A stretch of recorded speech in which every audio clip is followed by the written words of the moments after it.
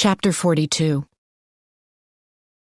Standing beside the field, Mia clicked on the link that PhotoSearch had sent her.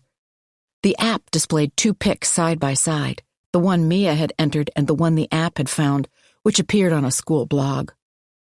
Uncle Doug's friend was a sixth-grade teacher at Brierley Academy named Mark Harden. It was kind of refreshing to see her mother be wrong, even if it was just about a name. Mia entered Mark's name in the search bar and let the little wheel spin. A few Google references to teacherly things came up. A fundraiser at an off-Broadway theater company, some honor awarded by the Board of Trustees at the school. No Instagram account for Mark Harden or Snapchat either. He was on Facebook and, unlike Uncle Doug, might see a friend request right away. This very second, even. She could chat with him, at least see what he was up to. How cool would that be? Of course I'm on Facebook, Mia would tell her friends. All the hot older guys hang out there. She looked up from her phone. The scrimmage had just ended and the girls were running off the field, trading high fives with Mia's dad. Mia sent the request, then texted a welcome home message with the cutest emojis, bride, groom, wedding cake, even a boat, to Aunt Nat. A few minutes later, her phone pinged, and she felt a rush of happy anticipation. Mark Harden accepting her request? Or could Aunt Nat have gotten home already?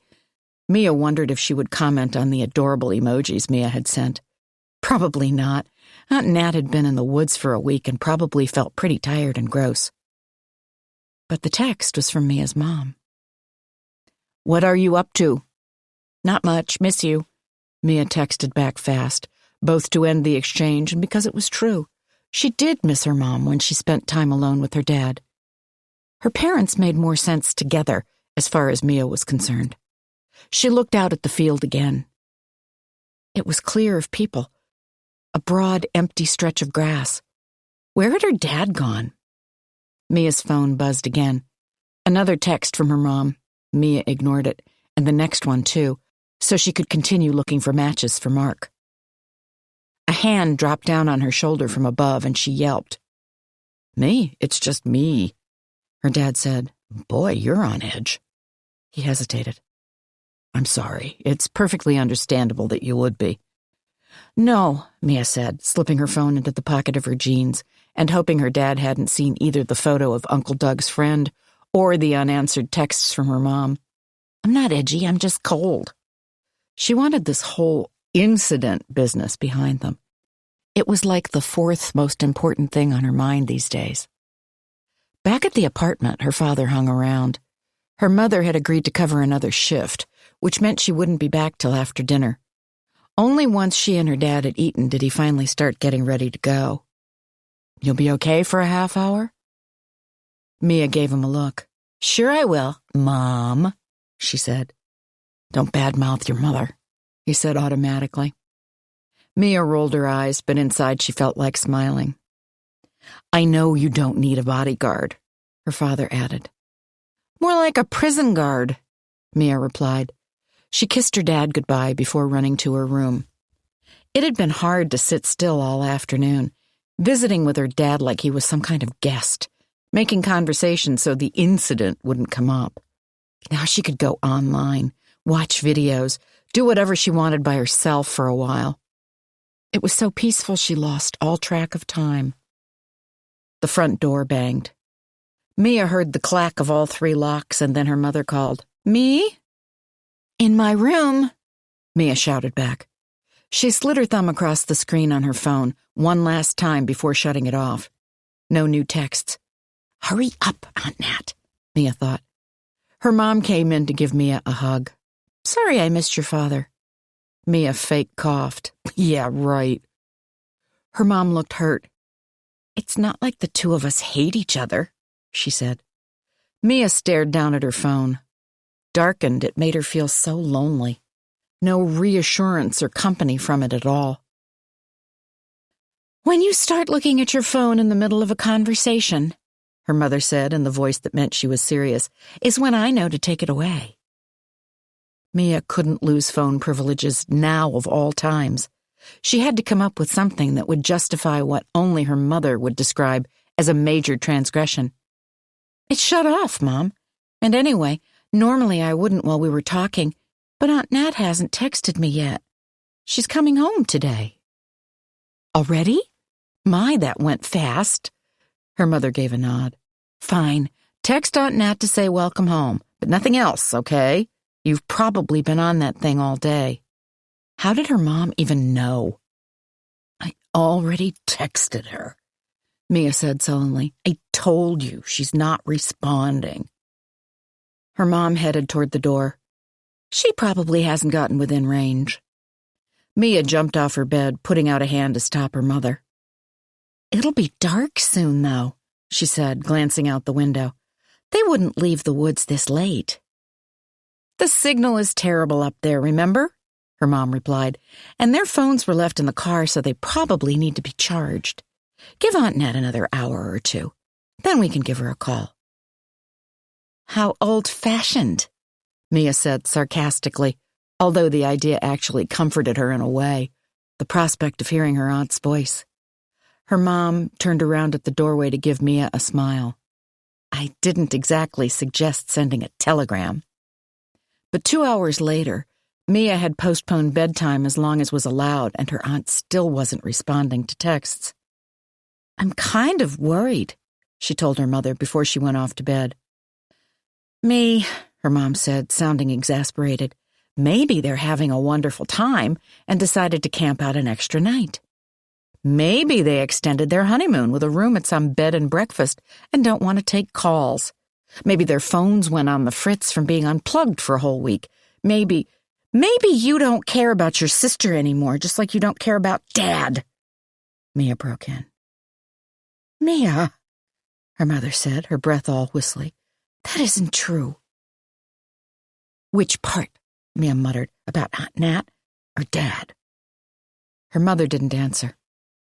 Mia's phone buzzed then, and both their gazes shot to it. Mia almost as glad for the chance to look away from her mom as she was to hear from Aunt Nat.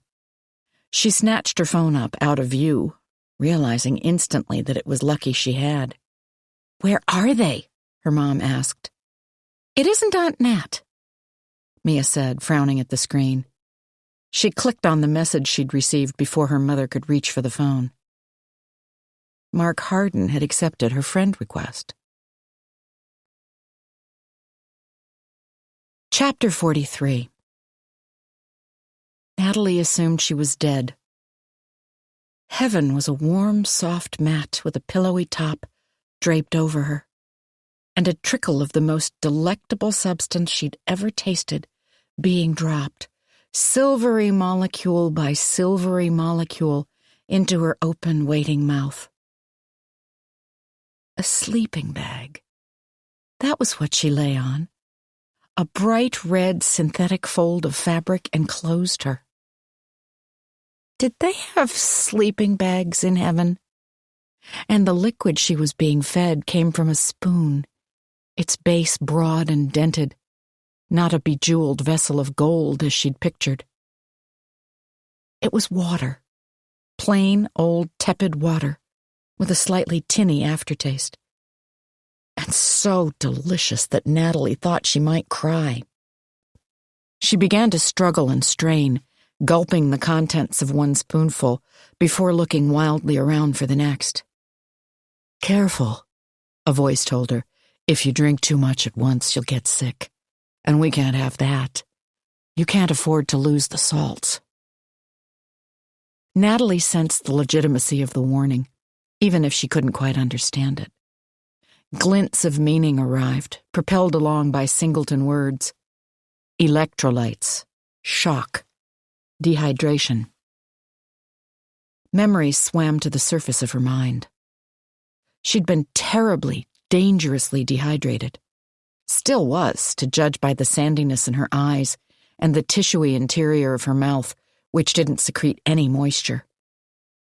How had she gotten to such a state? She couldn't think back. "Here's another," the voice said and tipped the spoon. A man was ministering to her. Natalie tried to bring him into focus as she obediently swallowed a second sip. blinking and looking around. It felt strange for some reason to be inside. She was occupying a structure for the first time in days, weeks, months. She had no idea. How long had she been here, wherever here was, while this man brought her back from the brink of death? He wore a faded shirt that fit snugly on his well-muscled body. His hair was badly cut, but had a beautiful sheen, hanging well past his collar. And his face, his eyes, plus his voice, his whole demeanor, in fact, were the most placid Natalie had ever known.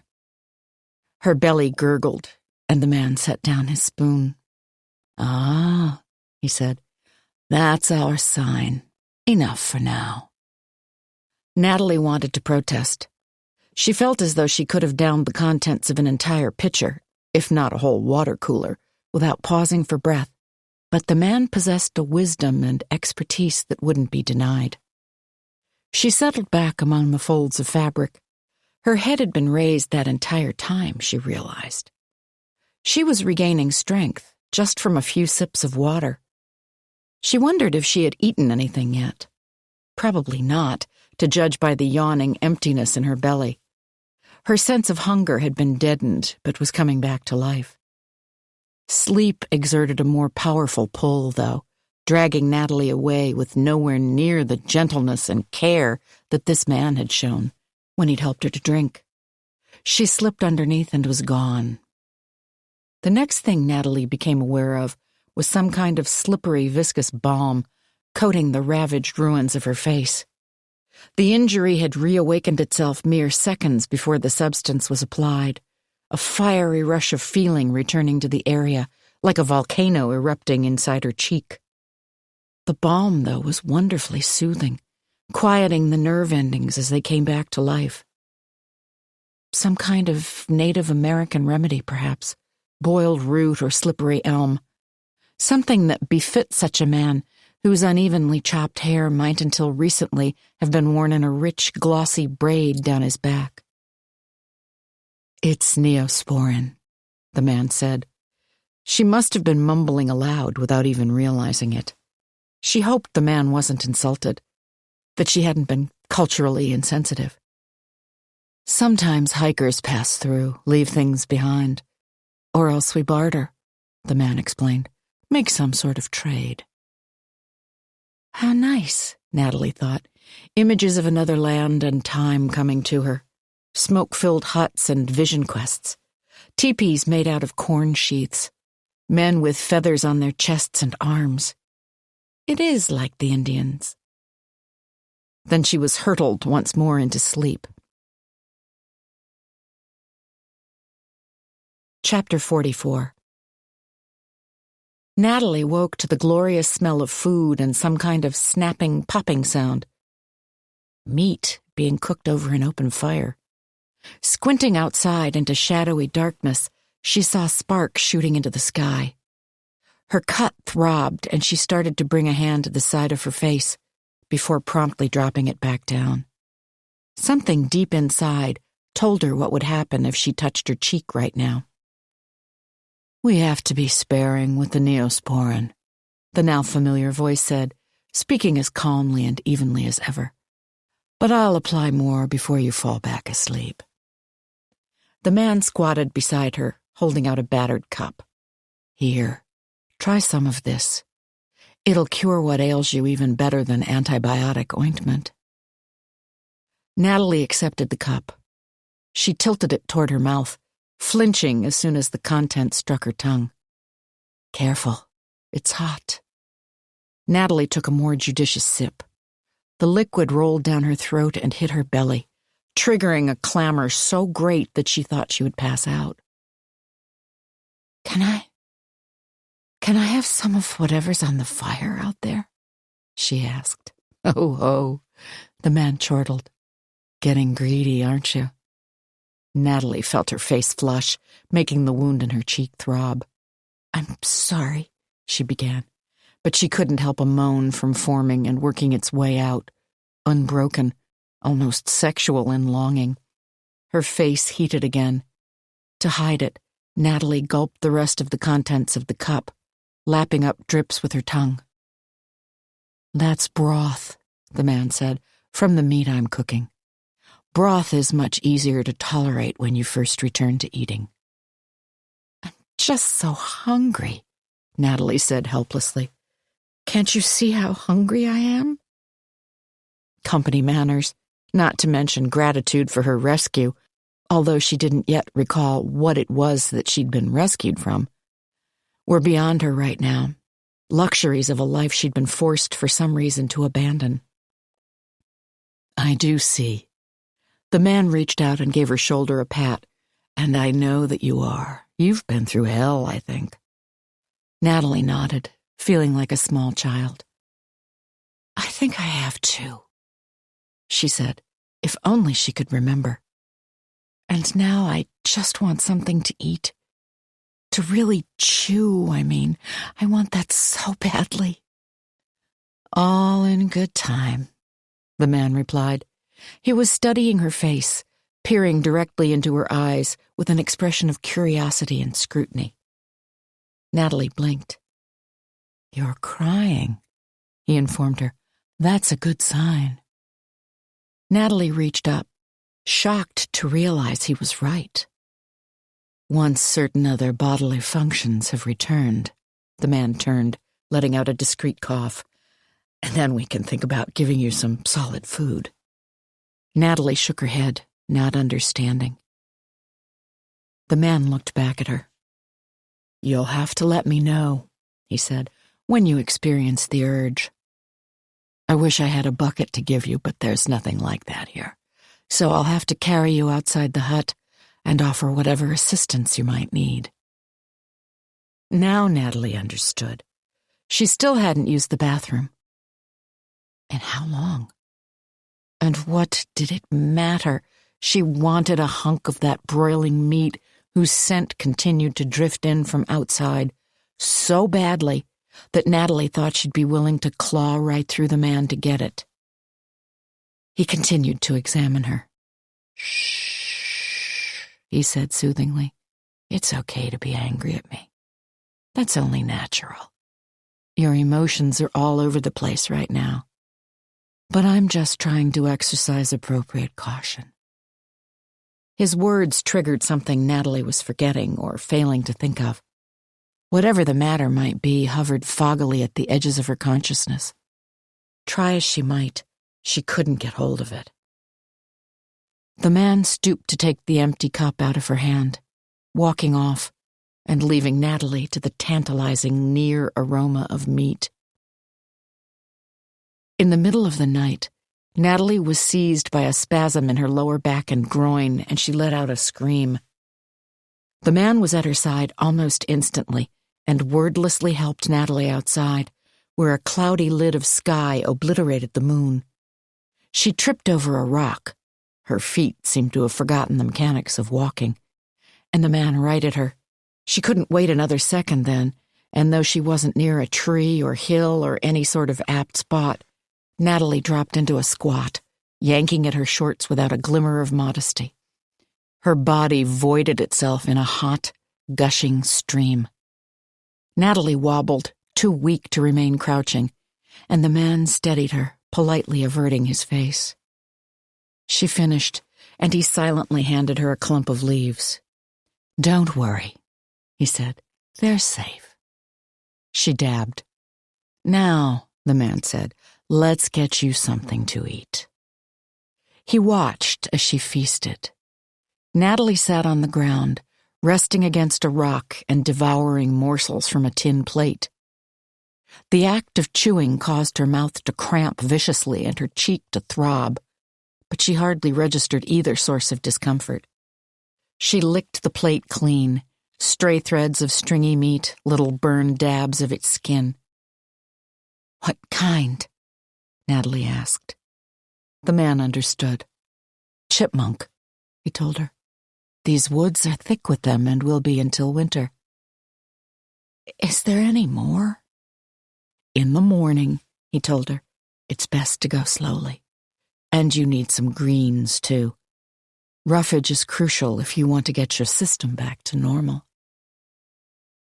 chipmunk should always be served as a part of a balanced diet, Natalie thought. "What's funny?" the man asked, watching her. She shook her head, politeness having returned along with that one shard of humor. She didn't want this man to think she was criticizing his life-saving offering, when another part of her mind kicked into gear as well. Her memory. "My husband!" she cried out. The man looked at her through the dark. He reached for her plate, then stood up. "Best not to leave dirty dishes," he said. "They attract wildlife less pleasant than chipmunks." The smile he offered was bland and benign. "Don't worry about any washing up or chores yet, of course. I'll take care of everything for now." Natalie was about to respond to his statement when a slipstream of memory suddenly took hold. "We were here together." She reached up and grasped the man's wrist. It was strong enough to pull herself to standing. "On our honeymoon." "Is that what it was?" the man said. He gave a polite shake of his head when she made a move to follow him into the trees. "Please, don't feel the need to come. The creek's too far for you right now. Do you need my help getting back to the hut?" Natalie felt tears well in her eyes and whisked them away with the flat of one hand. "Is there something you're not telling me?" Silence from the man. "Did you find my husband too? Is he all right?" "Perhaps in the morning," the man began. "You'll be better equipped to hear what I have to say." "Please!" Natalie cried. And at the moment that her shout floated up to the sky, a barrier of clouds parted, sending down a silvery streak of moonlight. "Tell me where Doug is." "Doug," the man said, bowing his head. "I wish I had known his name." "Why?" Natalie asked, whimpering with fear. "Why do you wish that? What happened to him?" The man set the plate on the ground and took both her hands in his. "I'm truly sorry," he said, "to have to tell you this, especially right now. I wanted to wait for you to recover more fully first." His face became slightly less serene, focused intently on her. Then he opened his mouth to speak. Chapter 45. "Your husband was suffering from an intestinal bacterium," the man began. "Was," Natalie heard.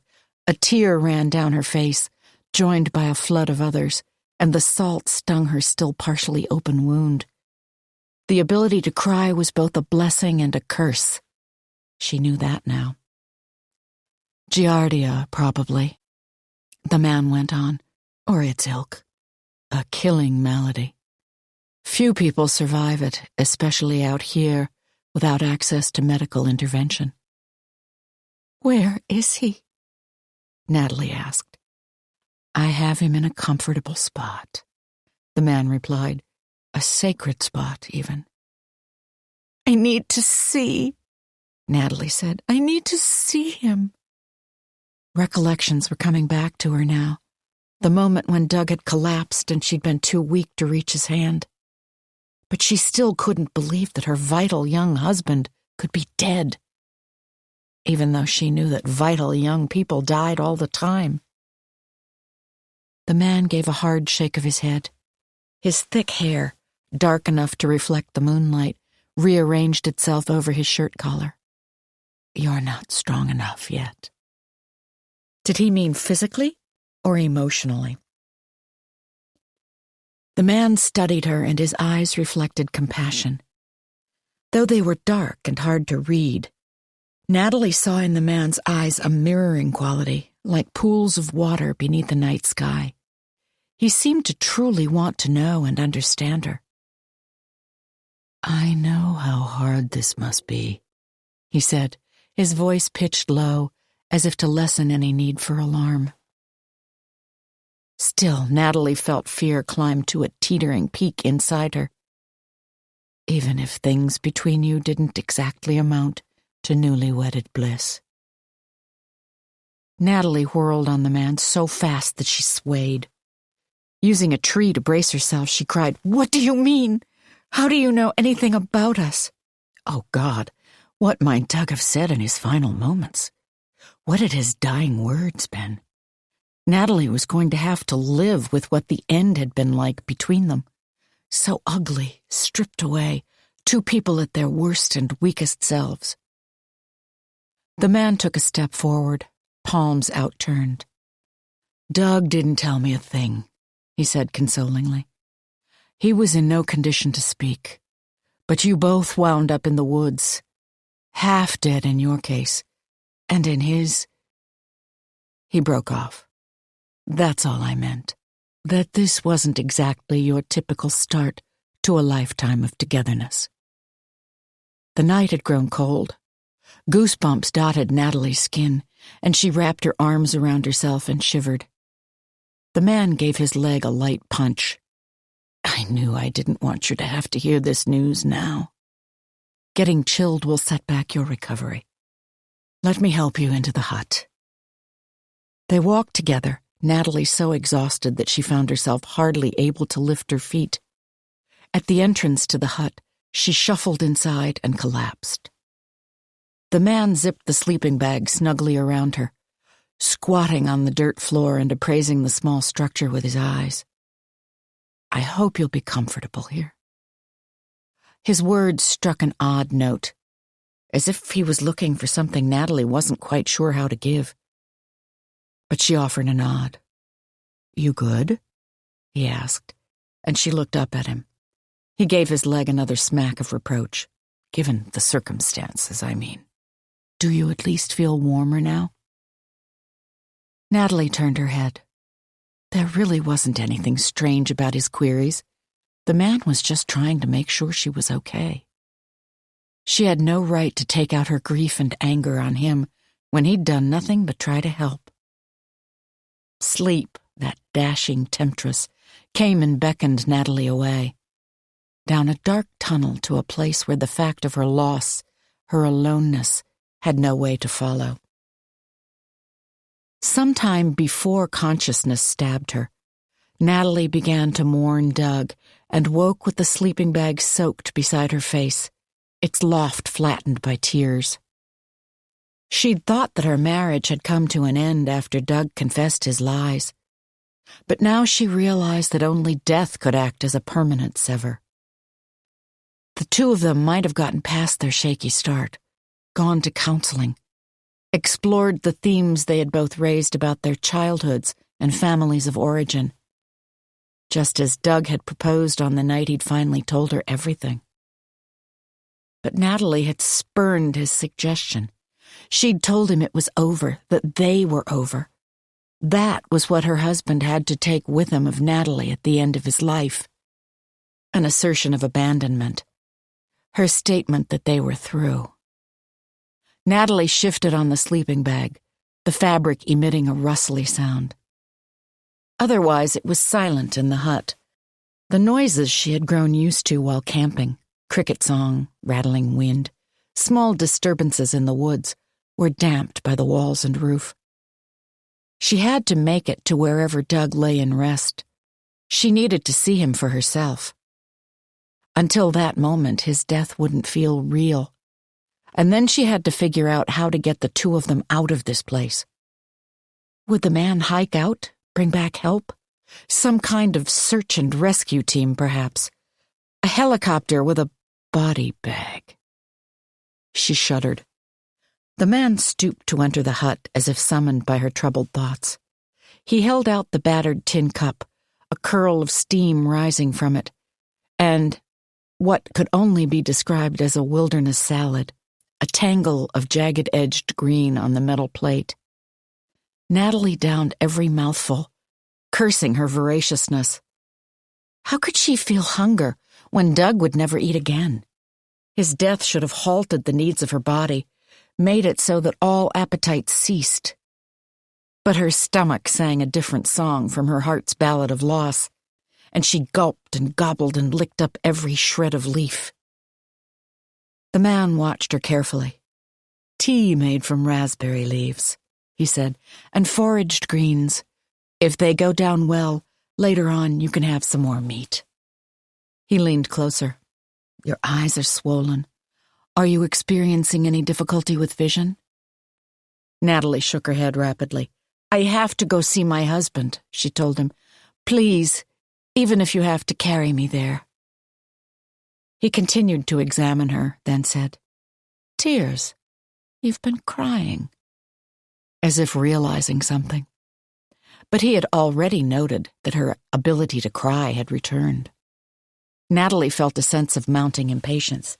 "Yes," she responded. "I'm much better. Please, will you take me to my husband now?" Still the man hesitated. "I don't know if that's best. You're weaker than you may realize."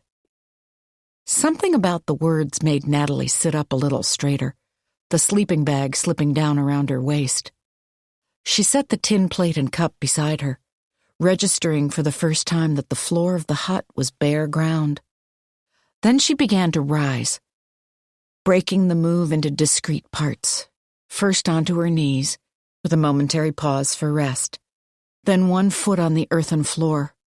She pushed down, trying to get the other leg under her, but failed, and flopped back, panting. The man watched the series of maneuvers, staring down at her from what seemed a great height, his face calm and serene. "Please," Natalie whispered. She didn't even know if he could hear her. At last he gave a nod. "We'll take a walk around the yard. You can lean on me and drink some more fluids. If you seem okay after that, then all right, I'll take you." "Thank you," Natalie said. She couldn't believe the gratitude that suffused her, her driving need to, if nothing else, at least kiss her husband goodbye. They covered the area the man had referred to as the yard, a plain of cleared dirt and open space. There was another hut propped against the one in which Natalie resided, somewhat bigger in size, and a cage made out of wooden sticks, with a family of chipmunks scampering around inside. An area fenced off by taller, thicker sticks was home to a few rows of limp, straggly plants. Nothing recognizable like lettuce or peas, although what appeared to be a single stalk of corn was fighting for life. The man who had saved her appeared to be some kind of society dropout. Judging by this uncertain array, the endeavor was harder than it appeared on TV or in books. He studied her face as he guided her along. "It's not as meager as it may look." "What?" Natalie asked. She glanced at the man whose normally tranquil expression seemed to have slipped, a certain upset behind it. "Oh, no, I wasn't thinking that. I was actually imagining how hard it must be to have created all this." "Please don't lie," he said mildly. Natalie looked down at the ground, concentrating intently on her steps. "Has it seemed difficult to you?" he went on, steering her nimbly around the cage. The chipmunks ceased their darting and held still. "Staying here? I was hoping you'd have everything you needed, that you'd feel well tended to." "I do," Natalie responded truthfully, though it occurred to her to wonder why this mattered to him. "When I first arrived, well, it seemed like paradise." "That's good to hear," the man said, still eyeing her closely. "Why don't you have a little water now? Then we can take our walk to go see your husband." She'd forgotten her loss for a moment, and the return of grief was crushing, like a tidal wave slamming against her from behind. They set off into the woods, the brushed, cleared dirt of the yard giving way to uneven terrain beneath Natalie's feet. "Stay right at my side," the man instructed. "That's very important." As if his words served as some kind of trigger, a barrage of images assaulted Natalie. She was dipping her paddle into the sweep of white water. The high-up log she and Doug had walked across jutted out over its chasm. The two of them were running, racing, breaking through the woods. Natalie became aware of a high, keening sound and braced herself for a strong wind. But no wind came, The air didn't so much as stir. Then she realized the noise was being made by her. "Shh," the man said. He patted her with a strong, plank-like hand. "I should have realized. Of course, this is the first time you've re-entered the woods." His voice was the comfort she sought. She turned to its source, as if imprinted upon it. She held on to him, sobbing into his shirt. "I was so scared," she cried. He didn't answer for a moment. Then, "Yes, of course you were." She let out a sob. "I didn't know if I was going to survive." Another reply uttered after a small delay. "You must have been so scared." Natalie became aware of what she was doing, breaking down in the embrace of a man she didn't even know, although she noted that he wasn't exactly holding her in return. His arms hung like poles by his sides. Natalie breathed in deeply, then made herself straighten. The man offered her the corner of his shirt to wipe her eyes. Natalie sniffed in a rattling breath and braced her shoulders. She didn't want to enter the place that had robbed her of Doug. But nor could she stay out of it either. The man repeated his order to stay close by his side. "You won't get lost again," he reassured her. "I won't let that happen. But these woods hold other dangers." Now that they had broken the barrier of brown and green, Natalie's feet felt surer and her strength seemed to be returning. She had to see Doug. It was all she wanted in this world. The creek began to burble audibly before they saw a glint of water. Natalie fought to hurry, the man easily matching her stride. "Right there," he pointed. "I thought by the creek made the most sense, given his condition. Don't worry, I've kept him warm." Natalie realized she had closed her eyes and forced them to open. A shaft of sunlight momentarily blinded her. Then Doug's fallen form came into view. He was lying beside the creek on a raised cushion of dirt. A second sleeping bag had been placed over him and drawn up to his chin. A few scraps of cloth lay on a nearby rock, drying in the sun beside a rough piece of bark. They smelled clean and fragrant, pine-scented, as if the bark had been used as a scrubber. Natalie realized that the man must have used them to wash Doug's body. Like a ritual bathing, as if the man were preparing her husband for burial. Not here. Natalie would never let this loathsome wilderness have Doug. They had to get home. A long, high cry escaped her, like a whistling wind. It was the sound of pure loss. Doug's face twitched, and he blinked. Chapter 46. "Doug?" Natalie said faintly, disbelieving. He blinked again, though he didn't lift his head or make any other move. "He's alive!" Natalie cried out. Her knees buckled under her, and the man grabbed her arm to keep her from falling. Natalie wrenched herself free. Her gaze shot back and forth. It couldn't seem to decide where to settle. There was the man who had appeared to be nothing but savior till this very moment, when she realized that he'd lied to her. Her husband, lying prone by the side of a rushing creek, and her own feet newly planted with firmness on the ground. "He's alive!" Natalie said again. "Of course he is," the man responded. He regarded her as if he had only now thought to question her grip on sanity. "I've been attending to him very carefully. It wasn't easy when you needed so much care yourself." "But I thought you said—" Natalie broke off, unable to complete the thought, and ran for her husband. She knelt, hands carefully seeking some part of Doug's body it might be safe to touch beneath the puffy sleeping bag. "Be careful," the man said from behind. In addition to the intestinal distress, he seems to have hurt his right elbow. Natalie had forgotten all about Doug's injury. She looked at her husband, whose eyes appeared to be trying to stay focused, but kept falling shut. The man spoke again, from a little closer to judge by the sound, although Natalie didn't turn around and look. She couldn't take her eyes off Doug. "He was better off here rather than at the hut," the man explained, "because I could keep him clean. It was easy to use creek water to wash him, and I laid the sleeping bag on top to keep his core body temperature up." "I don't understand," Natalie whispered. "I thought he was—" She trailed off, not wanting Doug to hear what she had thought, how easily, it struck her now, she had given him up for gone. But when she looked down again, her husband had drifted into a deep, peaceful sleep, regular breaths and soft, ruffled snoring. Natalie rose more agilely than she had in days. "You said was," she charged the man. "That Doug was suffering from giardia or something like it." "He was," the man said, frowning minutely. "He seems to be over the worst of it now.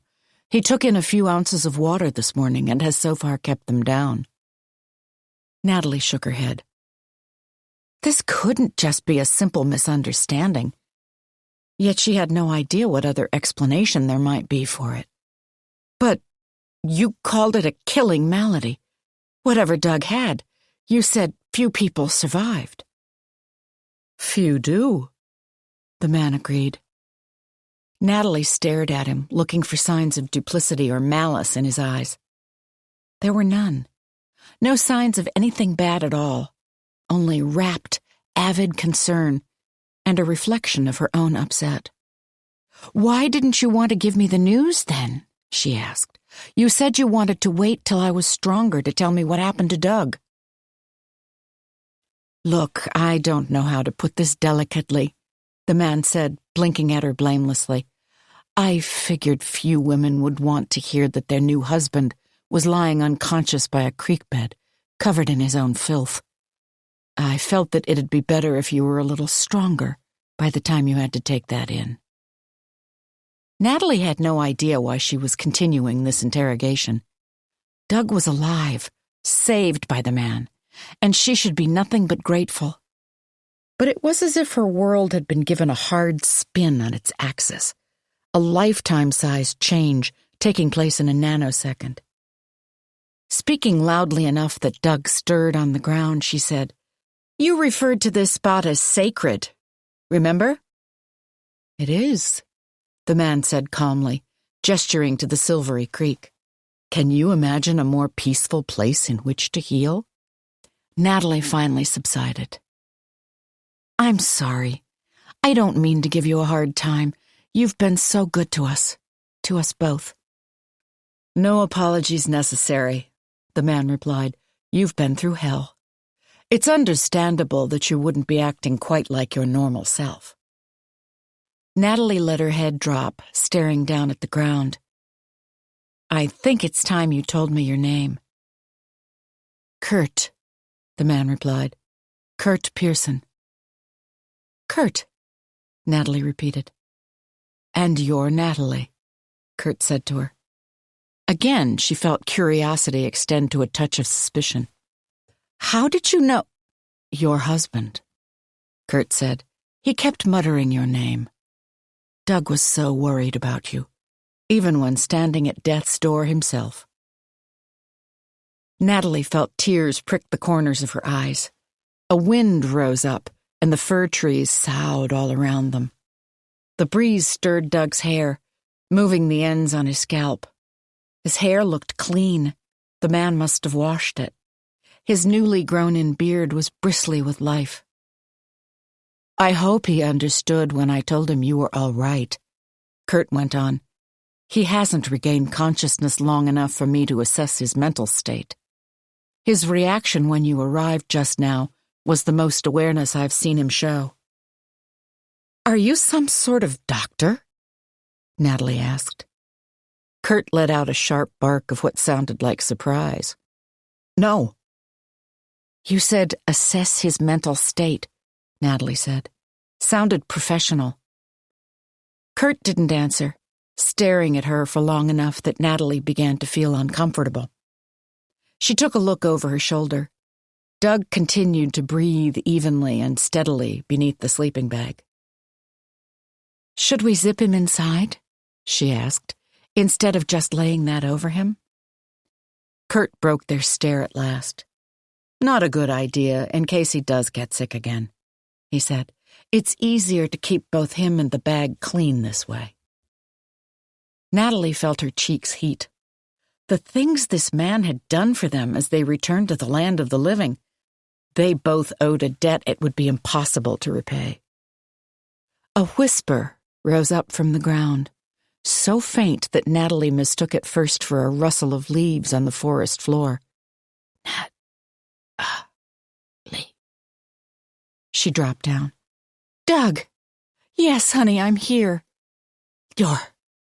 Doug's mouth fell shut as if hinged, the effort of opening it clearly too much for him. "Alive! Yes, I'm fine, or at least I'm getting there," Natalie said. "And so are you, Doug, so are you." Her voice hit a joyful note. "Thanks to this man." She sent a look of sheer gratitude up toward Kurt. He was handsome, she realized. Why did he choose to live out here all alone? The thought occurred to her. Perhaps he didn't. Perhaps Kurt had a wife or a partner and had already sent that person to the nearest town for help. Perhaps she or he was headed back, right at this very moment, while Natalie reunited with her own spouse, whom she had believed to be lost. Doug began dropping back off to sleep. Natalie smiled, laying her head gently on her husband's chest, making sure to steer clear of his belly, which she imagined to be tender and sore. "He'll thank you, I'm sure," Natalie said, aiming her promise up toward Kurt, who had remained standing. "When he wakes up." Kurt replied briskly, "No thanks needed." "Do you think we can give him some broth?" Natalie asked. "I mean, he seems so weak. He needs calories, right?" Kurt appeared to consider. "Another cupful of water first," he said. "If that stays down, then yes, some broth." Natalie nodded. "But we didn't bring any with us, water or one of your cups." "I only have one," Kurt said, giving her a brief smile. "I've been boiling and washing it so the three of us could switch off. I'll have to make another couple out of clay. I've just been too busy to get to that yet." "I'm sorry," Natalie said, flushing again. "Of course you wouldn't have dishes for company. You weren't exactly expecting guests." "Not expecting," Kurt agreed, "but I'm certainly glad you've come." Natalie gave him an uncertain smile. There was nothing in this situation to be glad about, although living out here in the wilderness must get lonely, of course. Kurt likely didn't have a partner then. The three of them would have to figure out how to summon help or some other way for Natalie and Doug to return to civilization once Doug had regained more of his strength. "Should I go back for the water?" Natalie suggested. "Where do you keep—" "Don't be silly," Kurt interrupted. "You can't make the trip by yourself." "I actually feel pretty good," Natalie replied. But she settled down on the ground beside Doug, letting out an exhalation of relief. "Though maybe I shouldn't overdo it, my first day up." A faint ghost from the past drifted in on a wisp of wind. Their mother issuing a caution after Claudia had been out sick for a week, missing big girl school and staying home with Natalie. A warning that Claudia needed to take it easy, in the form of a word from their mother, one whose meaning Natalie hadn't known. Relapse. Kurt watched her, his eyes studious and intent, as if assessing her claim of renewed health. Was he a doctor and hadn't wanted to admit it for some reason? He'd acted odd when Natalie had asked. "I'll wait here with Doug," Natalie said, stating the obvious once the silence had spun itself out, "while you go for the water." "I'm sorry," Kurt said softly. "I can't leave you here by yourself." Natalie frowned. "I'm not going anywhere without him," she said. "I'll sleep here tonight. I don't need the hut. I'm feeling almost normal, just incredibly hungry." Who would have thought the day would come when she'd crave a nice, juicy bite of chipmunk? Kurt squatted down beside her, speaking right into her face. His breath smelled of pine and green things, and the cool, crisp air around them. "It's not safe for you to stay on your own," he said, "now that you can walk. I'm afraid you'll have to come with me, and we'll both return with the water." Natalie rose on unsteady feet and took a look around. "Why isn't it safe here?"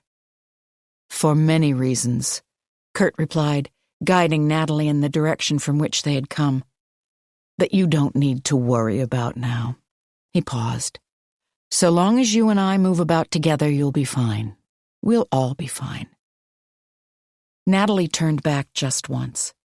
Doug was still sleeping quietly. Then she followed Kurt into the forest. Chapter 47. Natalie couldn't have imagined an appetite like this. She would never again claim to be starving upon skipping a meal. That night, Kurt built a fire near the creek where Doug lay resting, using a dented pot to make broth from the carcasses of the chipmunks he and Natalie had consumed. Kurt had eaten just one of the small animals, taking judiciously paced bites, while Natalie had devoured hers before gobbling another 2. "I'll have to catch more," Kurt said, crouching by the fire to tend his soup. He'd started the blaze without benefit of matches. The act seemed so seamless, so natural, that Natalie had hardly registered it.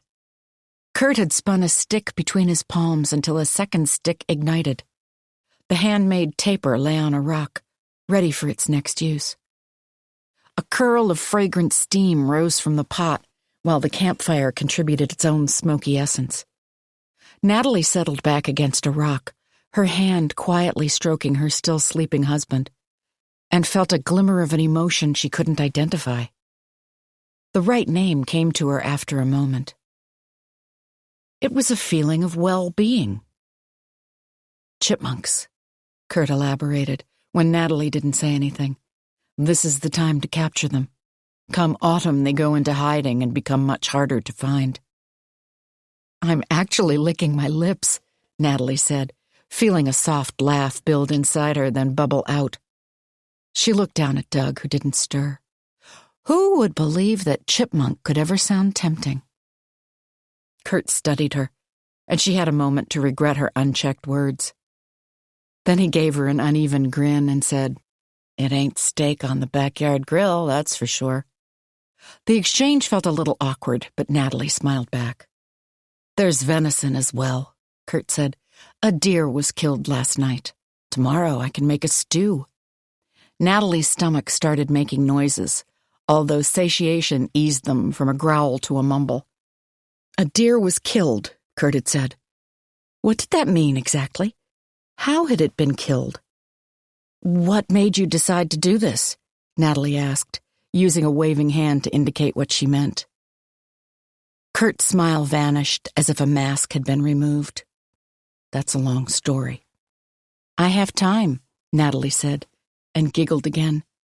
The food in her belly, the warmth from the fire, and the weight of her living, breathing husband beside her had all combined to lull Natalie into a state she thought she'd never experience again. She felt the same light, frothy tipsiness the champagne had bestowed on her wedding day. Kurt's dark cascade of hair, the way his eyes gripped hers with such comprehension, made Natalie feel nearly flirtatious. "Tell me," she urged. Kurt looked at her across the high, darting flames. Natalie sought to hold his stare. It had a penetrating, knowing quality about it. Perhaps having been brought back from the brink of death by this man connected the two of them with a degree of intimacy belied by how long they'd been acquainted. Natalie's face reddened in a way not attributable to the heat of the fire, and she was finally forced to look away. She squeezed Doug's hand, warm and vital inside hers, squinting through the dark to confirm the rise and fall of his chest before daring a glance back toward Kurt. "Look up there," he commanded, pointing. A convex bowl of sky, studded with white pinpricks, sheltered them from above. "I know," Natalie said softly. "It stunned me the first nights of our trip. So different from back home. In the city, you can go weeks without seeing any stars at all." "You both must be quite the outdoors people, though," Kurt said, "to have gone on a trip like this for your honeymoon."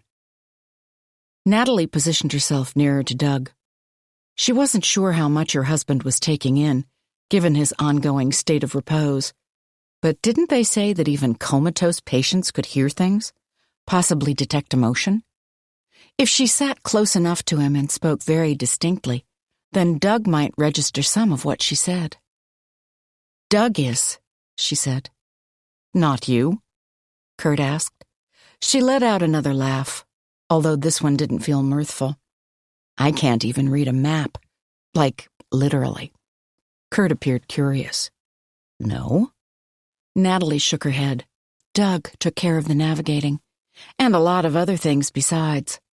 She didn't want to think about what Doug had done, not when he'd just been restored to her, and she certainly wouldn't open up about this topic to a stranger. "Did you have a dollhouse as a little girl?" Kurt asked. The question took Natalie aback, but she felt a sad smile toy at the corner of her mouth. "My older sister did," she answered. By the time Natalie had been old enough to want her own such plaything, her mother was long dead, and her father didn't buy toys, or much of anything else, without direct instruction. "I used hers sometimes." "Why?" Kurt shifted on the ground, his eyes catching the shine of the moon overhead. "Maps are just like dollhouses, a scaled-down version of the real thing. A map is to these woods." He gestured around, indicating the border of forest where the ivory glow of moonlight didn't extend, "as a dollhouse is to a real dwelling." Natalie frowned. Kurt's explanation delivered little more meaning than a map did whenever she looked at one. "Minus a few details, of course," he went on, reading her confusion. "Your dolls didn't need plumbing, for instance, or heat. Similarly, a map won't show every tree and rock, but what it does reveal is enough. Does that make sense?" "Yes," Natalie said, and it did, sort of, though she was sure any increased understanding would evaporate the next time she held a map in her hands. Kurt's eyes lit, or perhaps the moonlight sparked in them. Still, Natalie had the strangest feeling that he sensed what she'd been thinking. The knowledge he seemed to have of her was at once comforting and unsettling. "You might surprise yourself," he said. "Still, it is too bad." "What is?" Natalie asked. "What do you mean?" Kurt leaned in through the dark, his breath quick and delicate upon her. "Doug did the navigating on your trip, you said. And not only on your trip. Other times as well." Natalie gave a nod. Had she said that? She couldn't recall. There was a strange hypnotic quality to the conversation they'd been having. "You're still playing in your sister's dollhouse, Natalie," said Kurt, "in someone else's world. You haven't yet taken possession of your own." Natalie pressed down so hard on Doug's hand that even in sleep, he flinched and pulled away. Kurt stood up and began scouting around on the ground. He picked up a chunk of wood and positioned it amidst the flames, fanning them to build up the fire. Natalie blinked as the smoke entered her eyes, stinging them like bees. "I've angered you," Kurt said, prodding the blaze. The fire soared higher, a bright orange helium balloon. Kurt stood up and filled the cup with water from a hand-formed jug, offering it to Natalie. Natalie gulped down the contents. Today's temperature had been lower than yesterday's, and the water consequently colder, tasting of the mysterious depths it had risen from. "I'm not mad at you," she said at last. Kurt peered at her. "At Doug?" Natalie stared off into the night. "Yes, but maybe even more at myself." Kurt refilled her cup. Natalie looked down at Doug. Should I trickle some into his mouth?" "You can try," Kurt said. "Start by wetting his lips." Natalie was able to moisten Doug's mouth and slide a few drops down his throat. "What happened?" Kurt asked. "Why would you be angry at yourself?" Kurt seemed less to be prying than trying to ease her mind, allowing her to share. There was a blurry, swimmy quality to the evening. The dark, Doug sleeping so deeply, Kurt's ardent interest that encouraged confidences. "Doug was in trouble," Natalie began, checking her husband for a response. But he slept on, undisturbed, in over his head. Actually, it was his friend, Doug's former friend, whom Doug felt he had to help. "And I didn't know about this," she concluded. "That's a hard way to start a marriage," Kurt remarked. Anger and betrayal, still set to ignite, blazed through Natalie. "If we hadn't nearly died out here, I don't know that we would have made it as a couple." She looked down at Doug, stroking a lock of his hair. "Despite all the things that brought us together, and even though so many times out there, Doug tried to help me, save me even. It's a cliché, but almost losing my husband showed me that I didn't want to live without him." Kurt's intense stare bore into hers. Natalie dipped her head, feeling tears well. "I was ready to give up too soon, though. On our marriage, on Doug himself. I always—" "Give up too soon?" Kurt asked when her sentence flagged. Natalie managed to nod. The black magic quality to the night had swelled, expanded. Kurt as sorcerer, extending his wand. Memories started to mix together in her head in a furious brew. Val and Eva, and how Natalie hadn't even tried to make amends after they'd communicated their hurt. And the job she'd just taken. The latest in a string that didn't come close to being what she really wanted to do. Even the way Natalie had chosen to settle in the city, less out of love for it than because that was all she knew. Kurt kept silent, watching as if her thoughts were somehow being shared. "I lost something very important at a young age," Natalie said, hesitantly, feeling her way. "Someone very important." Another realization hung there, vague and unformed, though Natalie couldn't catch hold of it. "And so you didn't learn how to hang on," Kurt said, "even when you needed to. Because you're used to things disappearing on you, or being taken away." It was exactly what she had been thinking, but hadn't been able to put into words. The whole world seemed to come alive then in a way she'd never experienced before. Vibrant and forceful and exciting. The constant drone of the forest, separated into distinct sounds. Trickling water, a needful hoot from an owl, rustles in the leaves. Natalie let her eyes fall shut, and when next she took a look around, moonlight painted every detail, and the smells were overpowering. Pine needles and loamy earth, the coppery rush of creek water, a metallic stink of bugs. She opened her mouth, and warm, humid air filled it. Doug stirred on his bed of cushioning.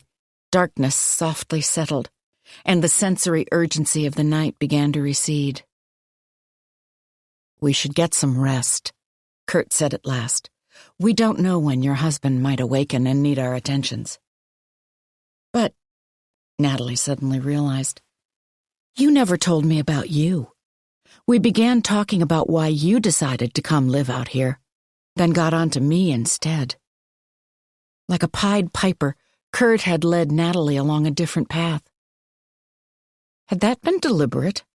Kurt seemed genuinely more interested in others than he was in himself.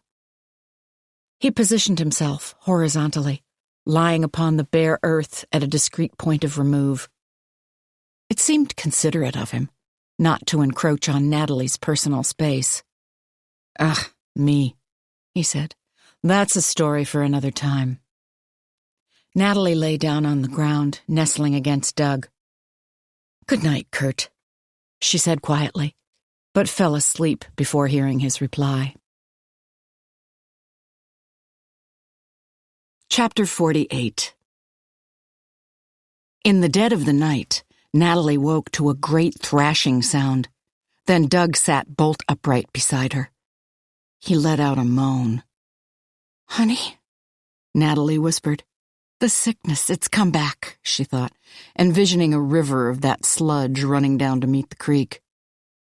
Doug moaned again. "I'm so hungry." Natalie's vision began to adjust to the lack of light. She lifted her eyes and met Doug's.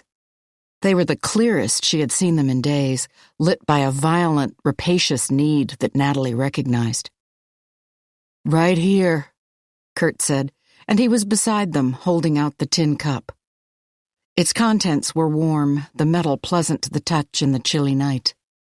"Go slowly now," Kurt cautioned. Natalie held the rim of the cup to her husband's lips and helped him to drink. Life seemed to seep back into Doug along with the soup. He finished one portion before downing another. "Enough," Kurt said. "We have to be sure that stays down." "My stomach feels like a rock," Doug said, thumping it with one fist. "It's a miracle. What did you give me?" "Berberine," Kurt said. "It grows in the vicinity. Without it, I don't know if you would have survived. I had to make use of the same plant myself when I first came here and drank from the stream as you did." Doug shook his head, his expression creasing. "That was lunacy, I know. I was just so goddamn thirsty." He gave Natalie a look of remorse, and she shook her head. "You weren't acting rationally, honey. Neither of us was." "You managed not to drink," Doug said. "I nearly died," she replied.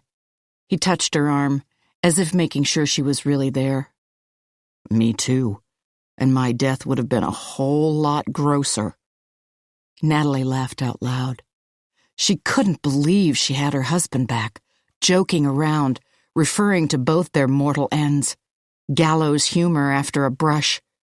No, not a brush, more than a nodding acquaintance with the dark side.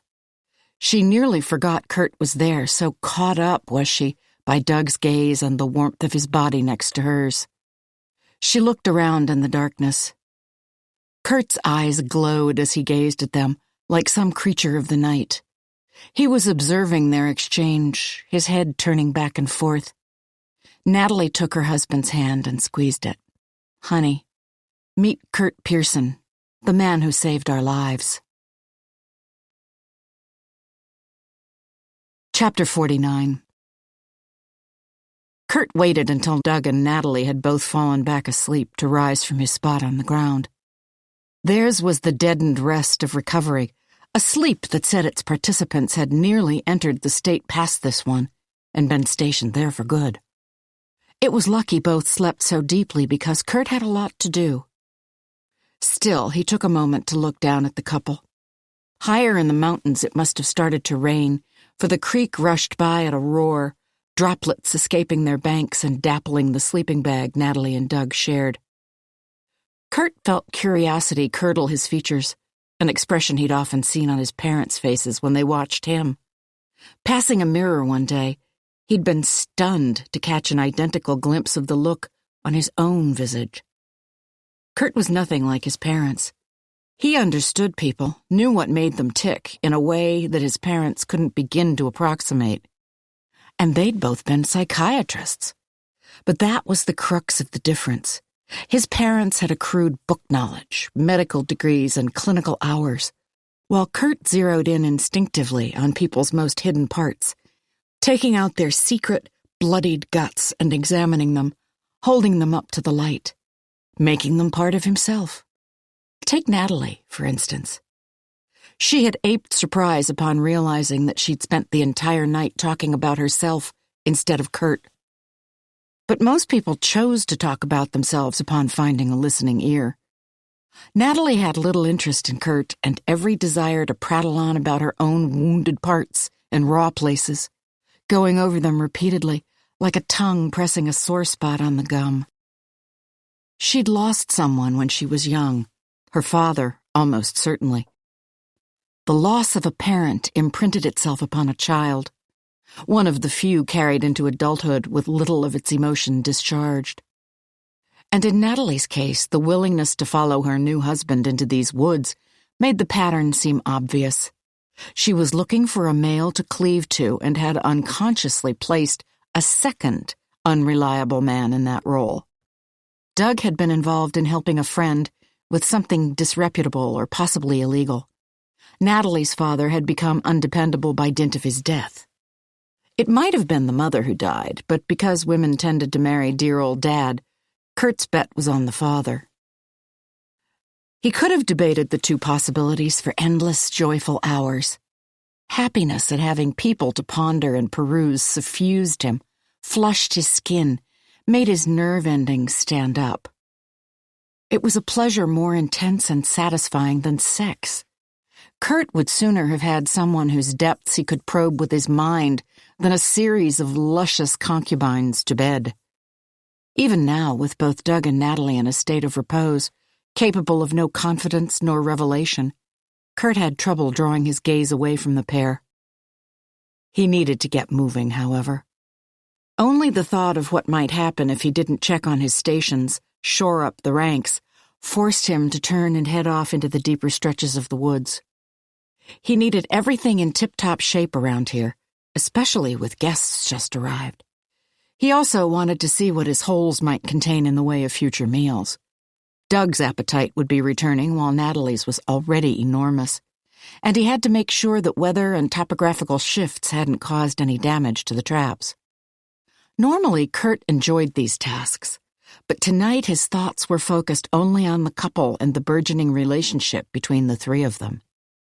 Kurt had told the truth when he recounted being afflicted with the same malady that had beset Doug. During his first winter here, the wilderness had gradually unfrozen. A patch of bony brown here, a dripping icicle there, and vanishing snows revealed what seemed a great boon. A sign that Kurt had wound up in the Panglossian best of all possible places, the perfect spot to make his homestead. There was a brook at the end of a winding path, crystalline and seemingly pure. Kurt would have access to fresh water 3 seasons out of the year. But the bounty had turned on him. He'd lapped up a melting trickle that ran between 2 remaining tracts of ice and immediately became ill. He could still feel the dangerous slipperiness of his innards, how not even the tiniest morsel would stay down.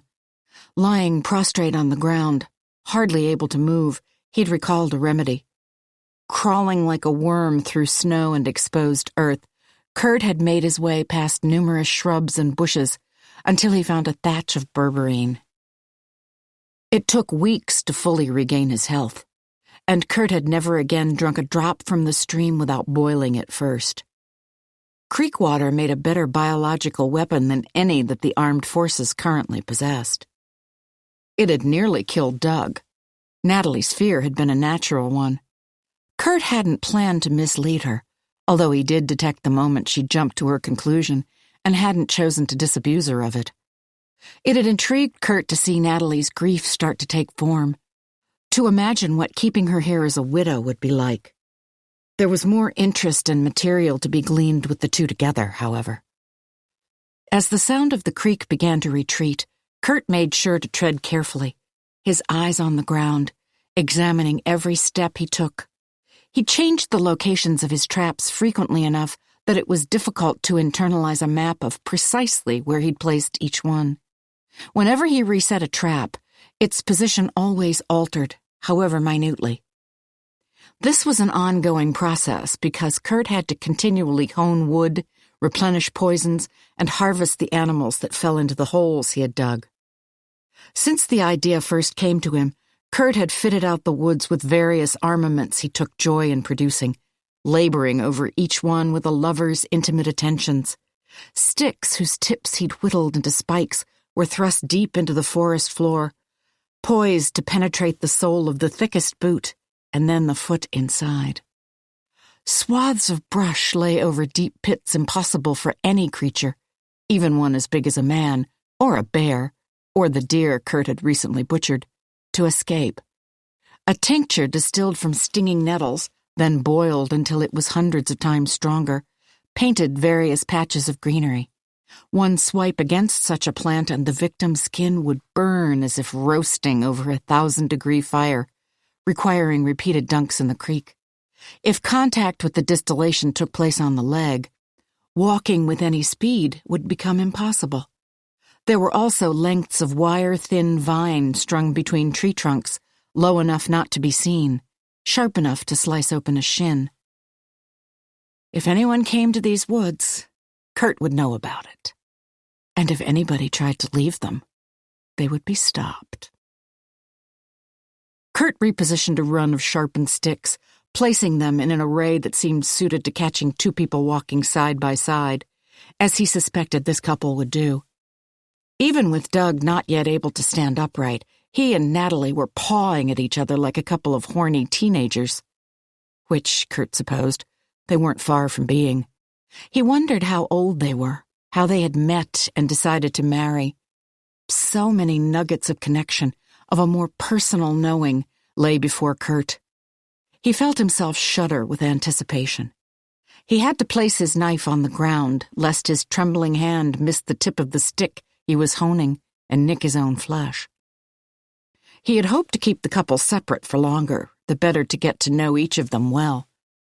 Isolation had a way of encouraging revelation, made secrets come out, but the woman had proven remarkably strong-willed when it came to her husband. It didn't matter.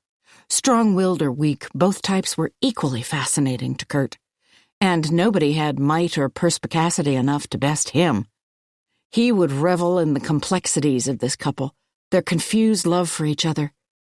It could play out in different ways depending upon the conditions Kurt set. Such occupation would keep him busy for years. Living in isolation all this time, Kurt felt as if a banquet had been laid out before him. The bond Doug had to Natalie seemed as strong as hers to him, Kurt mused. It was true, as he told Natalie, that her husband kept saying her name while caught in the throes of delirium. What Kurt hadn't chosen to reveal was that Doug had gone on to offer countless other mutterings and vows, delivering a fertile bed of speculation for Kurt. Don't hate me. Please don't hate me. I can't bear to lose you, Natalie. The going will be free and clear from now on. There's no price to pay, Nat. I can make it up to you. And best of all, I never meant to put him over us. The friend Natalie had mentioned, whom Doug tried to help? Kurt wondered deliciously. What fun it would be to make use of that particular tidbit. Kurt saw to each one of his installations, checking the tilt and angle of daggered sticks, laying fresh thatches of leaves over pits, painting swaths of foliage with blistering tincture. He walked in concentric rings around his camp, starting from the huts and moving outward, until he came to land far enough away that no intruder or escapee could avoid encountering one of his traps. Then Kurt turned and headed back toward the creek, his jaunty whistle lost beneath the wind. A storm was picking up, making its way down the mountain like a great coiling snake, ready to wrap itself around Kurt and his guests. He shivered, more from delight than from the falling temperatures. What deepening wells of intimacy awaited him today? Perhaps Doug would open up, as Natalie had been so eager to do. It had been vanishingly simple to effect. Just a word of false praise, and the woman's lips parted like petals, exposing her deepest wounds. Natalie and Doug were the opposite of outdoors people, wasting away with an abundance of nourishment around, stumbling in circles instead of making use of natural landmarks, committing every beginner's mistake in the woods. To her credit, Natalie had rebutted the compliment, sending it in Doug's direction, who deserved it little more than she, just as she always gave him the prowess and control. Kurt sensed that Doug might not be quite as easy a mark, although he did have access to one weak spot in the man. Doug felt guilty about something, the issue Natalie had referenced, surely. Depending on the exact nature of the situation, might Doug have the impulse to flee or escape, either himself or whatever sort of reckoning awaited him back home. Kurt could use such a need against him. Perhaps offering up a secret of his own would allow him to coax further revelations from the male half of the couple. The notion was tantalizing, to hear more of Doug's truths while also laying bare his own. Confession was akin to cleansing, and Kurt ached to wash himself in the waters of this couple's understanding.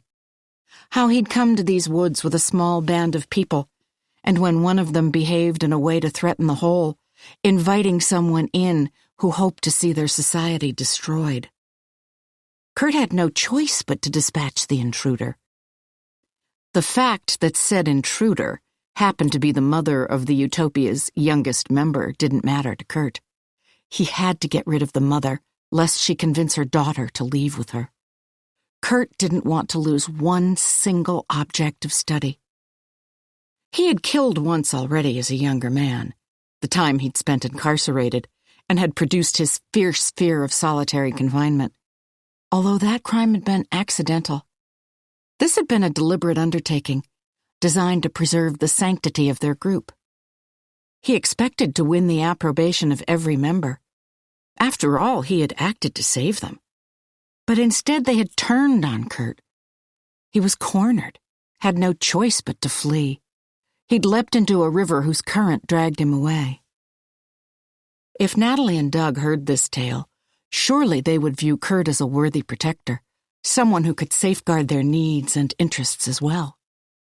The prospect of being seen for who he really was lit a fire inside Kurt.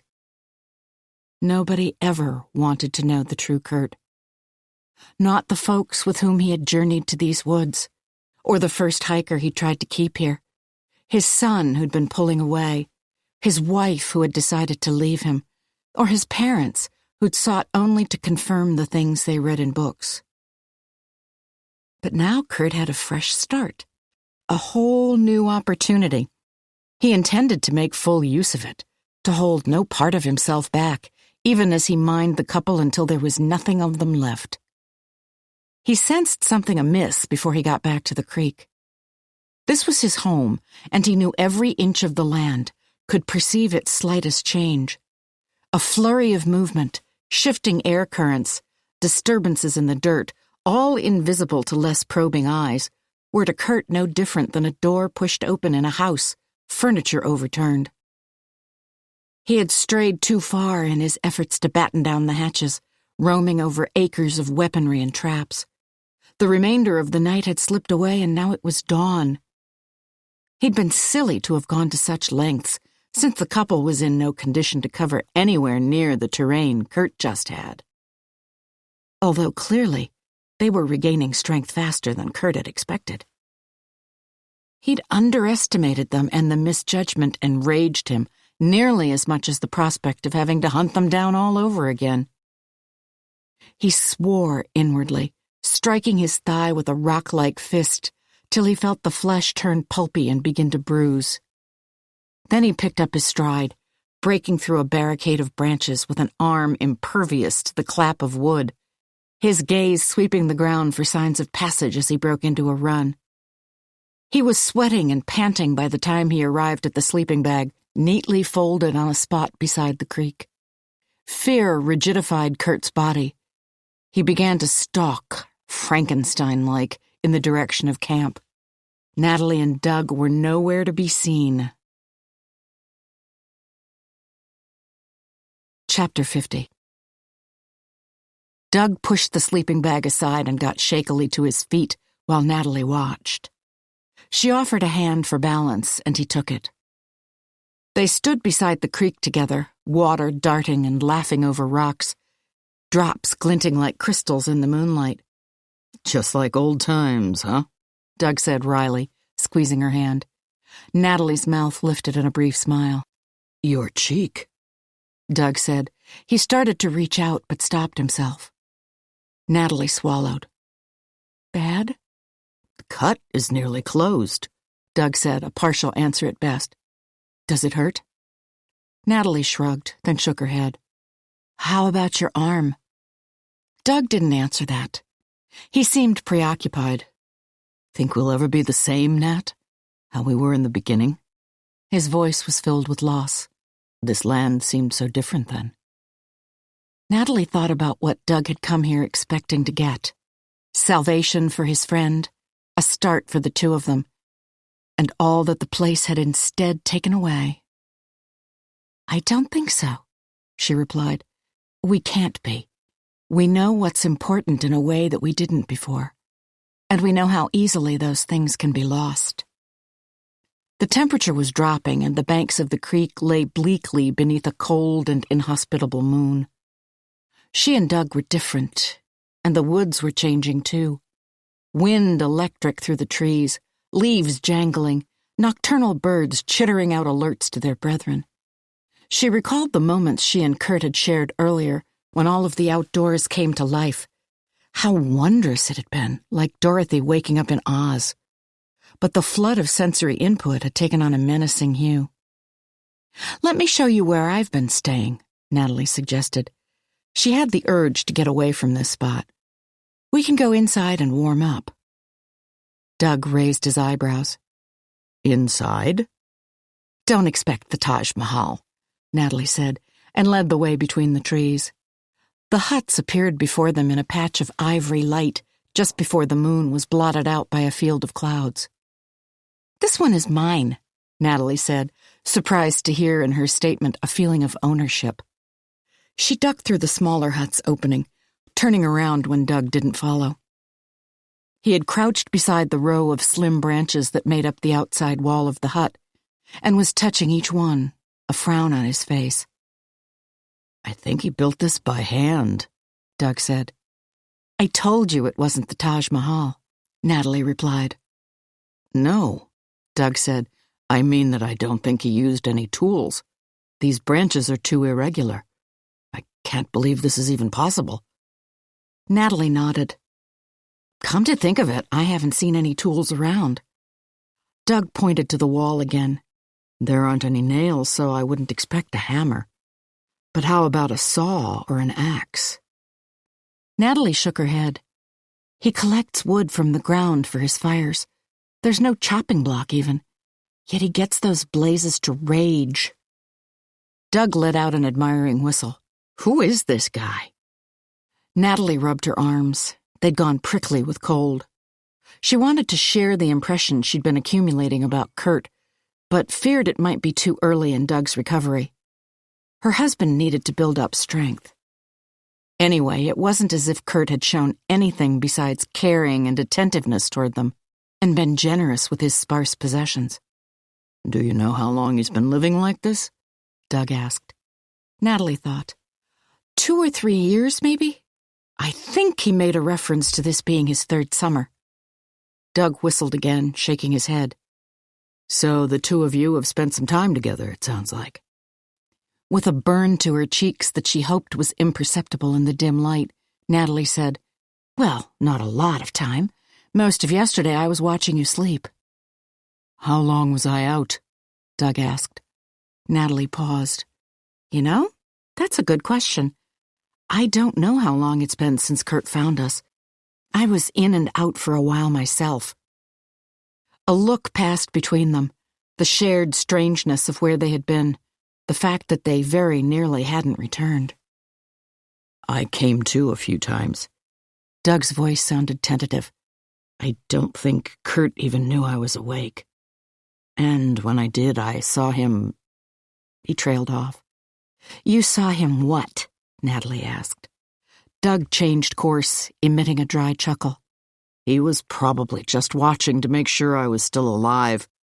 Kurt has this kind of penetrating gaze, you know?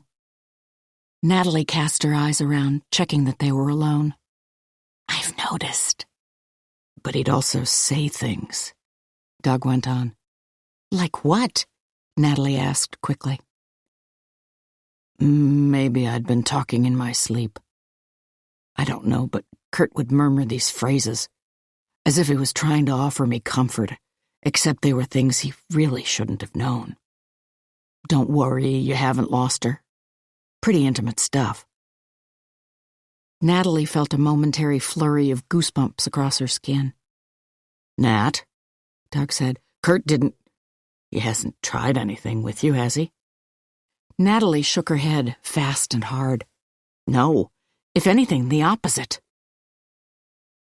Doug looked relieved. I don't mean to be a jerk here. We don't want to act ungrateful. I mean, the guy saved our lives. I know he did, Natalie said. He had to take care of some pretty gnarly tasks, too. With a flush, she recalled the first time she'd gone to the bathroom. And Kurt seems genuinely invested in our recovery. I think he might be some kind of doctor. He sure cured me, Doug replied. That plant or whatever. They both nodded, looking at each other. A sudden, loud crashing came from the woods, and the wind stirred up a cyclone of leaves. Natalie and Doug both jumped, then moved closer together. A branch broke off with a brittle snap, and they spun in that direction, dizzy on their feet.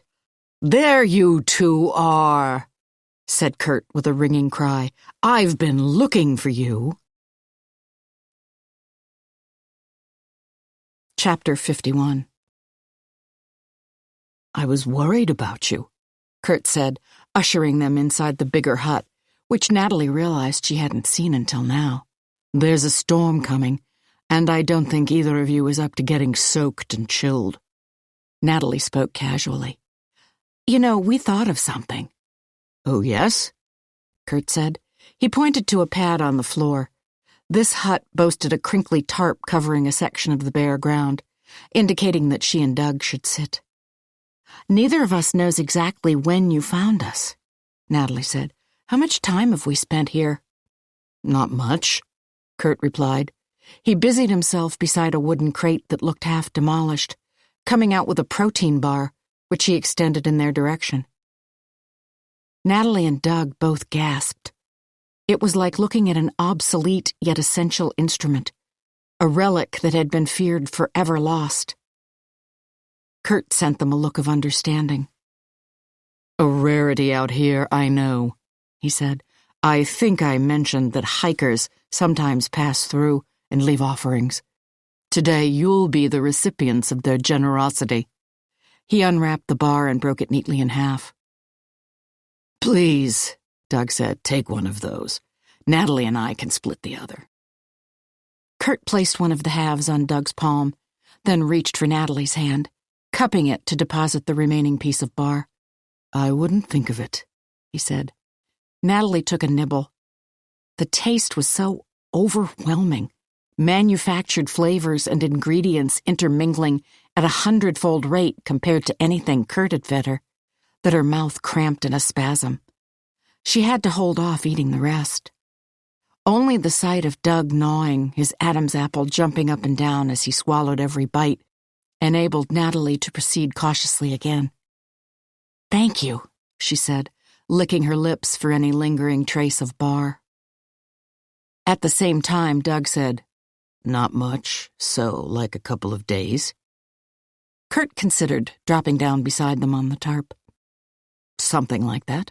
Possibly as many as 3. Yikes, Natalie said. She looked at Doug.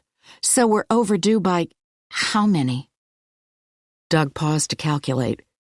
I'm pretty sure we stopped walking on day 7, which means we would have been expected 2 days ago. Kurt watched them. People are going to be worried, Natalie told Doug. My sister, Mark and Brett. Zach and Naomi, too, Doug said. They're bosses. Doug would be fine, but Natalie's new job meant she hadn't accumulated much time off yet. She'd been forced to ask for unpaid days for their honeymoon as it was. Not to mention Mia, Natalie added. She'll be leading the hunt. Kurt spoke up. Who's Mia? Natalie turned to him. My niece, she said with a rueful smile. We're very close. And she's at that age where she thinks she's the only one who can take care of anything. Kurt sent her a similar smile back. This probably sounds stupid, Natalie said, but do you have a radio or any means of communicating with the outside world? Kurt shook his head. That's kind of the point, he said, to be out of touch. How far are you from the nearest town or road?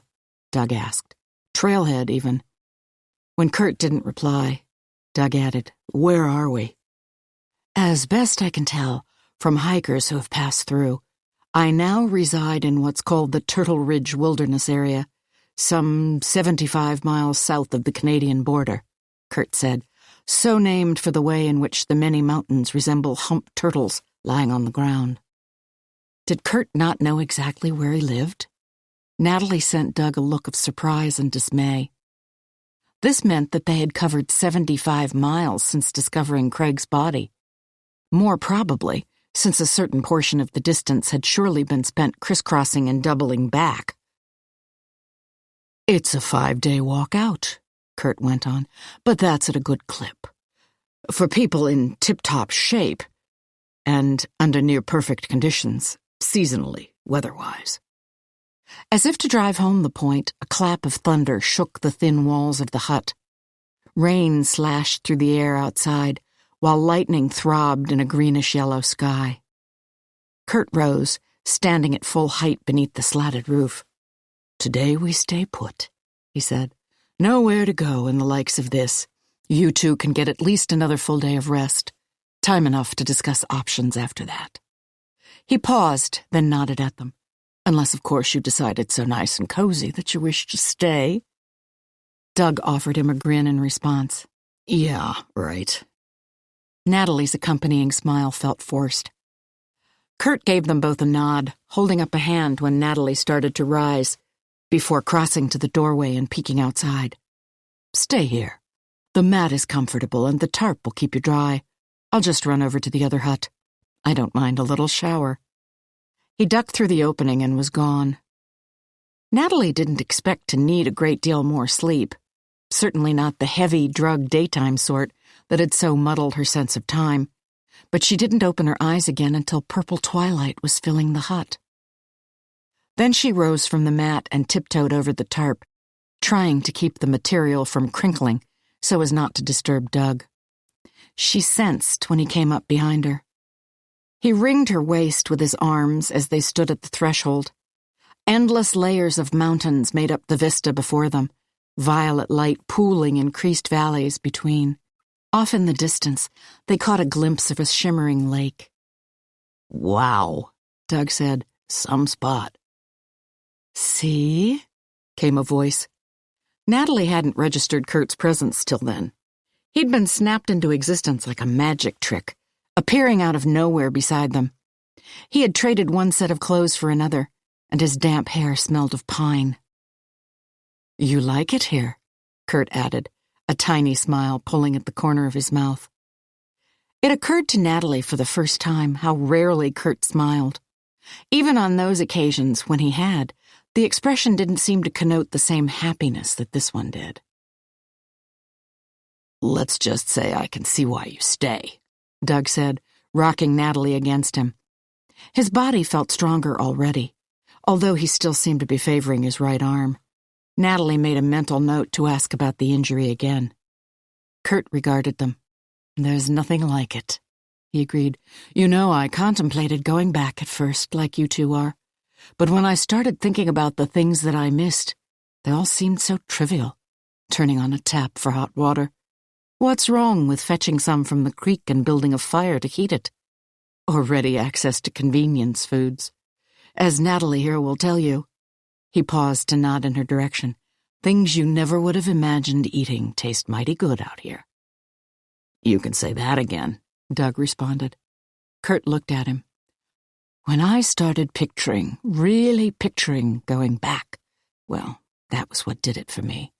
Because what I saw were bars clanging shut, shackles pinching themselves around my ankles. Everything I didn't want to face. That's what life is like out there when you get right down to it. No one truly knows the meaning of free." Doug looked mesmerized, entering some state conjured up by Kurt's words. "Hey, man," he said, "I totally get where you're coming from." Natalie dug her finger into the scant flesh at her husband's side. He'd lost enough weight that she could feel his skeleton, but at least the touch seemed to snap Doug out of it. He turned to her and frowned. She thought to mouth a warning, but wasn't sure what it should be. Besides, what if Kurt proved to be as adept at lip reading as he was at intuiting other forms of nonverbal communication? He spoke into the pause. I have to gather firewood, then start tonight's meal. I'm sure you're both famished. He gave a clap of his hands. Either of you like to help? Doug took a step forward, but Natalie caught his hand and pulled him back, allowing Kurt a head start. What's up? Doug asked. He looked eager to get going. I guess you didn't get what I did out of that little speech? Natalie asked. Doug lifted his eyebrows. What are you talking about? I don't think Kurt was joking before we went back to sleep earlier. Natalie spoke hurriedly. He's not a kidding around kind of guy. The picture had been forming in Natalie's mind, taking shape like a paint-by-numbers kit. Kurt stating that Natalie didn't have to worry about helping with the chores, for now, after she'd first gotten back on her feet.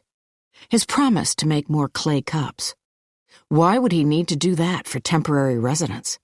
He'd also referenced the future at least once. Autumn, when the chipmunks would go into hiding. Doug nodded Natalie on, no less impatient. Kurt called out from the edge of the forest, raising his arm to summon them. Coming, you two? Natalie gave an enthusiastic nod and waved back. Then she lowered her voice, speaking intently to Doug. I think he means for us to stay. Chapter 52. Her parents kept Mia so busy, shuttling her back and forth between them, barely giving her any unsupervised time, that she didn't get to go onto Mark's Facebook account, page, whatever it was called, and poke around for another whole day. She still hadn't heard from Aunt Nat, and by then her stomach felt like she'd swallowed a porcupine. Like the time she'd been in the school play, only worse, so that when Mia tried to log on, her fingers were shaking so hard she could barely hit the right buttons. Even though he was hot and a teacher, Mark Harden only had 47 Facebook friends. Duh, it wasn't like his students would be friending him. They were all hanging out on Snapchat and Instagram, and Mia hadn't been able to find Mark there. She scrolled over the grid displaying each of the friends. Uncle Doug, Brett, Aunt Nat. And then Mia came to another face she recognized. She let the tiny hand icon hover over the stamp-sized square. It showed the guy Scowley had asked her about. Craig Reynolds. That was his last name. Now she remembered, as if Scowley were right there hissing in her ear. Mia shuddered. She clicked on the photo and got a "to see what Craig shares, send him a friend request" message, which she did. But there was a post on Craig's public page that Mia could read. Someone named Flower, of all things, had written an update. Still no word from my boy. He's never been gone this long before. If Craig contacts you, please, tell him I need to hear from him ASAP. Another, please. And then a number, an actual phone number, posted right there on the homepage for anyone to see. Mia's stomach went even pricklier inside her. Her mom was acting like it was perfectly normal that Aunt Nat and Uncle Doug would be late getting back from their honeymoon. And Mia had almost bought it. But now a third person was missing, too. Was Flower Craig's mother? His girlfriend? Mia was leaning toward the former as she sent a text to the number on the screen. Think I might have info for you about Craig. A response came like 2 seconds later, a real live call. It was late, and Mia had put her phone on vibrate so her mother wouldn't hear it if it rang. She slid her thumb across the screen and answered in a muted voice. Hello? A pause, then. You're so young. Oh, Christ, you sound so young. Flower had to be Craig's mother. Mia felt a flush of success at having guessed right. I'm 13, she replied sharply. Silence. Mia felt the need to talk fast, prove she really had something to say. Craig is friends with my uncle, Doug Larson. Doug? Flower demanded. Doug doesn't have any brothers or sisters. He just married my aunt, Mia said. Oh, right, Flower said. Makes sense. Sorry, my mind is just about blown right now. Mia wasn't sure what to say. I'm sorry, was all she could come up with. Where are you? Asked Flower suddenly. Home with your parents? Well, my mom's asleep, Mia said. She doesn't know I'm calling. She doesn't think there's anything to be worried about. What are you worried about? Flower asked. Mia realized she had better backtrack. My uncle's missing, she explained, along with my aunt. At the very least, they're late. And I guess your son is, too? There was silence over the phone, then the sound of a nose being blown loudly. Jesus, what did you boys get yourselves mixed up in this time? Said Flower. I don't think they're all together, though, Mia said. I mean, my aunt and uncle are on their honeymoon. Flower didn't seem to absorb that. The cops barely even agreed to take my report, she told Mia. Said a grown man can pretty much do what he wants, unless there's signs of, how did they put it? Foul play. Foul play, Mia repeated. Scowley and his friend. They definitely seemed capable of something foul. Little girl, said Flower, you still there? I'm here. Mia took a deep breath, then told Flower about the men, how one of them had shown her a picture of Craig and demanded to know if she knew him. Jesus Christ, Flower said, almost whistling the words. Mia didn't expect what happened next, but she burst out crying. So why are you calling? Flower asked when Mia's tears finally started to subside. I can't help you find your aunt. I didn't even know she existed till now. I don't know, Mia replied miserably. I just thought maybe the reason my aunt and uncle haven't come back yet has something to do with why your son's gone, too. They'll be home soon, Flower replied, her tone certain. Craig always comes back, and I bet the same goes for your aunt and uncle. Those boys, Craig, Doug, all of them, well, they're mixed-up breeds. Craig's daddy was the same way. Hard to tie down, hard to keep straight, and real hard to walk away from. Silence after that. Mia looked down at her phone. Call ended. When she hit the number again, it went to voicemail. Mia got an Instagram alert from her friend who'd just finished camp, and the dinging tone jarred her into realizing, why was she trying to track down Uncle Doug's friends and calling their rando relatives? Uncle Doug had only been related to Mia for like a week. But Aunt Nat she'd known her whole life. Mia navigated over to Aunt Nat's account, scrolling back to find the women whose photos her aunt had shoved into a drawer. Mia requested to follow them, then fell asleep with the phone cradled between her pillow and her ear, hoping to be awakened by a penetrating ding of a text. It took a second day, Mia still getting passed from her mom to her dad like a 5-year-old in need of a nanny, before one of Aunt Nat's friends finally accepted Mia's request. Did these people not live on their phones or what? By then, Mia's insides were swarming with worry, and the response she got from Val after Mia introduced herself and explained the situation made things 1,000 times worse. Not surprised to hear it didn't exactly go smoothly. What do you mean? Mia texted, her heart punching a fist in her chest. Your new uncle isn't a good guy, sweetie, came the response a minute later. Why do you think I wasn't at the wedding? Because you're a stone-cold bitch and my aunt didn't want you there? Mia thought. She stared down at the screen, at a loss for what to say back. Val texted again without waiting. He tries to control Natalie. He's a control freak of the highest order. I could tell the moment I met him. And then another. Or maybe she just wants to be controlled. A split second later, before Mia had even got a chance to start texting her reply, or both. Mia pictured Val's fingers jumping all over her screen, so fast she wasn't even taking time to breathe.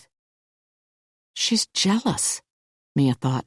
Classic frenemy, where one person couldn't stand the other being happy. Except then Mia's mind skittered to that moment at the wedding, underneath the tree. Uncle Doug had been pretty, what was the word? Dominant with Aunt Nat, trying to get her not to ask questions and the like. A final text dinged. If Natalie insisted on going off into the woods with that guy and now she isn't back when she should be, I don't know about you, but I'd be seriously concerned. Mia threw her phone aside on her bed and ran to find her mom. "How late are they?" her mother asked, once she'd made sense of Mia's overlapping sentences and pleased to stop working. Her mom had been doing all her paperwork at home since she'd started covering extra shifts. She set her laptop beside her on the couch, closing it to hide treatment plans or something else confidential. "How long was their trip supposed to be again?" "A week," Mia said instantly. How did her mom not know this? She always made it her business to be on top of everything. It was like Aunt Nat getting married had changed something, like her mom had lost a job. They were supposed to finish canoeing after a week and come home the next day, but it's a long drive, so maybe not till night. Mia's mom frowned. So that was, what, 2 days ago? How did I lose track? That's what I've been trying to tell you, Mia said, plunking down on the couch. Her mother reached for her phone and thumbed it to life. She began clicking on email after email from Aunt Nat, then their old texts, scanning the screen closely at first, but soon going faster, barely reading before scrolling over to whatever she wanted to look at next. Mia scuttled closer to her mom, watching over her mother's shoulder. She had some web page open with FAQs about wilderness exploration and was staring at it with the most bizarre expression on her face, all wide-eyed and kind of dazed. Finally, her mother dropped the phone and let her hand fall to her lap. She muttered something, and Mia said, "What?"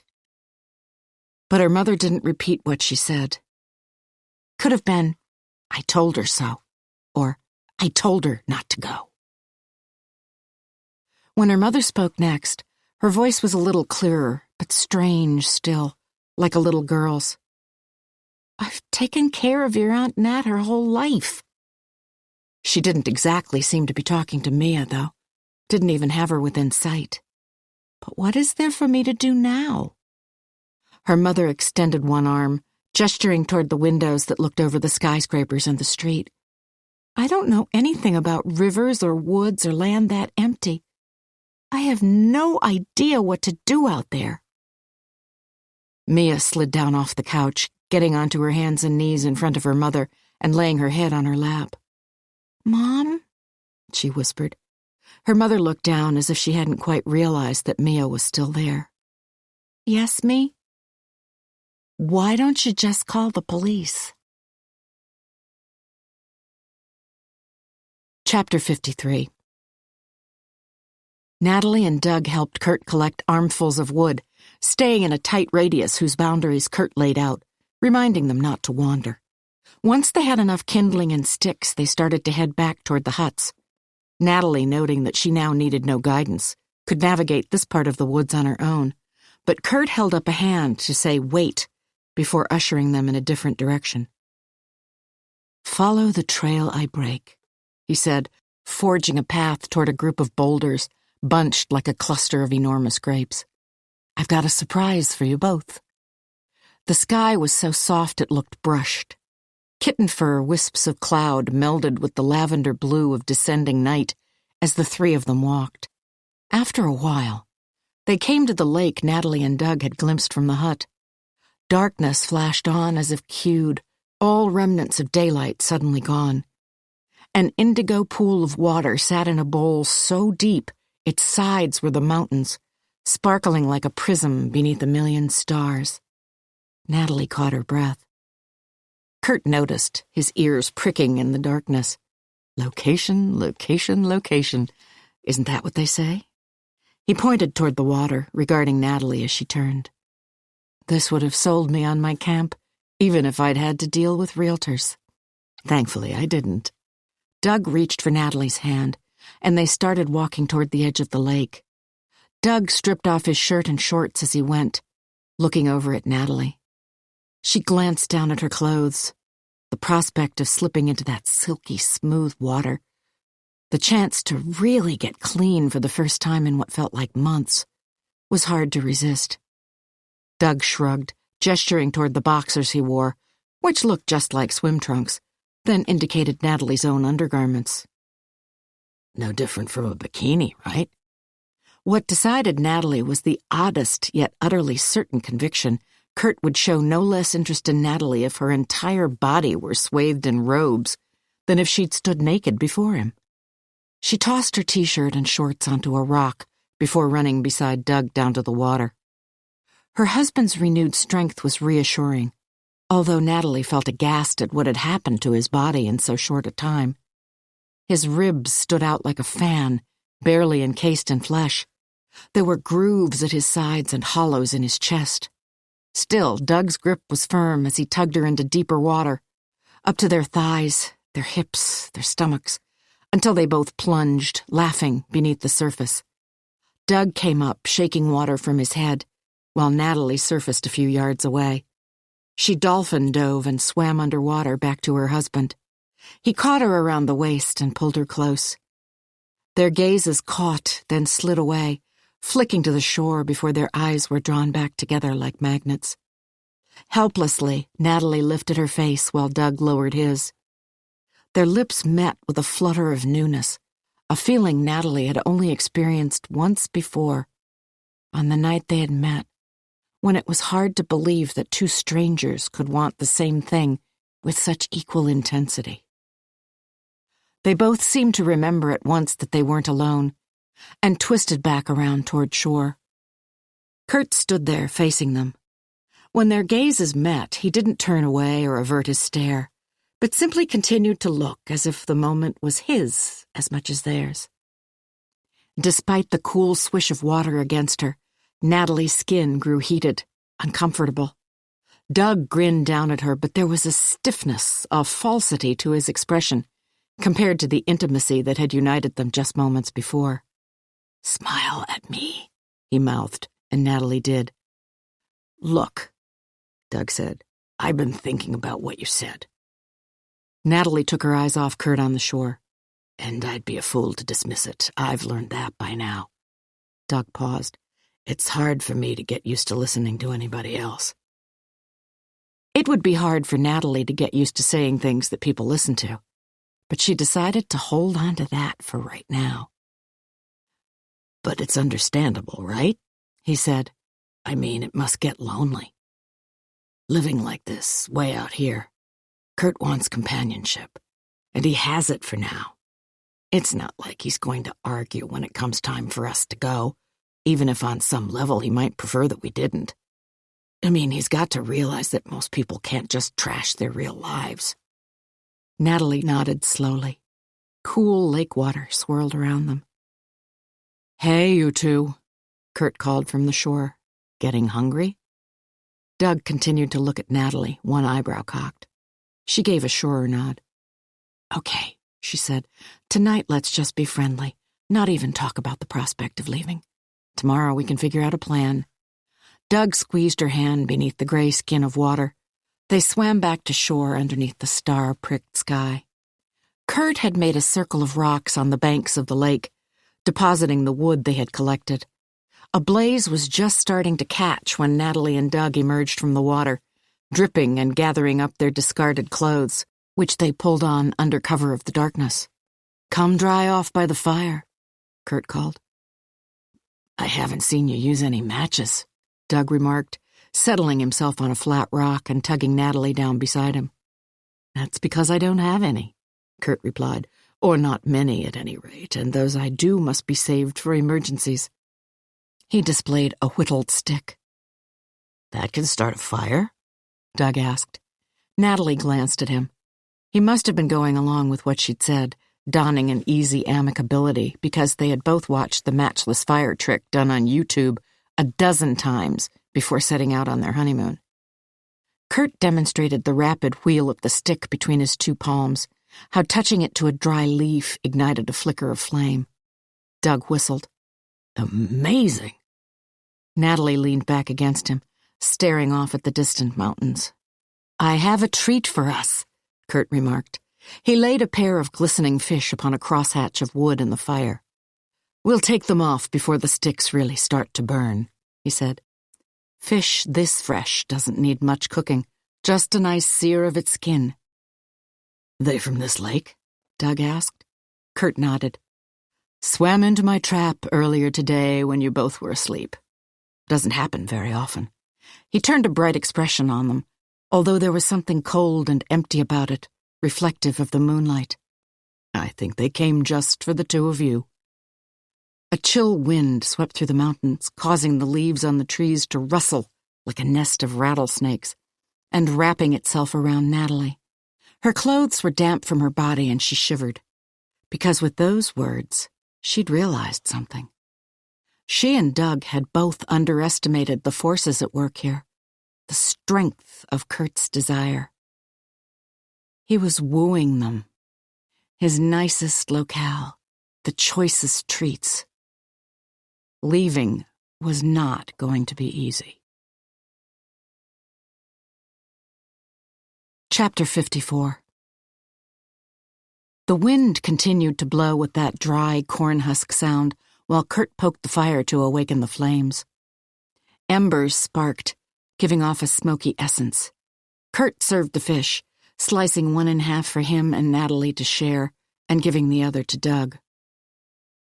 Unbelievable, Doug said, sucking a sliver of flesh off a translucent bone. Best fish I've ever eaten. He shot a grin Natalie's way. 5 stars. Natalie tried to smile in return. We'll have to write our review in the dirt. Or when we get... Doug began. Natalie slid her hand over his, locking their fingers together. Kurt licked the tips of his own fingers, cat-like and somehow appealing. When it's this fresh, you don't even need any butter or lemon. The thought was a sharp shard in Natalie's head. What I wouldn't give for some butter or lemon. Kurt's gaze rested on her. It can take a while to shed the last vestiges of the old world, he said. You probably want nothing more than to run into the nearest Stop and Shop right now. But I found such penchants didn't last long. She hadn't said it out loud. How had he known? Natalie's skin prickled despite the heat of the fire, and she struggled to get down a last morsel of fish. Gristedes, she said a little hoarsely. That's where we go in the city. Kurt offered her the cup, but Natalie shook her head. No? Kurt said without lifting his gaze. Not thirsty? Or in need of a drink? Natalie felt a breath of resignation leave her body. There was no use trying to conceal anything from Kurt. He seemed to sense everything. She accepted the cup from his hand, chugging the contents until the fish, with its bit of bone, slid down her throat. Kurt gave a satisfied nod. So, Doug said, settling back, we've been thinking about what you said. Oh, yes? Kurt replied. Be impossible not to, Doug said smoothly. He traced a finger along Natalie's arm in a gesture he probably thought would look affectionate, but which Natalie knew to be a warning. Nights like this. But I gotta ask, how do you make it through the winter? A mental siren blared. Don't do this, Doug. Hold off till tomorrow like we decided. They needed to come up with a plan before presenting their exit strategy to Kurt. Kurt laced his hands together as if warming to the topic. It's not easy, I'll grant you. But when spring finally peeps its head, my, what a sense of accomplishment you have. In a way, you can't appreciate the seasons that give themselves to you more gently until you've survived their brutal sibling. I can see that, Doug said. He coughed and reached for the cup. This full? Natalie poured him some water. Doug drank, then gave Kurt his best smile. Whiskey, though. I mean, you gotta miss that. Kurt didn't smile back, his face smooth and implacable. Do you go into town? Doug asked once the pause had drawn itself out. Before winter sets in, I mean, to stock up on supplies. No need, Kurt replied. Summer and fall bring a new crop of hikers, and as I've said, they tend to leave things behind. He means that he takes them, Natalie thought with a sudden stab of fear. Why would a hiker give up any of his equipment or rations? But if you did want to, Doug said, say you ran out of something or a backpacker didn't happen by, then you would have to pick stuff up, right? Didn't you tell us it was a 5-day hike? Natalie gave her husband's hand a firm squeeze. When he looked at her, she met his eyes and tilted her chin. A reminder. Doug placed an arm around her, drawing her close. Which way would you head? He asked. Do you come to any sort of marked trail, or is it all bushwhacking? Silence from Kurt, so heavy that it finally seemed to strike a blow. Doug began to scramble in retreat. Because I was thinking that if we were to settle in here, Natalie and I, then we could divide up the work. I could make a trip to town, while you two stayed back getting things in shape for the winter. All that snow, Kurt said in a musing tone, and ice. Must take a ton of preparation, Doug said, nodding. His nod looked a little frantic to Natalie. This was the Doug who drank from the brook, not the measured incarnation who administered the taste test or directed their canoe through the rapids. Doug was straying from the strategy he and Natalie had come up with in the lake, and Natalie thought she knew why. For all the beauty of this spot, Kurt's description of winter made clear how utterly isolated the three of them were. Natalie and Doug had no more knowledge of how to find their way out than they'd possessed before. It was hard to go slowly, try and manipulate Kurt when the woods were closing in like a cell. 2 extra sets of hands, Kurt went on, would certainly be a boon to me. That's what I'm trying to say, Doug replied, nodding vigorously some more. We'd want to pull our weight around here, not just impose on you, making use of all you've created without providing anything in return. He paused, Adam's apple rolling in his throat. And if you did happen to run out of something and needed someone to make a quick run to town, well, then you'd be happy to help with that too, Kurt supplied, so smoothly it almost concealed the edge in his tone. Doug shut his eyes for a moment, admitting defeat. He balled his hands into fists. Look, he said, we can't stay, Kurt. Tempting as the prospect may be. Doug gestured toward the lake. Tempting as the prospect is, you really sold us. But we have friends and family waiting back home. Jobs to go to, lives to lead. He glanced at Natalie for support. Natalie gave a nod, but Kurt's gaze stayed fixed on Doug. I can understand that. He offered a pleasant smile. Really, I can. Doug leaned back, a barely perceptible frown forming. It's not like we're ungrateful, he said. You saved our lives. There was a flatness to Kurt's expression, the smile a mere overlay. And Doug glanced away quickly. Or even that we haven't enjoyed ourselves. It's been, well, kind of great. All good things must come to an end, Kurt said. Right. Doug reached for the cup, but it was empty. He licked his lips. Scott's Dash, Kurt said. Doug looked as confused as Natalie felt. No need for whiskey. Scott's Dash is a natural soporific that grows in these parts, Kurt explained. I dry the leaves and steep them into tea. 1 mug of that, and you'd better be ready to cart me away. Doug gave an impatient jerk of his head. Great. I should have prepared some for this evening, Kurt added, as a relaxant, because there are a few things I need to tell you before you make your final decision. The frown on Doug's face became visible. Look, I told you, man. It isn't really a decision at all, more like an inevitability. But whatever it is, we've made it. Still, Kurt said agreeably, hear me out. After a moment, Doug nodded. That 5-day hike you so blithely referred to, Kurt said, and again Doug nodded. It could be a 10-day trip, or a 2. You have no idea whether a single thing I've told you since we met is true. Turtle Ridge. He tilted his head. What a quaint name for such a toothsome part of the world. Why, it sounds positively made up. Now wait just a minute, Doug began. Kurt held up a palm to stop him. Not that it matters where you are or how long it would take to get out, because you don't know which way to go. you'll wind up as lost as you were the day I pulled your sorry ass out of the woods." Natalie felt the earth, their spot in this basin of mountains, suddenly tilt. Reality, as it had presented itself from the moment she returned to consciousness, started to slip away, exposing something else entirely. Doug's mouth had stayed open. "You think you can make us stay? Keep us here against our will, just by threatening us with getting lost?" "No," Kurt said. "I don't think that. That would be crazy." "It sure would," Doug said. "So then we're back to—" Kurt leaned forward. The heat from the fire seemed to have infused him, radiating outward so that it enveloped Natalie and Doug as well. Leaping flames sparked in Kurt's eyes. "Have the two of you ever wondered why we tread so carefully here?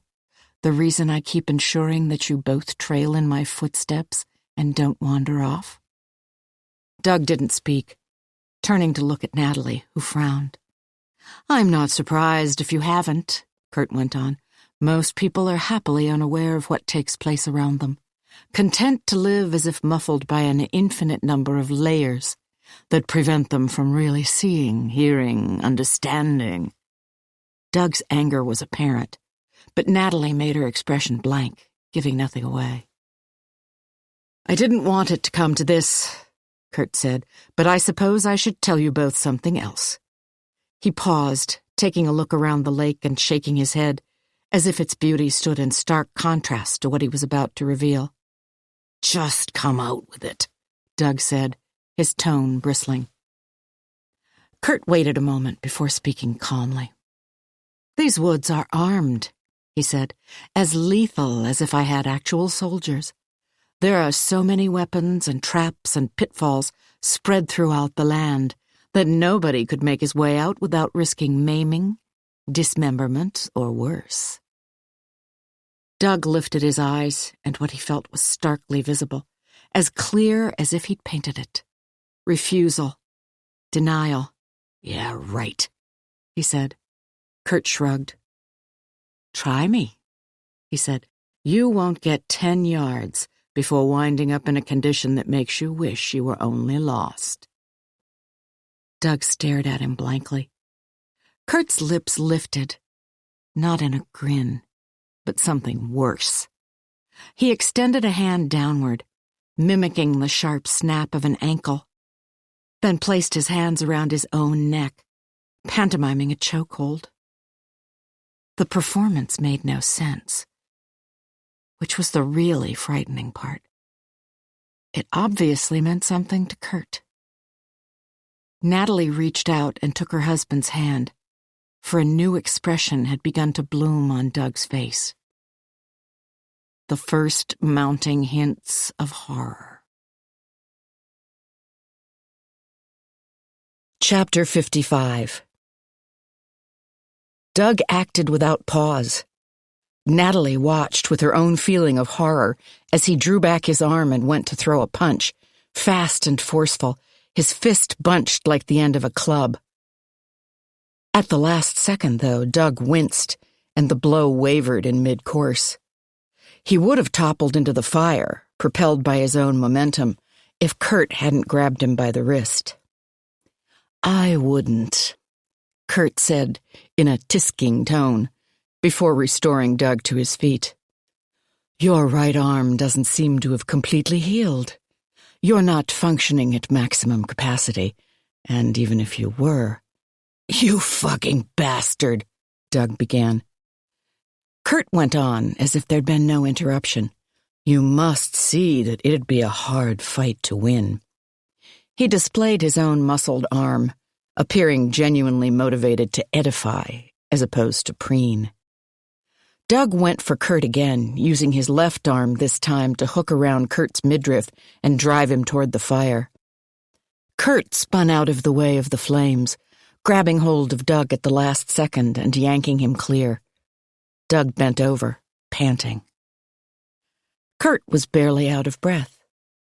"You won't best me," he said. "I've prepared long and hard for this fight. In a way, every day since I got here has been preparation. He cocked his head, long hair flowing. You think those huts erected themselves? They took muscle to construct, and not the kind young bucks like you build up at the gym. Natalie spoke before Doug could do something foolish. He was outmatched by Kurt physically, that much was clear. Why? She asked. Why would you want to keep us here if we don't want to stay? Kurt appeared to consider the question. Then he leaned over and placed his palm against Natalie's uninjured cheek. Doug started forward, but Kurt held up his other hand in a cautionary gesture. I think you know the answer to that, Kurt told Natalie, even if you're not yet aware that you do. Cut the bullshit, Buddha, Doug bit out. We're not staying. Kurt let out a patient sigh. I've laid out the parameters for you as best I could, he said. What you do from here is really up to you. He paused. But I will say this. Winter's ugly bite aside, life in my camp can be quite idyllic, as I think you've seen. The two of you might want to consider whether you'd rather go on as we have so far, or push me into behaving in a way you might enjoy far less. Doug's mouth hung open, gaping, but Natalie felt the opposite of surprised, needle-sharp and focused. Kurt was right. She had sensed all along that something like this was coming. His references to the future, a longer-term stay, even Kurt's deep and abiding interest in all the details of their lives. What did he want with them? Why would he wish them to be here? He hadn't hurt them in any way. The opposite. He'd healed them. And Natalie had never feared the slightest sexual encroachment from Kurt. Indeed, he seemed sexless, neutered. She thought back to how he had first presented the hut, a place of abode in which he hoped she would feel welcome and tended to, without making a move to come near her. It was as if he merely craved their company. The most terrifying desire of all. Because it went on and on forever. No way to end or satisfy it. Neither she nor Doug had responded to Kurt's threat. Plenty of water, he elaborated. Enough food to eat. Fires. A roof and walls around you. The sleeping bag. Maybe even some other items, novelty or luxury, that I'll be able to procure in the manner I've described. He leaned forward, speaking right into Doug's face. Now imagine living here without any of those things. Silence descended. Natalie and Doug moved closer together, reaching for each other in the dark. Kurt looked from one to the other, avid, observing, and Natalie found herself taking a step away. She didn't want to give anything to Kurt, not one intimate detail of her mind or body or heart, including the fact that she'd turned to Doug for solace. Kurt led the way back to camp. The conjoined huts appeared, leaning against each other in the clearing. Kurt went into the larger one, but immediately came back out again, holding the clay vessel, freshly filled and brimming with water. He took the lead into Natalie and Doug's hut, gesturing for them when they lingered outside. In wordless agreement, without exchanging a look, Natalie and Doug entered the smaller structure. They yawned broadly and lay down atop the sleeping bag. After a moment, Natalie wriggled sideways, pulling the fabric over them both. Sleep well, you two, Kurt said, crossing to the opening, and try not to be angry. We're going to have fun here together, I promise. Tomorrow we'll build you a door. He cocked his head. Newlyweds need their privacy, am I right? He strolled out of the dwelling, and the confidence with which he left, Administering no warnings, not seeking to erect a barricade, was more chilling than any other exit could have been. It said that Kurt had nothing to fear. They wouldn't succeed in leaving, even if they tried. Chapter 56. Doug threw back the sleeping bag and began to pace around the confined space. He barked a laugh. Out of the frying pan and into the fire, huh? You keep bringing up fried chicken at the worst times, Natalie muttered. What if we never taste a bite of those skewers from that amazing Indian place again? She expected Doug to smile, at the randomness of her association, if nothing else. But instead, he pulled her up to standing, using his good arm, and settled both hands on her shoulders. We're going to taste them again, he said, and the word sounded like a vow, and everything else too. You hear me? Natalie nodded. Then she said in a small voice, How? That I don't know yet, Doug replied. He strode to the opening and braced his forehead with his arm, taking a look out at the moonlit yard. You believe him? About the obstacle course or whatever? Natalie asked. His traps? Doug glanced at her over his shoulder and gave a nod. As I said before, Kurt's not a joking-around kind of guy, Natalie reflected. And he didn't seem worried about leaving us in here on our own. Doug turned back to the exit. That's what has me convinced, too. This is Kurt's full-time job, Natalie said. No, it's his life. He's lived out here for years without anything to do except lovingly tend to this hypothetical garden of booby traps. Doug gave another nod, jaw clenched so tight it seemed to interfere with speech. I don't know that we stand the best chance if we fight, Natalie ventured, or try to oppose Kurt head-on. What then? Doug asked, regarding her seriously. Natalie lifted her shoulders. Something more indirect. Doug crossed to the clay pitcher and took a swig of water.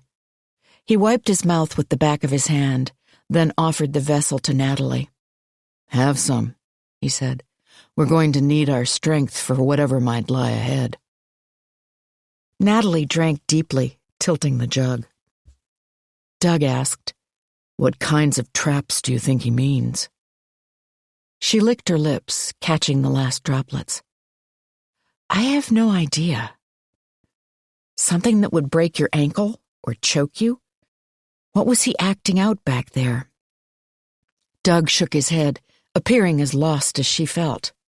Tripwire could do some damage, slice your legs or your neck, depending on how high he placed it. And Kurt could make that himself. He also told me he rescued items from this cabin he stayed in during his first winter. He might have a bear trap for all we know. But not lots of them, Natalie said hesitantly. I mean, no one would have a dozen such things. So what are the chances of us stumbling onto the exact wrong spot? And if we kept a close eye out? She began to trail off. Doug grabbed her excitedly. Right, he said. In a way, Kurt undermined his whole strategy, didn't he? By telling us what he's done. Now we're prepared. Just how well could he conceal something big enough to maim? Very well. Natalie began to backtrack. The prospect Doug was raising, or which she had raised and he'd glommed onto, began to seem reckless and foolhardy. Kurt's smart, honey, and able. If he says these woods are dangerous, then they are. Nat. Doug pulled her closer to him. We don't have much of a choice. It's not like I'm going to kill the guy in his sleep. That the suggestion bore uttering out loud said something about the depths to which they had descended. Natalie lowered her head. Options cycled through her mind like cars on a racetrack, each one going nowhere. They could hunker down till a hiker came through, then signal that they needed help. But who knew how long that might take? And the chance of Kurt intercepting any such message was high. Natalie's sister would get in touch with the proper authorities soon, although their father would dilly and dither, never getting around to it at all. But how successful were search operations way out here? Natalie and Doug were the proverbial needles in a haystack. "Nat," Doug urged. "We need to be quiet," she said. "What if Kurt's listening?" Doug sank down, cinching himself into the sleeping bag while making room for Natalie. He gestured for her to join him. "What about what Kurt said?" Natalie whispered, letting Doug take her in his arms. "About us just getting lost all over again." Doug spoke in a low tone.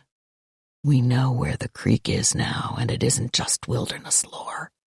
Every guidebook, even those instructions the DEC puts out with their maps, says that if stranded, you should follow water out." Natalie quieted, momentarily satisfied. "We'll need supplies," she said suddenly, lifting her head. "Kurt has iodine tabs. He must have gotten them from one of the hikers he mentioned. And a clay jug will add weight, but might be worth taking." Doug twined his fingers through hers. "Some food, too. We don't know how long this will take, and we'll need energy to stay ahead of Kurt. I wonder if we can find something portable that won't spoil right away." They lay back, considering. The night grew darker, folding itself around them, stars sputtering out, until their next step appeared out of the gloom. "We have to get into Kurt's hut," Natalie said at last. Doug remained quiet. "A guy who basically never leaves us alone certainly won't be going anywhere by himself right now. And even if he did, seems to have an almost spooky ability to sense when any part of his territory has been changed or disturbed." Silence. Natalie shifted toward Doug in the dark. "I know how we can do it." Doug sat up, blinking and rubbing his eyes. "Jesus, it's dark out here. Can't see a damn thing." He paused. "What's your idea?" Natalie's own eyes had adjusted, the hut taking shape before her now. She saw the roof made of sticks, the gaps between the walls and the dirt floor, the rectangular slit that served as both entrance and exit. Airtight, the place was not. She tried to imagine what it would feel like come winter, or even late autumn, when icy air would slither in through each passage and opening, and shuddered. "We can't do it straight away," Natalie said, her thoughts pick-sharp and focused in the darkness. "We need a little time." "For what?" Doug asked. She turned toward him, burrowing close as his arms slid around her. The most comforting feeling in the world. Would she ever have known how comforting it was if she and Doug hadn't faced such extremity and duress together? If embraces like this had been hurried, peremptory, following long, exhausting days at work, life in the city with all its associated hassles, Natalie and Doug grumpy and wearied by first-world problems, living out their unexamined lives without any appreciation of true hardship? Natalie spoke quietly in the dark. "There are things we can take care of around here before we try to enter Kurt's hut. Ways to prepare and also lull him a little. Make him think we've resigned ourselves to staying." "That makes sense," Doug said. Natalie lifted herself on one elbow. "Do you think we can get Kurt to show us around the camp a little more? Give us, I don't know, like a tour?" Doug frowned. "Because if we can," Natalie went on excitedly, "then we'll basically have a ready-made path out. All we'll have to do is remember where we walked and follow the same trail tomorrow. Kurt's not going to lead himself into one of his traps." Doug began nodding. "And once we make it past his perimeter, We'll know we're home free. Natalie lay back down. Let's get a little more sleep. We're going to want to be rested. In the morning, just act like we saw the wisdom of Kurt's words, and we've decided to go along with everything he says. Make our lives here. She rolled over, Doug's arms enclosing her from behind. Silence seeped up from the woods and settled over the tiny dwelling. They were both still asleep when Kurt rattled the wall. Chapter 57. In the middle of the night, Mia woke to a sound she hadn't heard in forever. At least it felt that way, although in reality it had probably been a year ago at most. The sound cast her back to a time when Mia was a whole different person, a little girl, falling asleep to the murmur of her parents' voices, the most comforting sound in the world. She got out of bed and tiptoed to her door, which faced what used to be her parents' bedroom, and now was just her mom's. She listened, her hand cupped to her ear. "You think I didn't try?" her dad was saying. Maybe not so comforting then. In fact, this was more like it, what Mia had gotten used to whenever her parents were together these days. Arguing, angry voices, fights that turned into all-out wartime battles. Footsteps sounded back and forth, lighter than her dad's. Her mom must be pacing. She murmured something that Mia couldn't entirely hear, but which sounded snippy. "I have no idea what you did." And they said Mia had an attitude problem. "I wanted to take care of you," her father said. "You never let me." Her dad's voice was louder. Mia could hear it distinctly, while her mom's replies were frustratingly hard to make out. "You know the reason for that."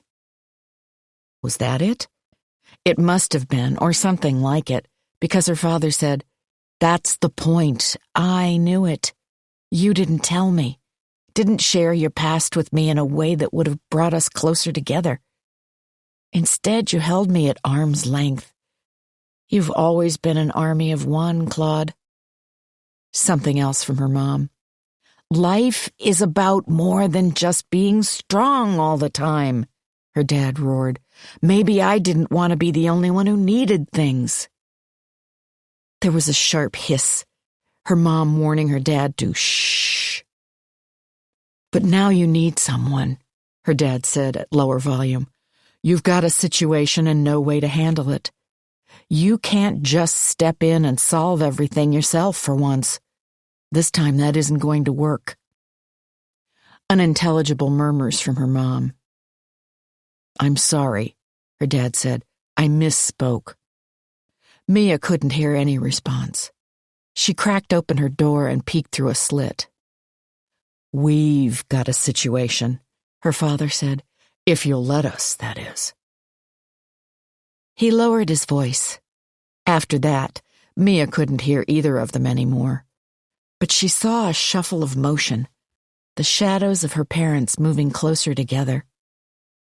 Her heart began to sing inside her.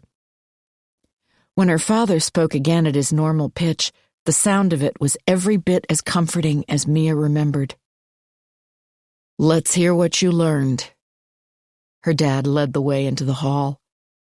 Mia took a quick step back and her shoulders thumped the wall. Next, she heard footsteps approaching. She jumped into bed but couldn't get her head onto the pillow or her eyes closed fast enough. The door opened wider, and both her parents peered inside. "You still up, me?" her father asked. "Worried about Aunt Nat?" said her mother. Mia nodded, her face against the sheets. Her mom sighed. "Why don't you come to the kitchen with Dad and me? I can share what happened when I called the police. You've been more on top of this than I have. There's no reason to leave you out." Mia felt the fizzy rise of a feeling she had almost forgotten. Happiness. "Coffee?" her mom asked Mia's dad once they reached the kitchen. Her dad nodded. "Thanks." Her mom looked at her, speaking before Mia could. "Not at night." she said, her voice swift and sure as always. But then she took a deep breath. Okay, me? I mean, even decaf has some caffeine.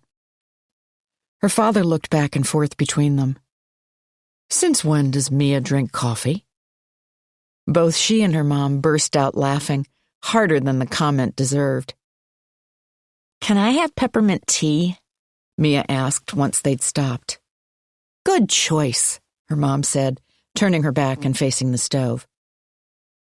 Mia's dad let out a cough, then asked, So what did the police say? They were very helpful, her mom replied. I spoke to the chief himself. He's going to call the New York State Federation something. They're responsible for search and rescue. It's a little complicated because Nat and Doug are paddling, so they didn't have to fill out a trail register or file a route plan. Did the police chief sound concerned? Mia's dad asked. Not overly, her mom replied, giving Mia's hand a squeeze. He said the rivers and lakes change constantly because of rising and falling water levels, so what looks to be a portage, that's when you have to get out and walk with the canoe, on the map doesn't turn out to be one, or vice versa. Paddlers often take longer to complete their journey than expected. Her mom went to give her dad a refill, and when she did, her hand stayed on his longer than looked necessary to steady the cup. Mia said, So that police chief, he's going to look for them? He's going to do everything he's supposed to at this stage of the game, Mia's mom promised. Now, finish your tea, which will hopefully make you nice and sleepy. I know I am. She glanced at Mia's father. Elliot, want to sleep on the couch tonight? It's pretty late to go back to the Bronx. Mia's dad held her mom's gaze. Sure, he said. That'd be great. Or you could just stay in our room, Mia's mom added casually. Save getting out a lot of extra blankets. Sure, Mia's dad said again. Mia felt that bubbling inside her again. She wasn't all that tired, but she went back to her bedroom and let her parents make their way to... Whose? Was it both of theirs again? With questions cycling around in her brain, Mia began to drift off. It still wasn't light out, the sun not even touching the air shaft outside her room, when Mia became aware of a heavy, insistent drumbeat across the hallway. It echoed the gonging in her chest. She hadn't even realized she'd gotten out of bed. Only the feel of the floorboards beneath her feet told her where she was. Then she remembered. She had reset the ringtone herself the other day, telling her mom she should go more gangsta. Somebody was calling her mother crazy early. Mia tiptoed across the hall, her eyes adjusting as she entered the room. Her dad lay beside her mom in bed, their arms wrapped around each other. Her mom was wearing the nightie that Mia loved, and her mom hadn't worn in forever. In the dim light, Mia could just see its straps, scalloped with little roses she used to pretend were a garden. The phone was so loud that she didn't know how it hadn't woken them up yet. Finally, her mother began reaching for it, patting around on her nightstand. "Hello," she said, her voice muzzy and low. Oh, yes. No, that's all right." A pause. "Hold on, let me put you on speaker. I'd like my husband to hear." Despite her still clattering heart, Mia smiled at that. "Yes, go ahead, Chief Licker," her mother said. The police were calling. From the Adirondacks. "I'm sorry for waking you," the police chief said. He had a nice voice, deep and level. It said to stay calm, everything was under control. With this man in charge, Mia suddenly felt sure that Aunt Nat was going to be all right. "But we put out an alert for your sister and brother-in-law's car, and one just came in matching the description. Correct license plate, registered to a Douglas Larson." "It did?" Mia's mom said. So that's good, isn't it? The place where the car was found isn't used all that often by paddlers, the police chief said. The statement fell like a rock thrown into the sea. Mia felt her sense of reassurance recede, replaced by a cold fear. From the doorway, she could see her parents looking at each other. The only route to it requires some pretty arduous carries, the chief went on into the silence. Places where they'd have to get out and tote along their canoe. Mia's dad finally spoke. You're saying their route was suspicious somehow? I wouldn't go all the way to suspicious, the police chief answered. But it isn't where we'd expect your average pleasure-seeking paddlers to wind up. Mia expected her mom to jump in, but she didn't say a word. We appreciate your efforts on this, Mia's dad said. I'll keep you posted, the police chief replied. Again, apologies for disturbing you at this hour. Mia's mother lowered the phone. It cast an eerie glow around her face. Something's wrong, Elliot, she said, her tone a startling jab in the low light. What happened next was even more alarming. Her mom let out a long, lonely sob, like the wail of a train. Something's happened to my baby sister. I know it. I feel it, and there isn't one thing I can do about it. Her father reached out and took her mother in his arms, and Mia ran for them both. Her mother folded Mia up in a hug. Are we going to go up there? Mia asked. The words came out muffled because of how tightly her mother was holding on to her. Where Aunt Nat's supposed to be? Her parents exchanged looks again in the dimness. There are experts working on this now, Mia's dad said, looking for Aunt Nat and Uncle Doug. Mia's mom opened her mouth, then closed it. We would just get in the way, her father added. There's nobody looking who loves Aunt Nat, Mia said, biting her lip. Her mother reached out to stroke Mia's face but didn't answer. Mia looked into her mother's eyes and bits of things began to collect in her mind, like those pictures they showed in science class of space dust coalescing till it formed a starry cloud. I know you can't make this better, Mom, Mia said. You don't have to fix anything. Just let us be there. Let us be there when Aunt Nat comes out of the woods. Her mother's eyes shimmered and she dropped her head. How did this happen, Mee? How did you get to be so wise and grown up? And how did I not notice? Then she turned to Mia's father, taking a deep breath as if slipping underwater. You don't have to say it, Mia's dad said. He was already climbing out of bed and tugging his shirt over his head. We're all awake, so we might as well not waste any time. The police will probably start searching first thing. But Mia's mother sat there, clenching the sheets in her hands. Shelley Parsons is ill, she said. I've been covering her shifts. I'm on back-to-back today.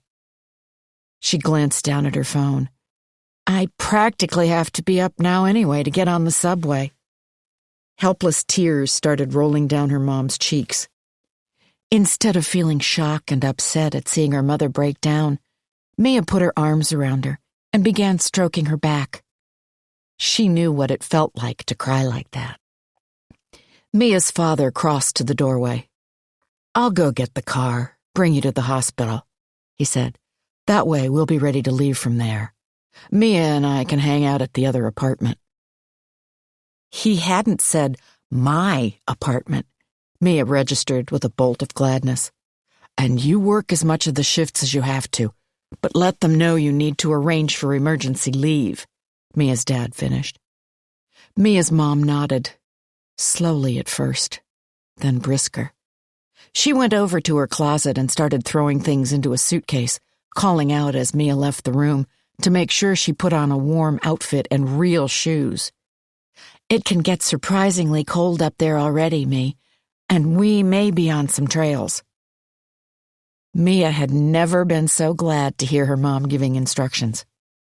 She dug around in a box that held her stuff from camp last year and found clothes to change into. Waterproof pants and a shirt that zipped into a jacket, and even her boots. Everything felt a bit snug, but at least she looked the part. She grabbed some contraption for drinking, a pouch with a snaky straw that she'd never once used. At the last minute, she picked up her phone and thumbed in a reply to the unanswered text from Val. "Thanks so much for your concern," Mia wrote, hoping the sarcasm would come through. "But now the people who actually care about Aunt Nat are going up to find her." Chapter 58. Tim Lurker decided to join the Federation boys at Crosh Pond, where they'd planned to meet at first light to talk about the missing paddlers. Overdue by 2 full days, today marking the 3rd, and every hour without contact like a stone in a fortress, sealing away the chances of the couple's safe return. Crosh. What a crazy place to put out. A beautiful system of trails spiderwebbed the area, extending most of the way to Canada, but the water itself wasn't much deeper than a mud puddle. Tim hoped the search team might be able to shed some light on the implicated route. Tim's own men were tied up right now, looking for a group of Boy Scouts that had gone missing north of Lake Nancy, and it was lucky Federation resources were available for this second search. Tim wasn't feeling very lucky, though. Hadn't been in quite some time, if he were being honest, although search and rescue operations always put a particular weight in the pit of his stomach. And not just because they were notoriously unpredictable, with life and death inevitably on the line. Tim climbed into the Mountaineer and headed up Freedom Pass, an unpaved road that was little more than an ATV track, mentally suiting up for the day. Summer vacation. You had to love it.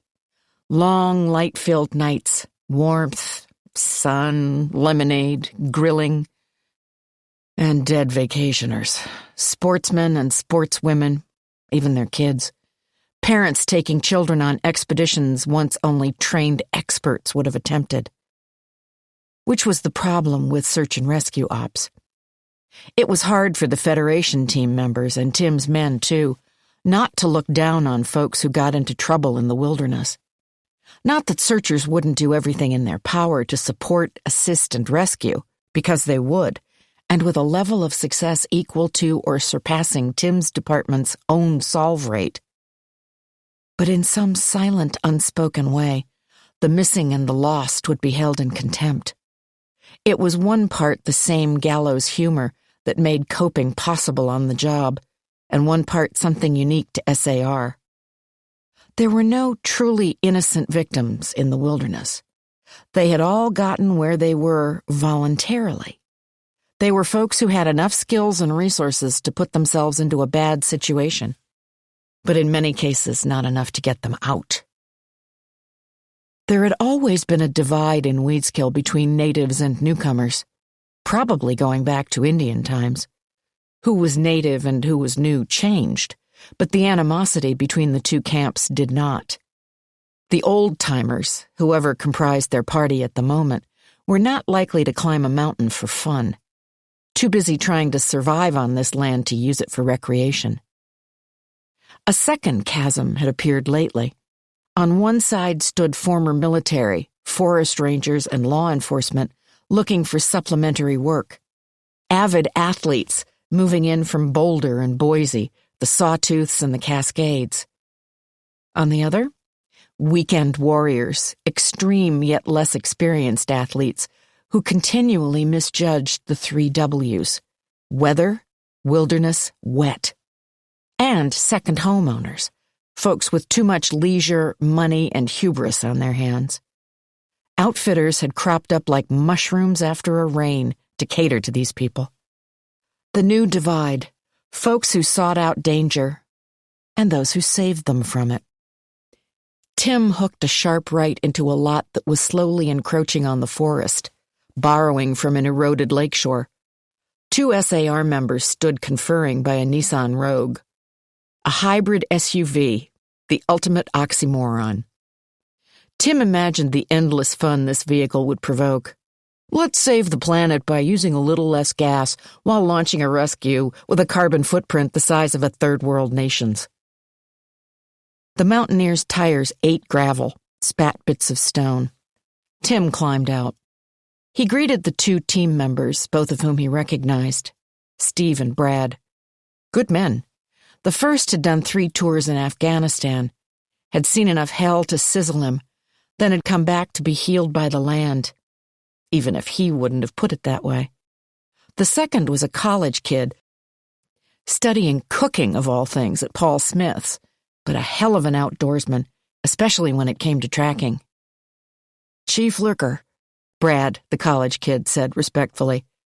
He didn't look old enough to shave yet, his face smooth and pink with sun or anticipation, possibly both.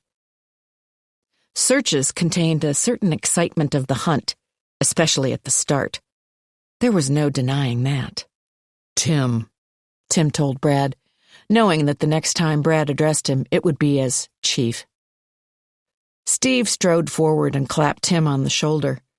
He still kept his gray hair clipped military short, and the lines around his eyes turned into creases as he came up to Tim, wearing a look of concern. The Boy Scout troop? Tim shook his head. No sign of 'em yet. Steve gave a hard shake of his head. Lot of worried parents. You can say that again, Tim replied. How many hours in, Chief? Asked Brad. He was a little like a Boy Scout himself. Expected back yesterday afternoon, Tim told him. My men set out at 6, completed the first pass before nightfall. Now they're on a second, trying to beat whatever weather blows in. He cast his gaze up to the sky where large clouds had begun blotting out the early morning blue. I don't think those are going to do much besides roll on by, Steve said, the hard edge of authority in his voice. Tim nodded, accepting the salve. I appreciate your optimism. Brad clapped his hands together. Let's talk about our lovebirds. This was it, the part Tim hated. He could hear the line that would come next, its general tone anyway, and sure enough, Steve delivered it as if reading from a script. They couldn't have just gone to Paris, he said, a grin altering the arrangement of lines on his face. Much more romantic to get eaten by blackflies and drown, said Brad. It's late July, Tim pointed out. They knew enough to avoid blackfly season. Brad had the grace to look chastened, but Steve simply narrowed his eyes. Then again, Steve had seen injuries and deaths no civilian could imagine. Let's get some facts down besides their marital status, Steve said, tugging at the brim on his USMC cap as the sun started its climb. Timeline? Today will be the 3rd day past expected, Tim said, glancing upward again. Steve had been right, at least for now. The clouds were gone, any weather on hold for now, and the morning sky looked gentle. They were supposed to finish paddling on the 16th, then take a day to get back home, returning in the afternoon or evening. That would have been the day before yesterday. So we're now at the start of day 4 post-paddle? Steve clarified. That's right, Tim said. He rubbed his chin. He'd left too early for a shave, and the bristles itched. Who sounded the alert? Brad asked. Wife's sister, Tim replied. He walked over to the Rogue, fingering a hank of rope on the roof that had secured the canoe. He leaned down and peered through a rear window. No gear left behind. Steve and Brad both nodded. Tim studied the view across the pond. He wasn't any sort of boater himself and didn't know the waterways, except as they came up on the job. Tell me about this route. Brad spoke up. Other than one nice spot, an island I can see newlyweds enjoying, putting out here basically guarantees they came through a lot of petering out creeks, one brief stretch of lowly rapids, and some pretty brutal carries. There aren't a lot of good open stretches of water up this way. Which could explain why they're taking longer than planned, Steve noted. Now, if you weren't paddling, you've got some incredible backcountry hiking. Crucifer Chasm is in there, so-called Jewel of the Adirondacks, which hardly anyone gets to see because it's so remote. But would our pair just abandon their canoe? They all reached the same conclusion at once. Won't see much by air, Tim said. Leaf cover is too thick right now. Steve agreed. Not worth sending a helo up. Brad clapped his hands together again. A 2-man kayak is lying around our field office in Gumption, he said. Steve, want to assemble some supplies and paddle after the happy couple? Steve doffed his cap, holding it out in front of him like a bouquet of flowers as he took the lead across the lot. I do, he said, and Brad guffawed. Tim left them to it. Freedom Pass was the shortest way back to Weedskill, so Tim took it again, although its roadbed had proved a little gnarly, even for the mountaineer. Winter ate at asphalt and gravel, sunk its teeth in and chewed, but the DOT had enough repairs to make on the paved thoroughfares and rural routes. These lesser roads seldom got any attention. Tim was leaving the search for the newlyweds in good hands, and given the potential weather still set to come in over the mountain, he needed to return his attention to the Scouts. Weather, the least predictable of the 3 W's. In the Adirondacks, balmy could be swapped for dangerous, as if a switch had been flicked. This scout leader was experienced, 6 years with the same troop, but nothing could prepare a person for every eventuality he might encounter in the wild. Civilization was a jealous mistress, constantly demanding you value her rewards. Even though the leader had chosen a well-traveled route and was staying away from trouble spots, Tim braked, hard and sudden. He stared through the windshield, a shaft of sunlight glaring off the glass, although that wasn't what had made him stop. Something had been tugging at him like an insistent child ever since Steve and Brad began discussing the perils of the honeymooners' route. A hunch, nothing more, made up of sense and vapor. Gut instinct, hard to pin down, even harder to trust. But Tim knew from personal experience what could happen if you didn't trust your instincts. When he got back to the barracks, he felt dazed, as if he'd been caught sleepwalking.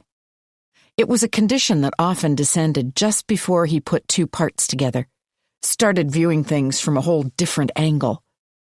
Pieces from an unsolved case a year ago were starting to come back, as if magnetically drawn to the situation they were up against now with the honeymooners. Was this going to turn out to be a search and rescue op? Sadly standard for these parts. Or something else altogether. Dorothy Weathers, dispatcher and general point person for the department, delivered the news that the Scouts had been located, having gotten turned around after being confronted by an uncharacteristically friendly black bear. Even this notice failed to fully penetrate Tim's haze. Thank God, he said, valiantly trying to hide his state. Tell everybody to go home and get some rest. They were up most of the night, and I may need 'em again. Chief? Dorothy asked. She was an older woman, the wife of the prior police chief, and little fazed her. This would, though, Tim had a feeling. If he was right, Dorothy had taken the lack of resolution in that other case almost as hard as Tim and his men. I'll explain if I need you to call anybody in, Tim told her. But first things first, have all the parents of the Scouts been notified? Dorothy offered a rare smile. No one was out of range or in the woods searching themselves. More brains them, she added. Everybody knew within minutes. Good work, Tim said. Hey, Dot, think you can do something for me? Dorothy nodded her head with its thinning white hair and cotton ball of bun. I just might could, she said, sending him a wry look. I need everything we've got on Teresa Valero, Tim said. A momentary wince caused Dorothy's forehead to crease. Tim recognized it. This particular unsolved had pained them even more than most. There had never been a lick of hope to it, a time when they thought they were getting somewhere. The older woman began striking keys on her keyboard. "That form mention the location where she went missing?" Tim asked, leaning over Dorothy's thin, humped shoulder. "I want to make sure I'm remembering right." He knew he was remembering right, but he wanted to hear his dispatcher, the person he trusted in some ways even above his own men, say it. Dorothy adjusted her glasses and bent over the screen. "Turtle Ridge," she read out loud. "We never got a single lead on that case." She clucked. "It was like that poor woman disappeared into thin air." "You're right," Tim said. His focus had returned. He felt like a ship or a jet plane being steered by something, set on course. It was. Late last summer, a female hiker had disappeared from the Turtle Ridge Wilderness area. No trace of her had been found, neither her body nor her belongings. The incomprehensibility of so complete a vanishing had given rise to all sorts of wacky conjectures. Abduction by space aliens. Turtle Ridge was an Adirondack version of the Bermuda Triangle. The land was haunted by the ghosts of all the outdoorsmen who had perished in the challenging terrain. Superstitious hikers started to stay away. Experts claimed that Turtle Ridge was suited only to the most fit and accomplished backpackers, and guides began to refuse to organize trips there unless their clients could demonstrate fitness and prove experience, not trusting such rough land miles from any outlet to novices. In a few more years, the area would be the subject of local lore, scary stories passed on by old-timers, seen as sinister and malign.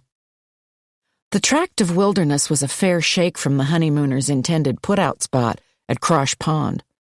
But if the two had gotten tangled up in the territory Steve had mentioned, they could have wound up over there.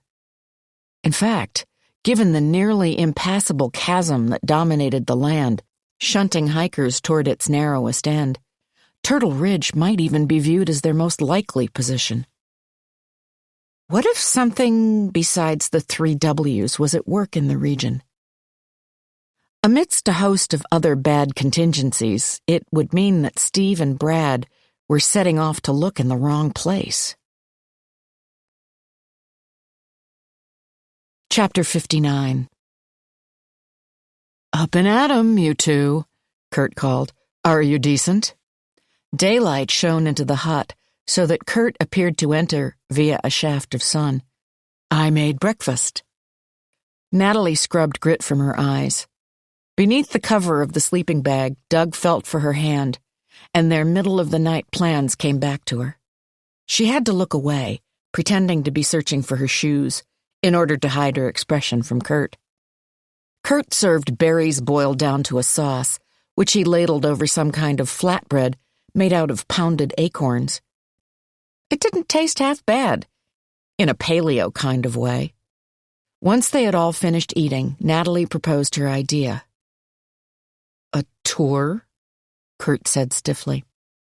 Natalie combated his tone with an easy one of her own. "Well, yeah," she said. "If we're going to live here, we should get to know the place, right?" She dipped her face in what she hoped was an appealing, coquettish gesture, even though she had the feeling that Kurt was impervious to female charms. "And I would guess that you've done a lot more with it than we've had a chance to see yet."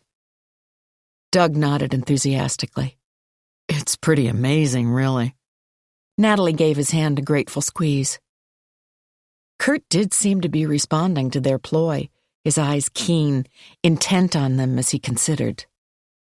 "All right," he said slowly. "I suppose we can put off building your door. Let me just go get something out of my hut first." When he reappeared, he had a broad steel blade strapped to his belt, and Natalie felt momentarily struck still, as if she'd been sliced by it. "A machete," Doug said faintly. Natalie hoped Kurt would miss her husband's tone. She was finding it hard to speak herself, the sight of that lethal blade obliterating everything else. "It'll help with breaking trail," Kurt explained. Natalie and Doug fell into step behind him as they entered the woods. As they wended their way through the trees, Kurt offered repeated reminders to follow in his tracks. He whacked at branches with the machete and tested the ground with the tip of the blade. The maneuvers put Natalie's senses, already heightened by the thought of tomorrow's escape, on alert. She cast her gaze around, tilting her head to listen, detecting faint odors in the air. Then she noticed an irregularity in the landscape. It was a mere dip, a marshy spot to her left. Scarcely noticeable, appearing amidst scattered leaves like a blemish on a perfectly made-up face, and yet something in the sight caused Natalie to swerve abruptly, overcorrecting before she veered right again and wound up, breathing hard, just behind Kurt. His arm shot out to grab her. Doug stepped forward, about to intervene, but Kurt yanked him close as well. "I told you to stay by me," Kurt said. He was breathing hard. Natalie and Doug looked down at the ground. Kurt stooped and picked up a rock, seemingly too big and bulky for one man to lift. An icy tentacle of feeling reminded Natalie of Kurt's strength. He dropped the stone onto the slight sag in the land. It vanished. Along with a cascade of leaves and dust, the ground ate the enormous rock. It fell for long enough that they had time to wait before hearing the thud. Natalie's mouth felt as dry as the dirt disappearing into the man-made sinkhole, like sand through an hourglass. Doug braced his shoulders. "That must have been quite a feat, digging that." Kurt eyed him.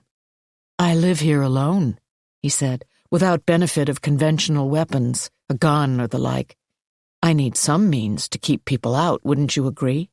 From stealing what it's taken me such pains to create?" Natalie continued to study the gaping hole in the ground.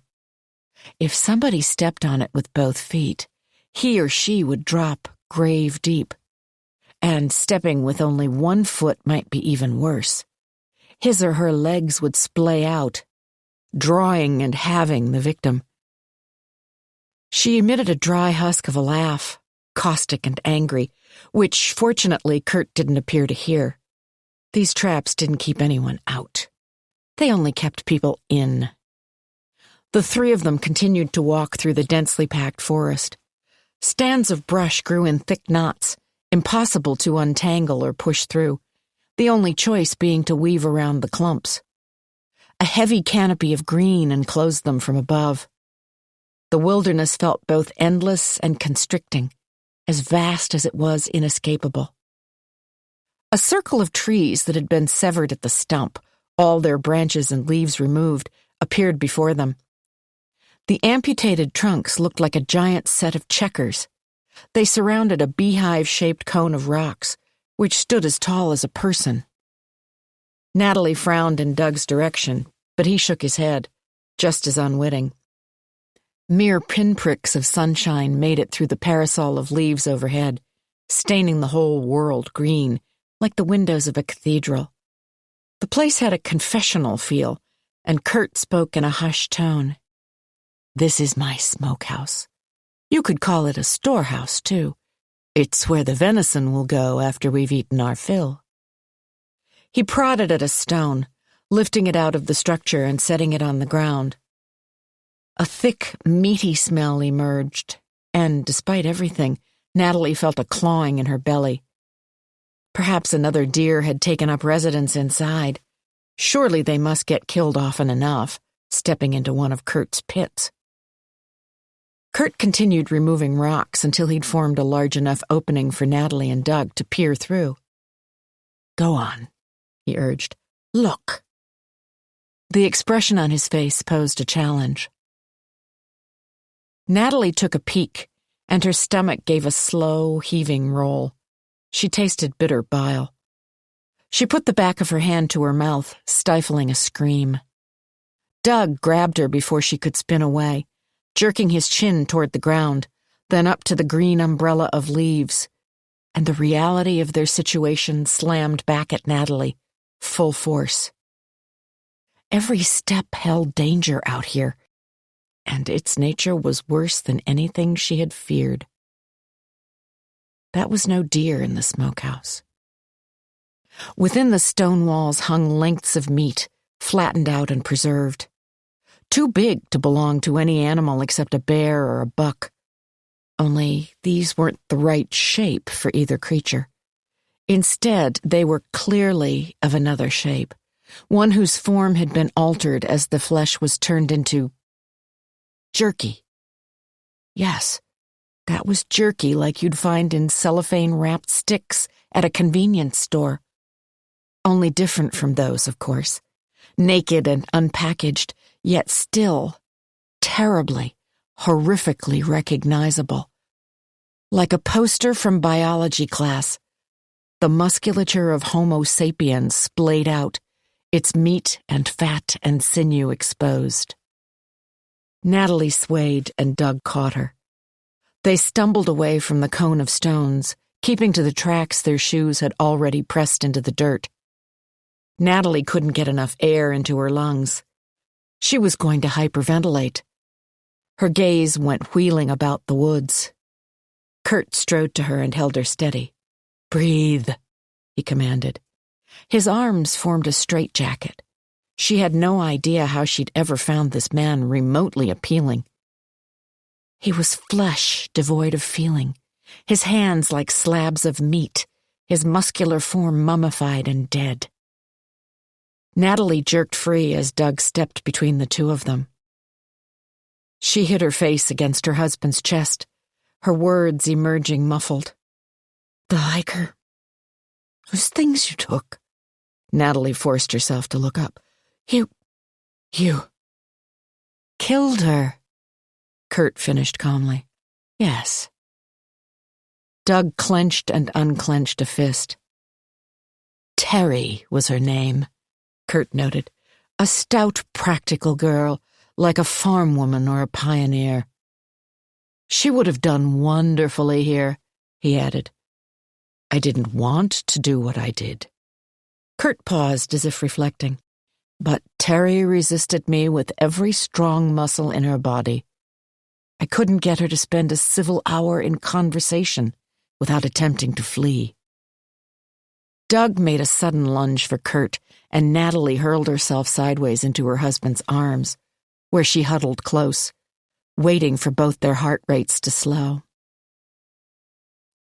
"But that wasn't the only reason I dispatched her," Kurt went on without a hitch, "and you both should understand this.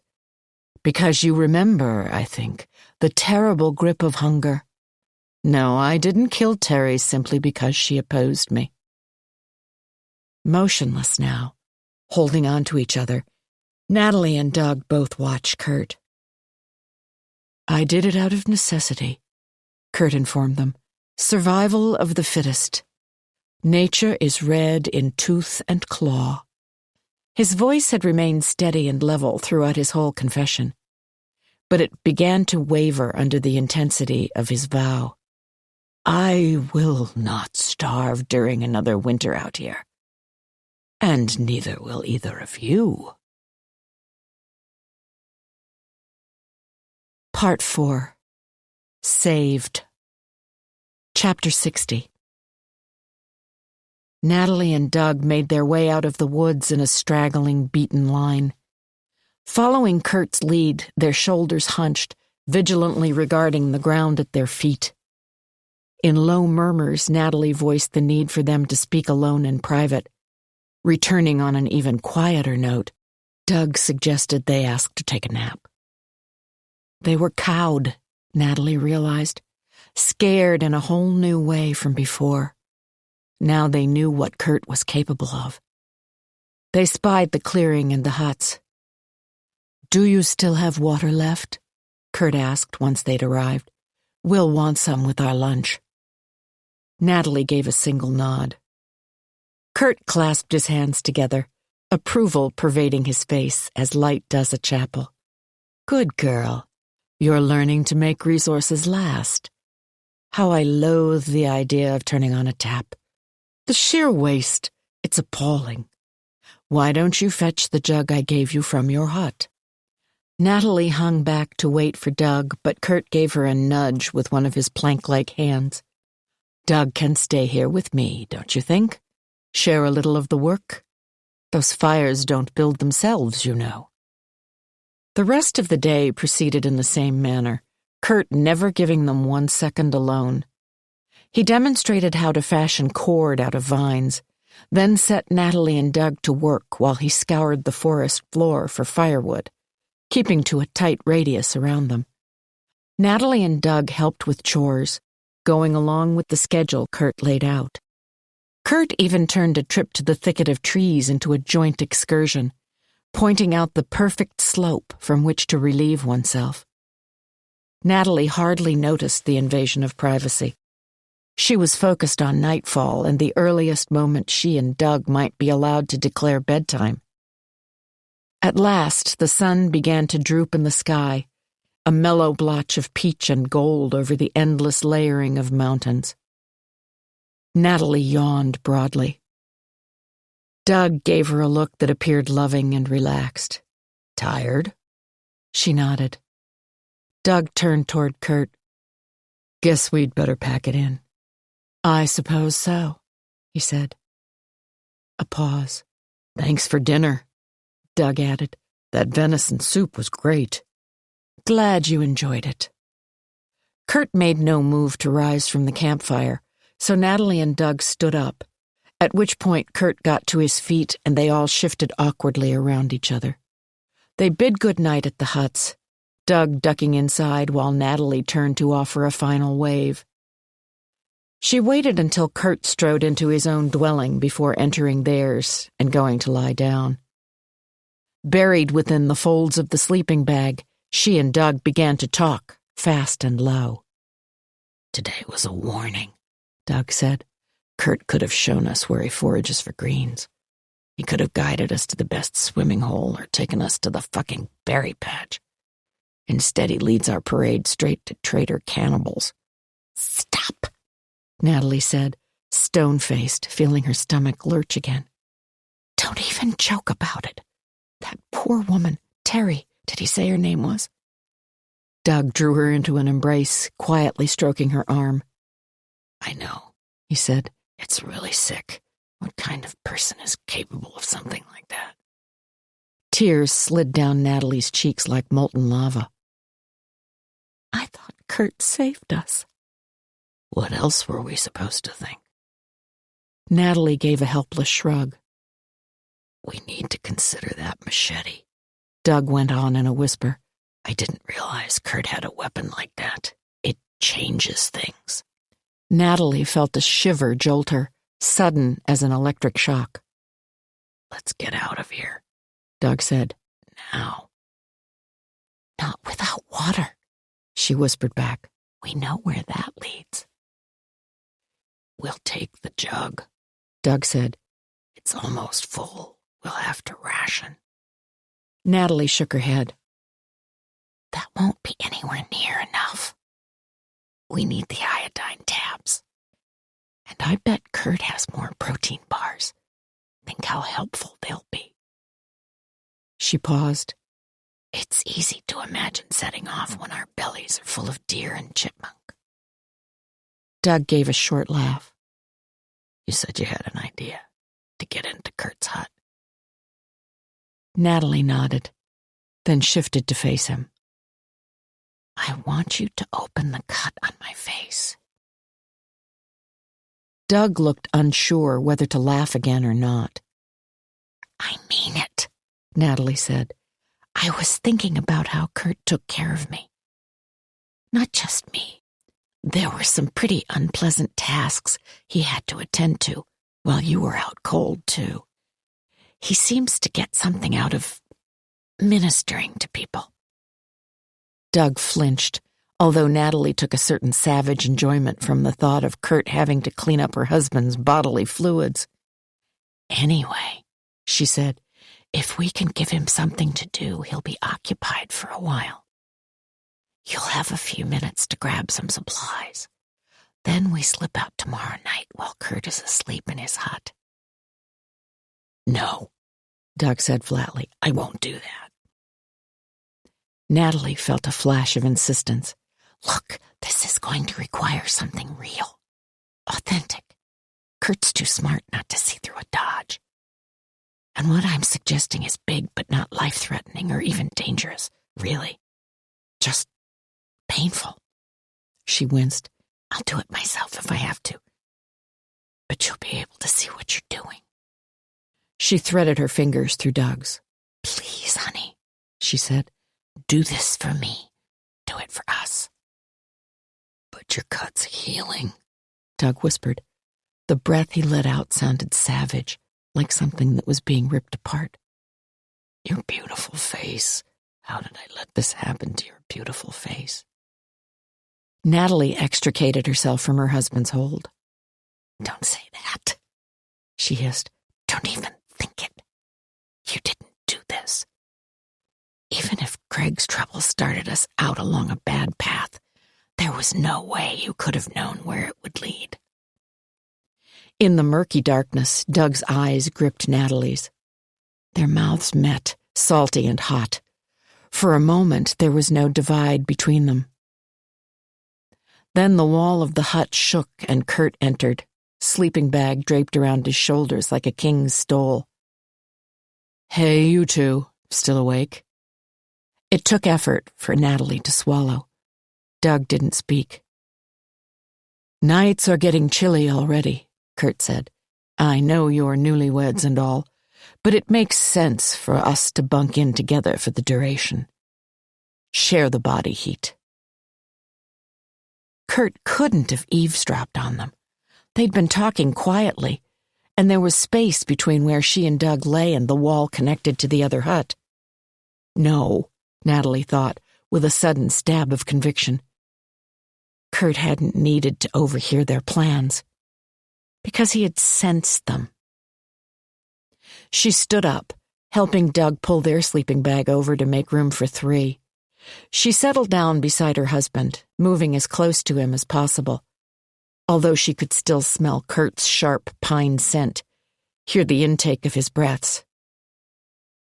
She didn't think she would sleep, but she must have. The next thing she became aware of was Doug on his knees, leaning down to peer at her in the tarry, starless night. He laid his hand against Natalie's cheek, probing gently.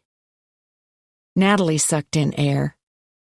She bore down, bracing herself, but when Doug at last began to tug, his touch was so tender that Natalie didn't even register it as pain. Scream, Doug mouthed at her, the word as gentle as a caress. Chapter 61. Natalie felt blood flowing, a warm red waterfall down her cheek, and leapt to her feet. She didn't have to fake her bleat of distress. Kurt sat bolt upright in his sleeping bag, a wild-eyed expression emblazoned on his face. When he caught sight of Natalie, some of the flames died down in his eyes. Nat, Doug said in a blousy, dazed mutter, worthy of an Oscar. What's the matter? I must have rolled over. Natalie bent in half, and a ruby bauble of blood struck the ground. In my sleep, onto a stick or a rock. A clutch in her throat gave way to a sob. Kurt jumped up, his gaze homing in on Natalie through the darkness. Then he leaned over Doug, pulling him upright in one swift move. Get going, he said, contempt coating his tone. Can't you see your wife is hurt? The first aid kit is in the wooden crate next door. Despite the pain pulsing in Natalie's face, a sense of hope sparked inside her. This couldn't have worked out better if all their parts had been scripted.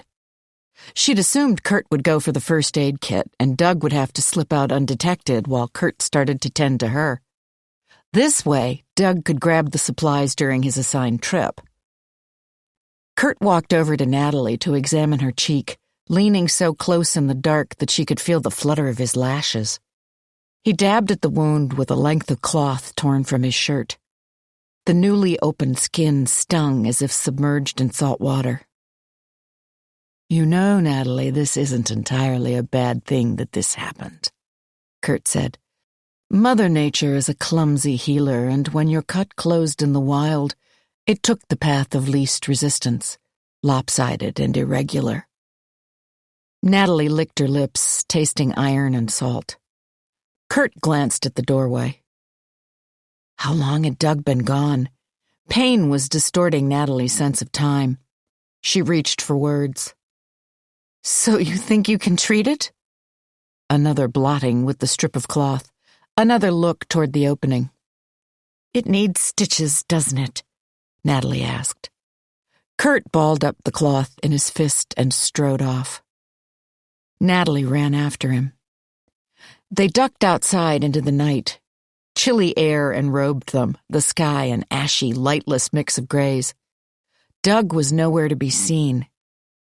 6 or 7 long strides, and Kurt would be at the entrance to his hut. Doug! Natalie called out. With any luck, Kurt would think pain responsible for the frantic warble in her warning. What's taking so long? Kurt took a step into his dwelling, then came out suddenly, walking backward, one arm braced over his eyes. Doug emerged, aiming the bright beam of a flashlight right at Kurt's face. Artificial light, he exclaimed. Haven't seen this in a while. He flicked off the switch and extended the plastic tube toward Kurt. I thought this might help with the surgery. He turned to Natalie. You all right, honey? That cut looks painful. Kurt regarded Doug levelly. Doug lifted the red kit he held in his other hand. Took a while to find. Hopefully it has everything you need. Without a word, Kurt led their trio back inside. He was a patient physician, and though the procedure, sans any sort of numbing agent, was agonizing, Natalie tolerated each meticulous stitch, imagining all the things Doug might have been able to stuff into his pockets. I wish I had a mirror, Kurt said with delight once he'd finished. I've never seen such an even row of stitches. I don't suppose you have any Advil in that kit, Natalie asked weakly. Kurt frowned. Unfortunately, those are long gone, he said, but I do know a bark whose aspirin-like properties you won't believe till you've chewed some. I'll show you where it grows once the sun comes up. Doug held out his hand, an easy grin on his face. I don't think we'll have to wait that long to offer my wife a little relief. Kurt raised his eyebrows. A tiny clay receptacle, smaller than the cup they all drank from, sat on Doug's palm. It was filled with what looked like crushed gray-green leaves. Natalie frowned. Pot? Had that hiker, Terry, brought a stash into the woods? Kurt's face was expressionless. I'm right, aren't I? Doug said. It's the stuff you use for tea that has a relaxing effect. Scott's dash, Kurt said evenly. That will indeed help. Let's all have some, Doug proposed. I could use little medicinal assistance getting back to sleep myself. Kurt took the cup. Just have to start a fire, he said, maneuvering toward the exit.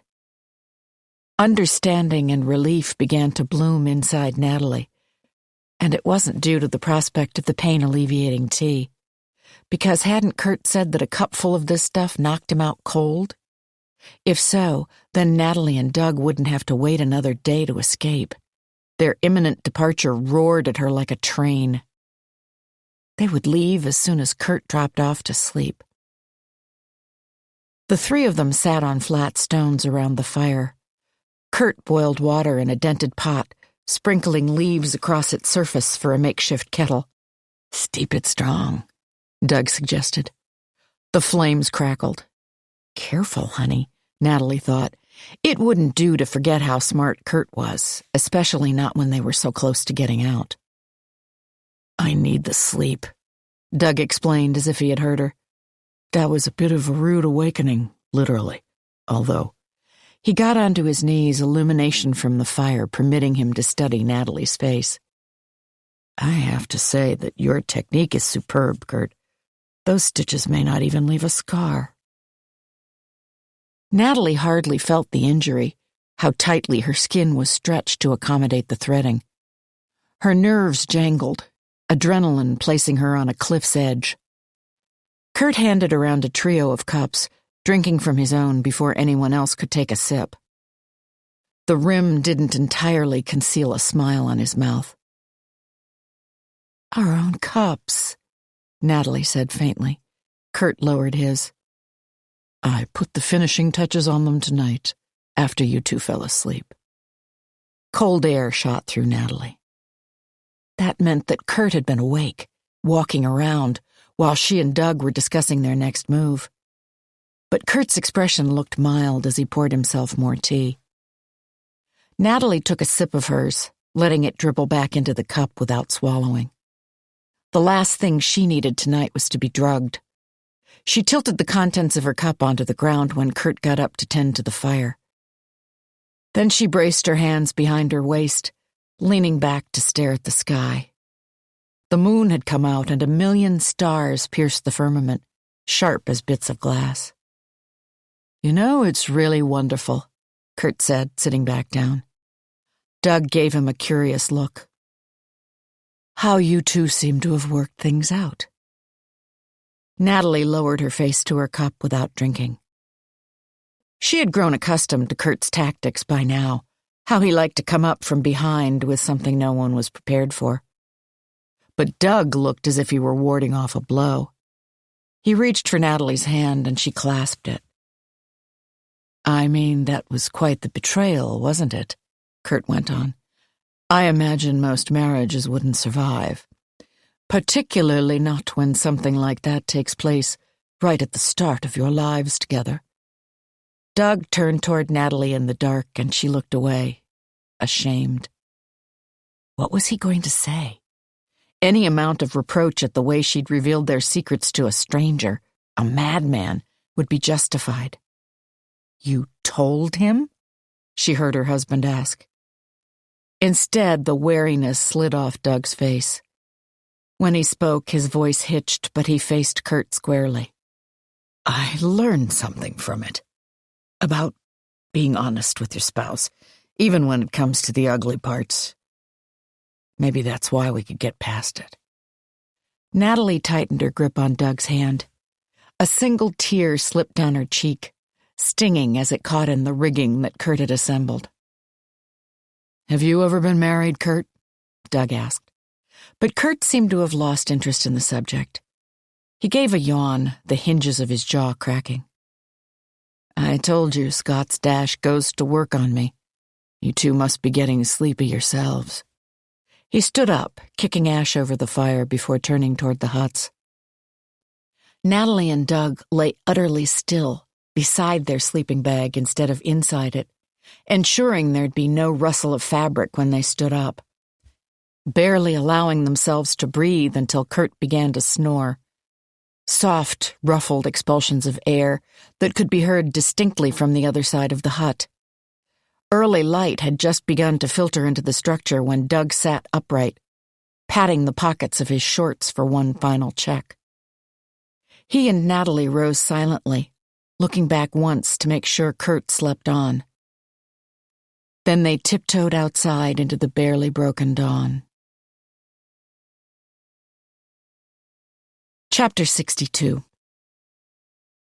A full day's search of the area upriver from Crosh Pond yielded no signs of the couple. But Tim was up the next morning before the sun had cracked the horizon. In his office, and surrounded by the topo maps he'd all but memorized, before catching a few short hours of shut-eye, when a call came in that a body had been found. "Mail," Phil Wilbur said. Wilbur was the lead guy in the search and rescue office in Gumption, New York, and he'd been in intermittent contact, signal a problem as always, with Steve and Brad since they'd left to paddle upstream. "Looks about the right age for our guy." Couple of easy solves this week, Tim thought. First the scouts, now the honeymooners. How he'd wished the second case could have gone like the first. Douglas and Natalie Larson were two people at the start of their lives together. Or at least, they had been. They deserved better than this. Anything as far as the wife? He asked. No sign of her yet, Wilbur replied. If my boys don't find one, what's the chance of getting a dog into those woods?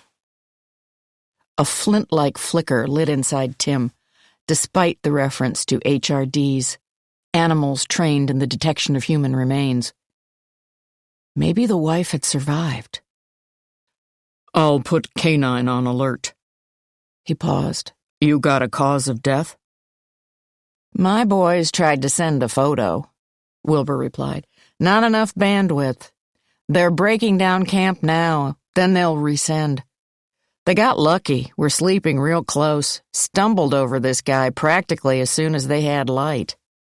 Right, Tim said, trying to reconcile the concept of luck with a man being dead less than 2 weeks after he'd gotten married.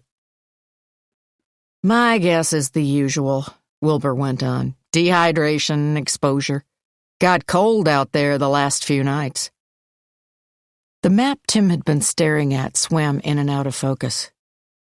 Was the body found near Turtle Ridge?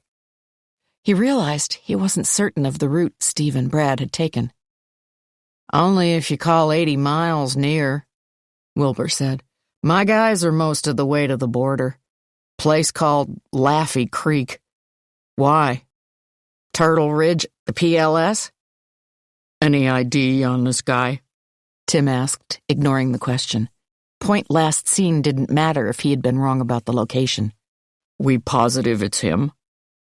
No ID, Wilbur replied.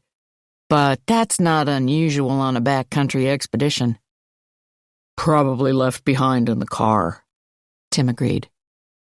Wilbur paused for a moment. Hey, Tim. I've got that photo. Just synced up. Something in Wilbur's voice. Tim felt himself straighten.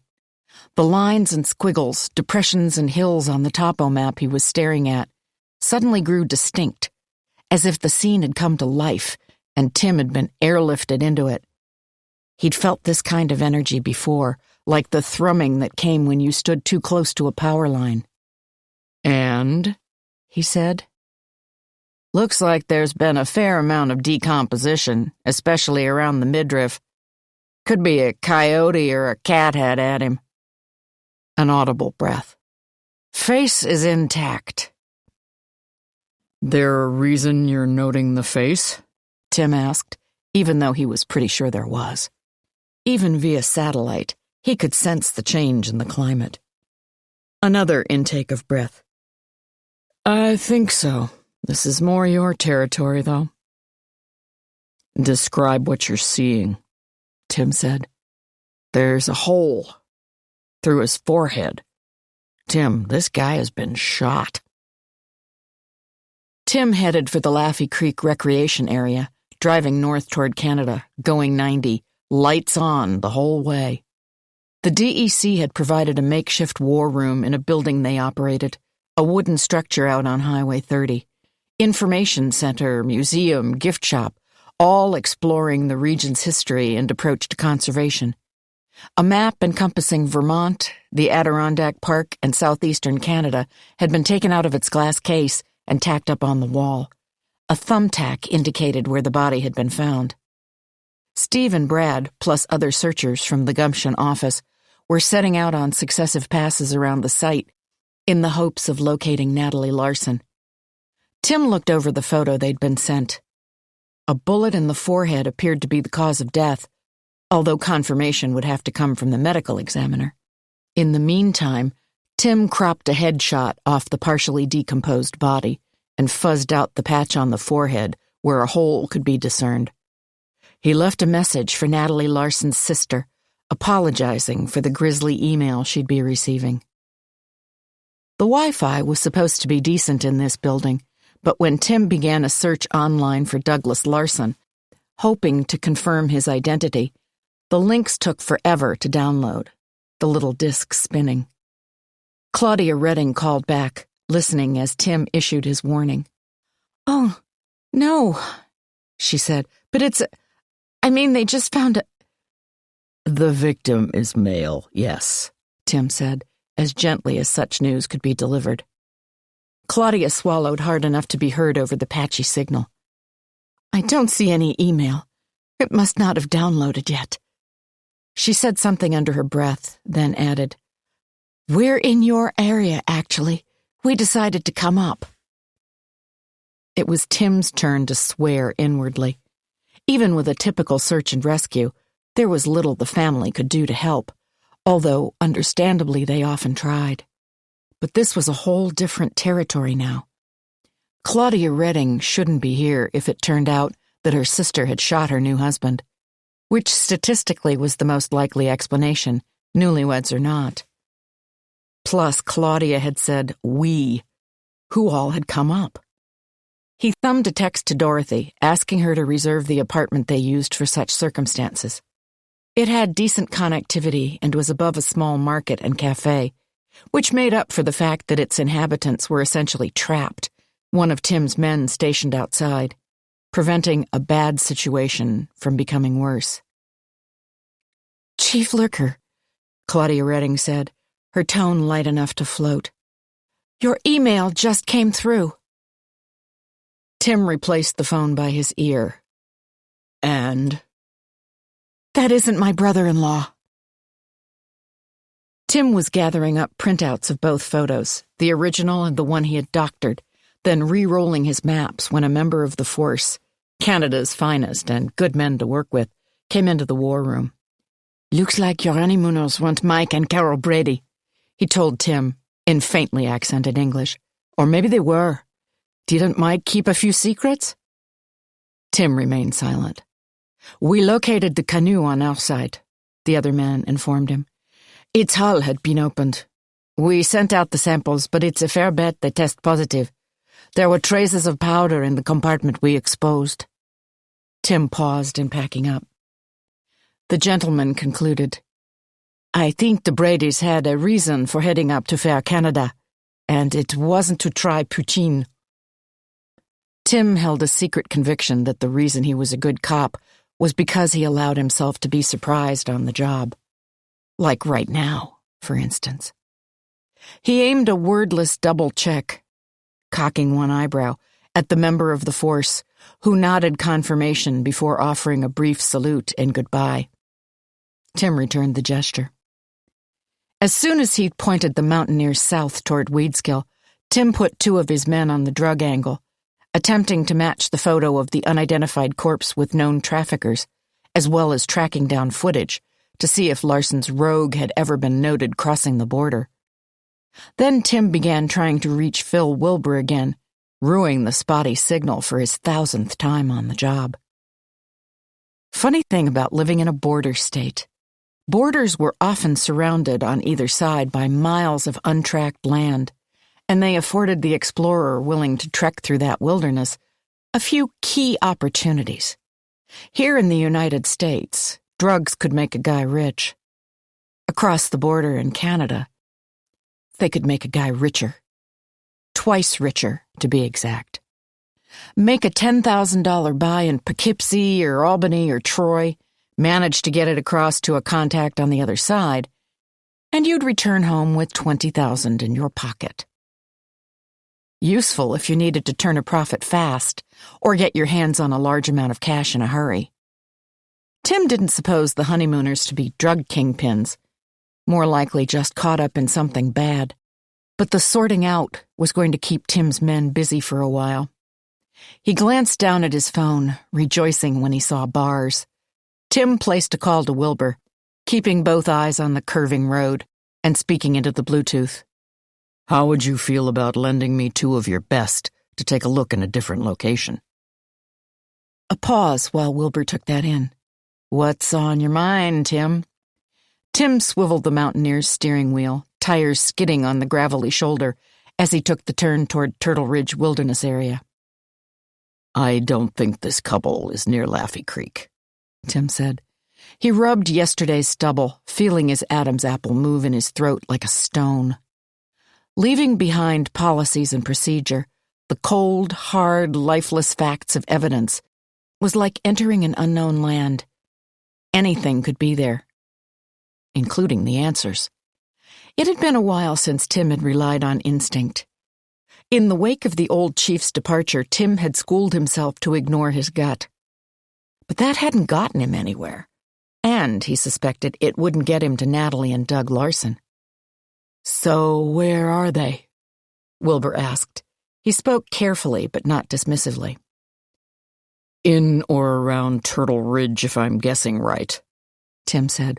"And in case I am, I'd sure appreciate having your guys at my back." Tim's own resources would be tapped, given the drugs and the Redding family's arrival. Tim had grown up in Weedskill, hadn't left these mountains for more than a few days at a time, and even such short excursions as those could be counted on the fingers of one hand. People said that searching the woods was like looking for a needle in a haystack. But that wasn't accurate, unless it was a haystack that spoke, for the woods offered clues, if only a searcher could hear them, was fluent in their language. In this, Tim had an advantage over the SAR guys, whose work required them to look for people who wanted to be found. If Tim's hunch was correct, he'd be hunting somebody trying to stay hidden. A man who'd already killed at least once. "I've got to keep my boys at the site. I mean, come on, Tim. The canoe has been found 100 miles north of where you're talking." "I'm asking you to trust me here," Tim said. There was a long pause. "Steve and Brad," Wilbur said at last. "I'll divide my team. For 6 hours, no more. Then, if whatever this is, your hunch, doesn't prove out, I'll yank 'em and send 'em back to Laffey." He paused. "And you'll have to know that we squandered half a day below capacity." Tim kept silent. It was simple math. Every pair of feet on the ground widened the area that could be covered. The more eyes and ears, the more signs would be detected. "We've got a couple of clueless subjects out there," Wilbur went on. "Kids, really, just starting out their lives together. I want them to have a chance to grow up, become a little less clueless." "That's what I want, too," Tim said. He told Wilbur where to send Steve and Brad. They would start on the trail from which Teresa Valero had vanished. Chapter 63. If Mia hadn't been so worried about her aunt, this trip would have felt like a vacation. Falling asleep in the back seat as her parents drove out of the city before the sun had even risen, up earlier than dawn for the second day in a row, yawn. Then waking up in a different world, filled with trees, streams, and narrow, curving roads.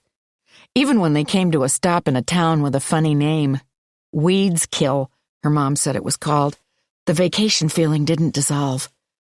The GPS led them to a parking lot with a big barn on one side and a splashy brook on the other. Wayside Market and Necessaries was looped across a painted sign. The place sold outdoor wear, fishing licenses, worms, and food. Mia had to suppress a giggle. Both her parents turned around in the front seat. Her mom had wound up having to finish most of her double yesterday, but arranged to take something called FMLA after that, just as Mia's father had suggested. They'd all gone to sleep for what seemed like hardly any time at all in the Bronx apartment. Mia on an ugly thrift shop couch, and her mother and father squashed side by side on a double bed. It had felt so crowded it had been hard to breathe. Mia wondered how her dad had stood living in such a tiny place all year. Here, where they'd wound up in the country, was way nicer. Especially because Mia was near Aunt Nat now. She could feel it. She looked out through the car window. "What is this place?" Her mother spoke up first, as usual. "This is where we've been told to go." But after that she paused, looking at Mia's father. He looked surprised, then said, "The police are going to meet us here." Mia figured her dad wasn't used to filling in information. Not when her mom was around, anyway. She noticed the gray police car at that moment, parked beside a draping tree, and felt a twist in her stomach. "The police have to talk to us?" Her mother opened her mouth to answer, again stopping to look at Mia's father. He took a breath and said, "While you were asleep, the police chief called me. He told us that searchers found a man in the woods." Mia jerked upright, the seatbelt yanking her back down. "Uncle—" Her mother shook her head firmly. "It's not Uncle Doug. We don't know who this man is or why he was there. But he's dead." Mia frowned. "Looks like we're about to find something out," Mia's dad said, indicating a gray uniformed policewoman who had just walked up to the car. They all unlatched their belts and got out. Mia liked that the cop was a woman. She introduced herself as Mandy Bishop while she walked Mia and her mom and dad into the building. The bottom floor was a cafe, which smelled of crumb cake, spicy and good. There was a circle of dented metal tables and chairs, plus an area with worn couches surrounding a bench, which spilled over with trail maps and guides. The place had a battered but homey feel, splintery wooden floorboards, notices tacked up askew on the walls that in the city would have been artful and affected. But here seemed authentic. Officer Bishop offered a hello to the man behind the counter, then led the way to a spiral staircase. The steps opened into the sweetest apartment Mia had ever seen, 2 rooms into which the scent of baking carried, both overlooking the brook. Officer Bishop smiled as Mia and her mom and dad all got assembled inside. "We hope you'll be comfortable here. The market serves meals, and you can feel free to take out items and bring them up." She turned a neat half-step and pointed to a TV on the wall. "You can stream movies and your phone should work. If they don't, I'll be right downstairs or in the lot outside and can come up and troubleshoot." "You mean you're staying here?" Mia's dad asked at the same time as Mia's mom said, "You mean we're staying here?" Officer Bishop smiled. "Yes to both," she said. "This way we'll know you're in one place, and I can find you easily as soon as there's news." The arrangement sounded okay to Mia. She never got to watch movies at home due to the limits her mother imposed on screen time, until she got a look at her parents, who seemed a lot less happy about it, her mom at least. "I've been Googling SAR," her mother said, holding up her phone as if for proof. "The clips I've read say that volunteers often help with the search, even family members. It allows more ground to be covered. And one thing I can tell," her mother crossed to one of the windows and gestured outside, "is that there's a lot of ground up here." That had never occurred to Mia, the idea that they could all go looking too. It should have, though. Why else would her mom have made her wear boots and find all that other stuff from camp? Mia's dad walked over to the window and took her mother's hand. Mia looked at the policewoman. She gave Mia a friendly smile. She was pretty, hair held back in a ponytail that peeked out from under her gray hat, barely any makeup. "You're right, that does happen in some circumstances," she said to Mia's parents, who turned around to face her. "But you're going to have to trust us that such an approach isn't appropriate in this case." Mia's mom frowned. "That really doesn't sit right with me," she said, freeing her hand from Mia's dad's grasp. "I'd like to help. This is my sister we're talking about." Her mother had spoken sharply, and Mia's father took over. "My wife isn't exactly the wait-around type," he said, "and she's very close to her sister." Officer Bishop's face looked no less pleasant. "I understand that," she said. "But the single best thing you all can do for Natalie right now is stay put. We have top people from 2 countries searching for her. You couldn't ask for a better team." "And you're not making use of volunteers?" Mia's dad asked. "At all?" Mia's mom sent him a grateful smile. "Not at this time," Officer Bishop said. Her tone made a phrase pop into Mia's head, something her mom used to say whenever Mia argued. "This is my last word on the subject." Mia saw her mother's shoulders settle. Mia's father touched her mother briefly on the arm, then looked over at Mia. "I wonder if they sell pizza downstairs." After a moment, Mia's mom said, "Family movie day?" 4 hours later, Mia felt woozy from food and movies.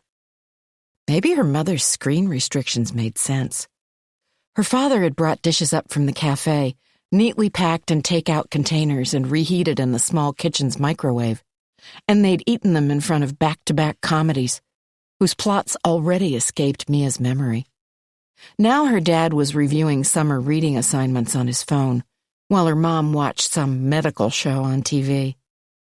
Officer Bishop had come upstairs twice to check on them, talking to Mia's parents, but not really, Mia realized upon reflection, saying much of anything at all. After the policewoman left for the second time, Mia's mother dragged her father into the kitchen, which made the one back home in their apartment seem roomy, and they began to talk in whispered breaths. "I don't get why they're just keeping us here," Mia's mom hissed. "It's not the norm in situations like this.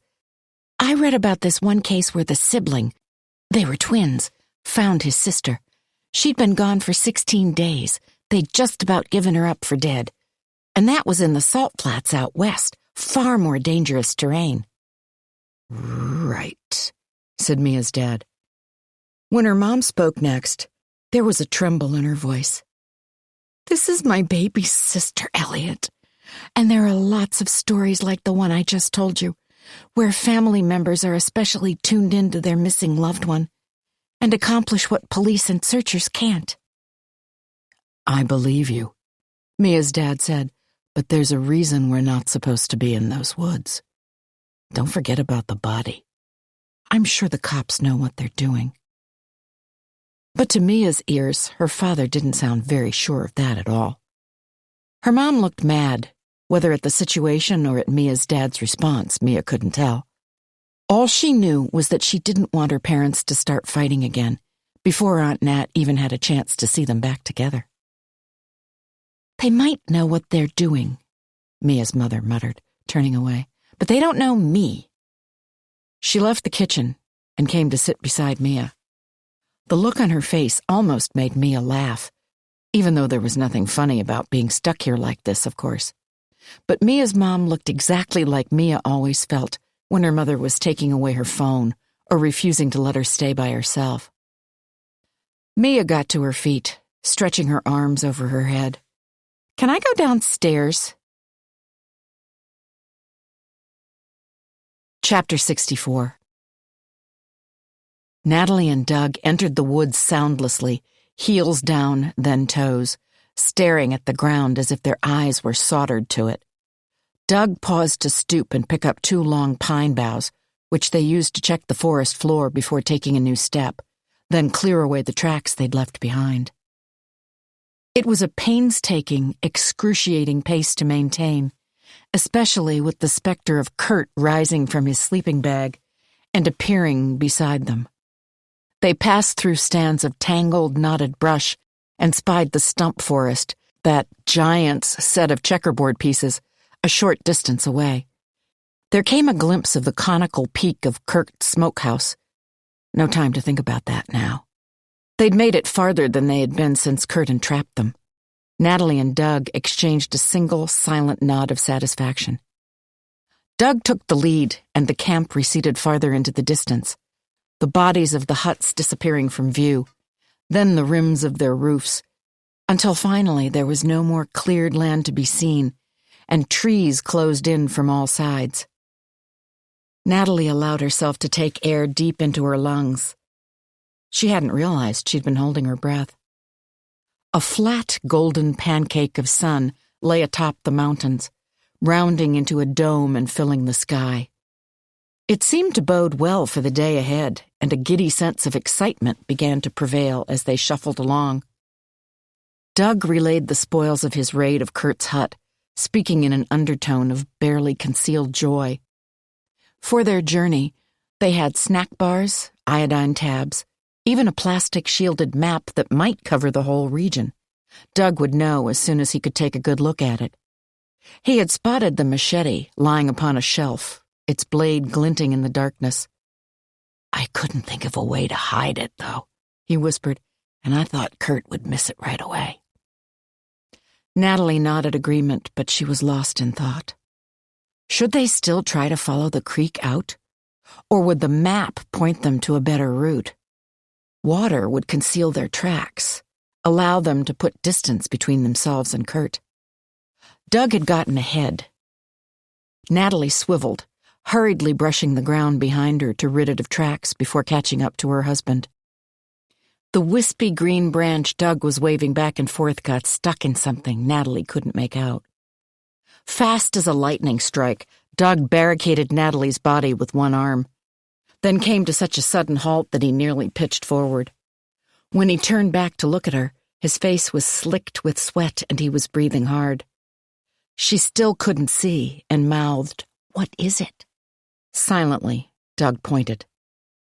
A length of vine, viciously studded with thorns, was strung between the trunks of two trees. It ran at shin height for Doug, knee height for Natalie. Not only would the vine have snagged them, but when Doug probed the ground a few feet in front of the tripwire with the tip of his stick, the forest floor gave way to an ankle-snapping ditch. They stood in place, squandering minutes they didn't have, unable to take another step. Kurt hadn't exaggerated. This land was laced with mines. Finally, Doug raised one foot, stepping to clear the taut length of vine before helping Natalie over. They veered to one side to avoid the hole. Then they continued on, stabbing at the ground with the ends of their sticks, using feathery needles to sweep away the signs they left behind. They felt it before they saw or even heard it. A fine silver mist in the air that sprinkled their skin. They gasped and nearly laughed aloud. Proud, soaring mountains rose on all sides, but a slight slope in the landscape hinted at the creek's nearby presence. Shuffling forward, checking the ground no less assiduously, they started to descend. Natalie's shoe slid, and she slipped at the same moment that Doug touched the tip of his pine bough to the ground. Suddenly the stick was skybound, hurled aside, and Doug's strong hands landed on Natalie's waist. He lifted her clean into the air. Natalie felt the sensation of flying, and she bit back on a scream, knowing that her shout would have carried. "What the hell are you doing?" Doug set her upon a hummock of moss-slicked rock, holding her there as if trying to glue her feet in place, while his own foot came down where Natalie's brief skid had been about to send her. The spike was invisible when it punctured the bottom of Doug's shoe, but Natalie saw it come up through the other side. Doug's hands left her body as if they'd turned to liquid. Natalie swayed for a moment on the hump of rock before regaining her balance. I'm okay, Doug said, his tone relieved. It must have missed me. He paused to swallow. You were about to step on it. Thank God I spotted it first. Shock, Natalie thought, diagnosing the condition so clearly and swiftly that she must have been experiencing a similar state herself. Doug had prevented the spike from stabbing her, but getting close enough to move her away had brought him into direct proximity with the same patch of ground, while his momentum made it impossible to stop before taking that last lethal step. Had he known what would happen? The physics of the situation registering in some low-level way? Or had he acted on the purest, unthinking instinct to save her, giving no thought to his own fate? She stared downward, tears blurring Doug's form into a series of wavering lines that were woefully, horrifically insufficient to block from sight the length of wood that protruded through the webbed straps of his shoe.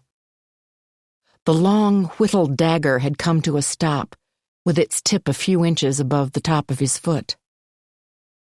"Honey," Natalie began, but her mouth was too dry and sandy for further speech. Fear flooded her, charged with unspent adrenaline. There was nowhere to run, not anymore, and no one to fight. Doug's face had begun turning waxen, shiny, but his expression appeared merely perplexed. "What is it?" he asked. "What's wrong?" Natalie fought to keep her gaze from traveling toward Doug's foot. She stared off at the sun-washed sky, biting her lip as tears overflowed. Suddenly, Doug looked annoyed. "Ow," he said, as if a bee had stung him. "That really hurts." And he glanced down. When his back dipped, Natalie moved to catch him, forgetting to check the ground for traps. What did it matter now, anyway? She lowered Doug carefully into a sitting position, then sank down beside him. She cradled his head in her arms as pain finally caught up to consciousness, and Doug's leg began to twitch. "Christ!" he groaned. "Son of a bitch! That bastard!" He reached toward his foot, but Natalie caught his hand in the vice of her fingers. "Don't touch it," she barked, and he lifted his eyes. "That stick, it's cauterizing your wound or sealing it or something. We have to leave it where it is. We have to leave it alone." She forced herself to look. The spike connected Doug to the ground, but only barely. Most of its length had wound up in his foot. Doug started shaking his head, slowly back and forth. "Honey, we have no other choice," Natalie said. Salty tears stung the back of her throat. "Maybe we can submerge your foot in the creek. That would help with the pain. Although I'd be scared of infection." Doug continued to shake his head, wildly now. "What?" Natalie asked. "What are you trying to say?" He reached for her hands. "You have to go on, Nat." "What?" "Go on without me," Doug said. "Get out. Use the creek like we planned." "No," Natalie answered simply. "Natalie!" Doug shouted, and panicked, she cast her gaze about the woods. "You won't do me any good by staying. All you'll accomplish is that we both die or get trapped here for good. When Kurt comes looking, he'll find the two of us." His leg kicked out, seemingly involuntarily, and Doug let out a long, low bellow of pain before he was able to clamp his lips shut. The motion had separated the stick from the earth. Natalie gazed at her husband, the familiar planes and angles of his face beginning to change now, altered by the burden of pain. Doug began trying to lift himself off the ground, using his good foot as a lever while keeping the hurt one immobile, and clawing around beneath the waistband of his shorts. He came out with a fistful of bars, which he handed to Natalie, along with one of the clay cups, a pouch containing 4 clammy tablets, plus the map and its lacquered coating. "Take this stuff," he panted, "and go. Find a way out. Now go!" Doug's voice sounded different, too, stripped of all that had once made it his. Natalie got onto her hands and knees. "We need to move you," she said. "You can hide beneath those branches." She gestured toward a tree whose trunk was draped with green. Keeping the wounded foot motionless, Doug used the other one, as well as his hands, to lift his body a few inches off the ground. Natalie stooped and slid her hands beneath her husband's arms, then began to pull him toward the sheltering tree. Doug's body slid and he moaned. "I'm sorry, honey," cried Natalie. "I'm so sorry." Rivulets of sweat poured down Doug's face, hanging in droplets from his new growth of beard. He ground out words. "Just get me there." She pulled him a few more feet, pushing branches aside when they came to the tree. Working together, they used the greenery to conceal him. Natalie ducked out from underneath. She couldn't see any hint of Doug, not even a flag of color from his clothes. She bent over, peering inside, to say, "What? Goodbye? I'll be back with help? I love you?" Doug's upper torso tipped, the trunk providing support as he leaned against it. "Go," he said, sodden and sleepy. "Don't think. You've got this. I know you do." Natalie slipped out from under the embrace of the tree and ran. Chapter 65. Kurt chose to allow Doug and Natalie enough time that they might grow optimistic, imagine themselves truly getting away, but not enough that such a thing would become a real possibility. It wouldn't be likely, of course, no matter how much time Kurt gave them. He'd planted too many traps. But the couple might get lucky, weave a path that avoided the worst of his obstacles. And Kurt couldn't have that. He had begun to suspect a certain rebellious intent on the couple's part as early as yesterday morning, when they had all taken their meander through the woods. Natalie had been suffused with hope and promise, glowing with it like a bad sunburn. Clearly she and Doug were up to something, and the prospect of ferreting out what it was had made Kurt's nerve endings tingle. He'd decided not to allow the two to sleep alone. What if they planned to attack Kurt under cover of the dark? He had even shown them his machete, all but put it on display, as if daring them to make such a move. The couple's true strategy, however, made more sense, given their lack of strength and skills. What they were planning came clear to Kurt once the two began to treat him to their B-movie acting. Natalie's injury had been self-inflicted or else inflicted by Doug. No way had she rolled over on the ground, opening that cut on her cheek. There hadn't been a speck of dirt in it. Kurt wondered what had been stolen from his hut. He would have to make a thorough check later.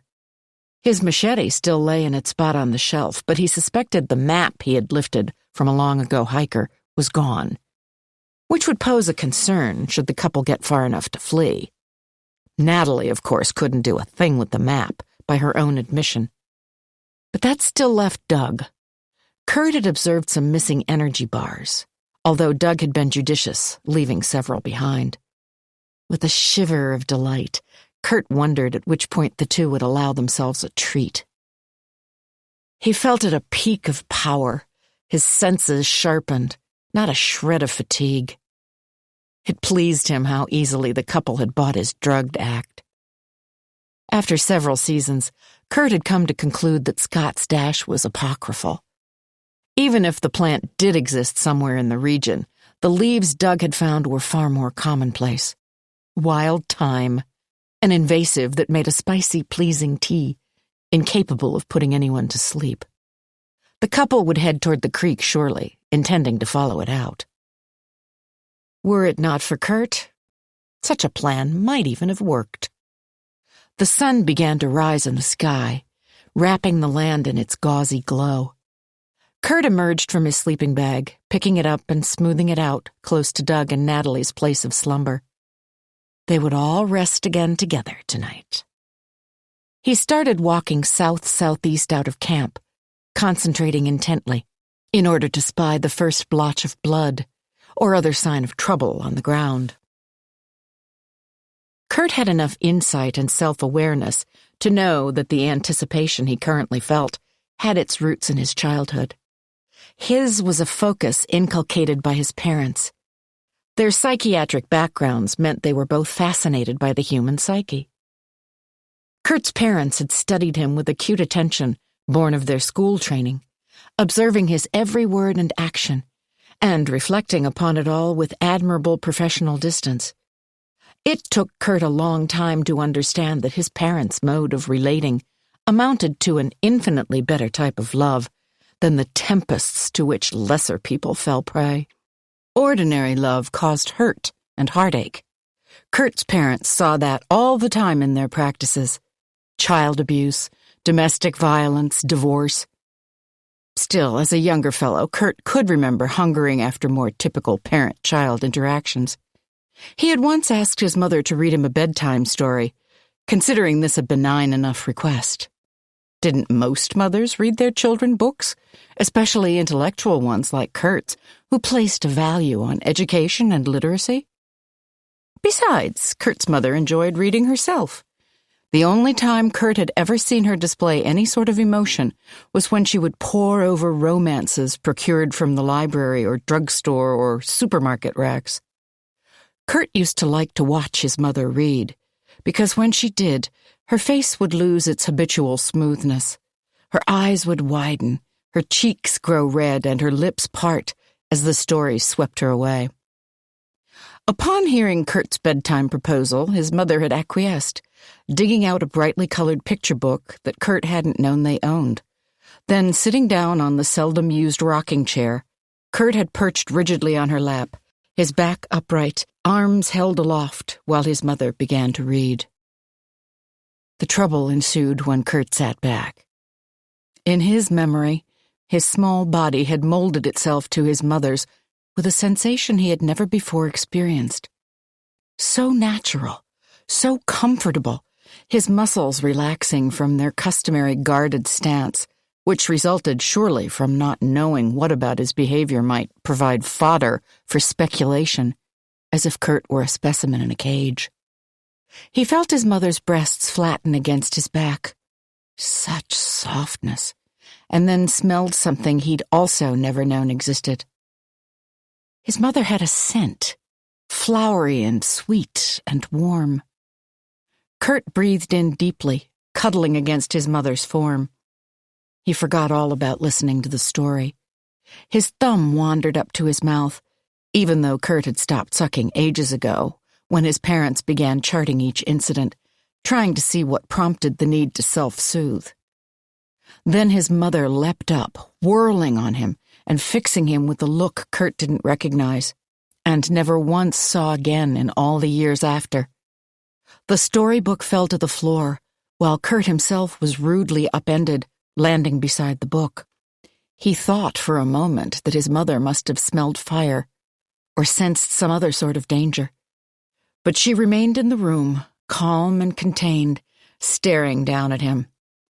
Though she did open and close her mouth a few times, failing at first to speak.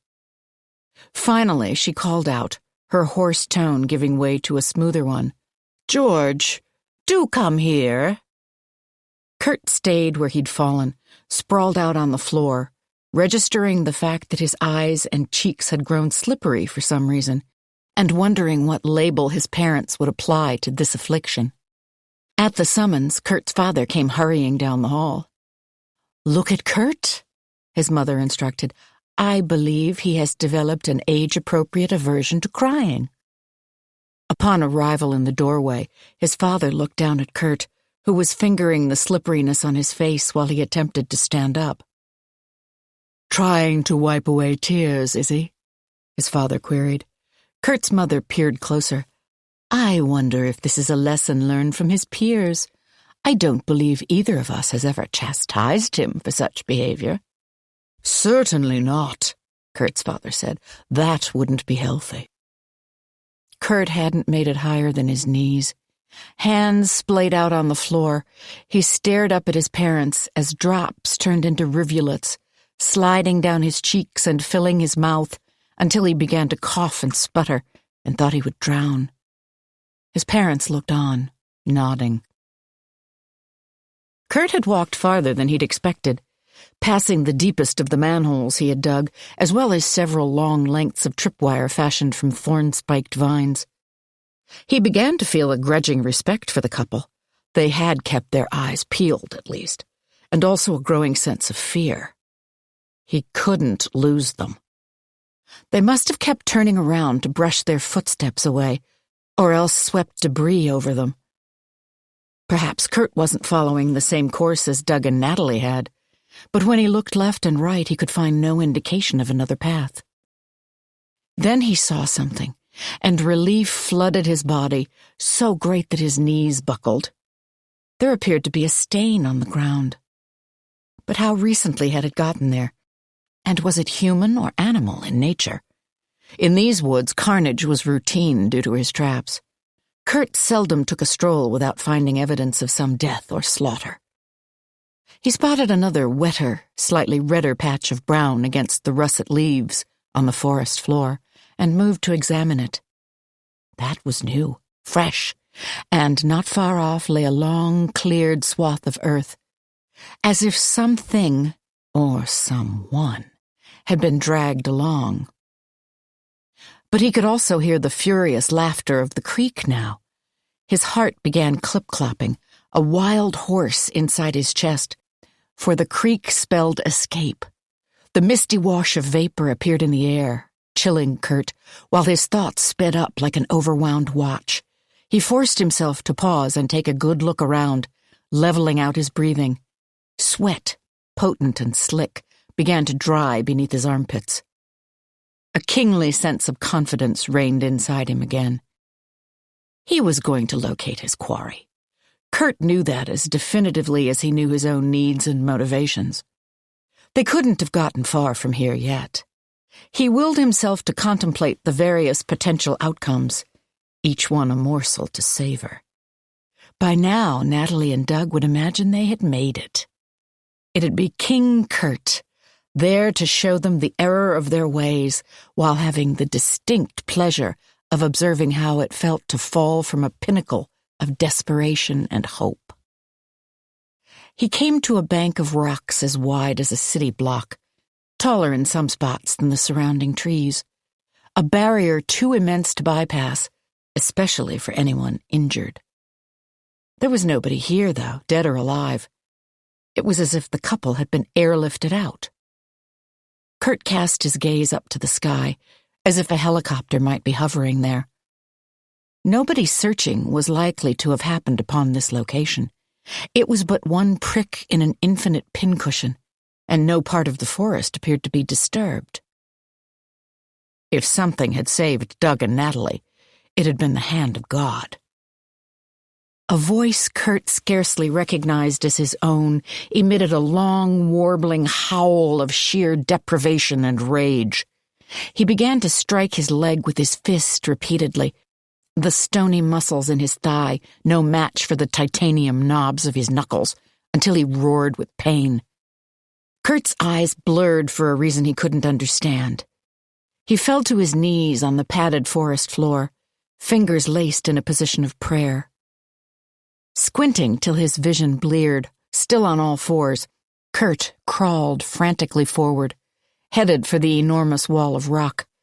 It was pockmarked and divided by crevices. He knew what must have happened. Chapter 66. Hungry?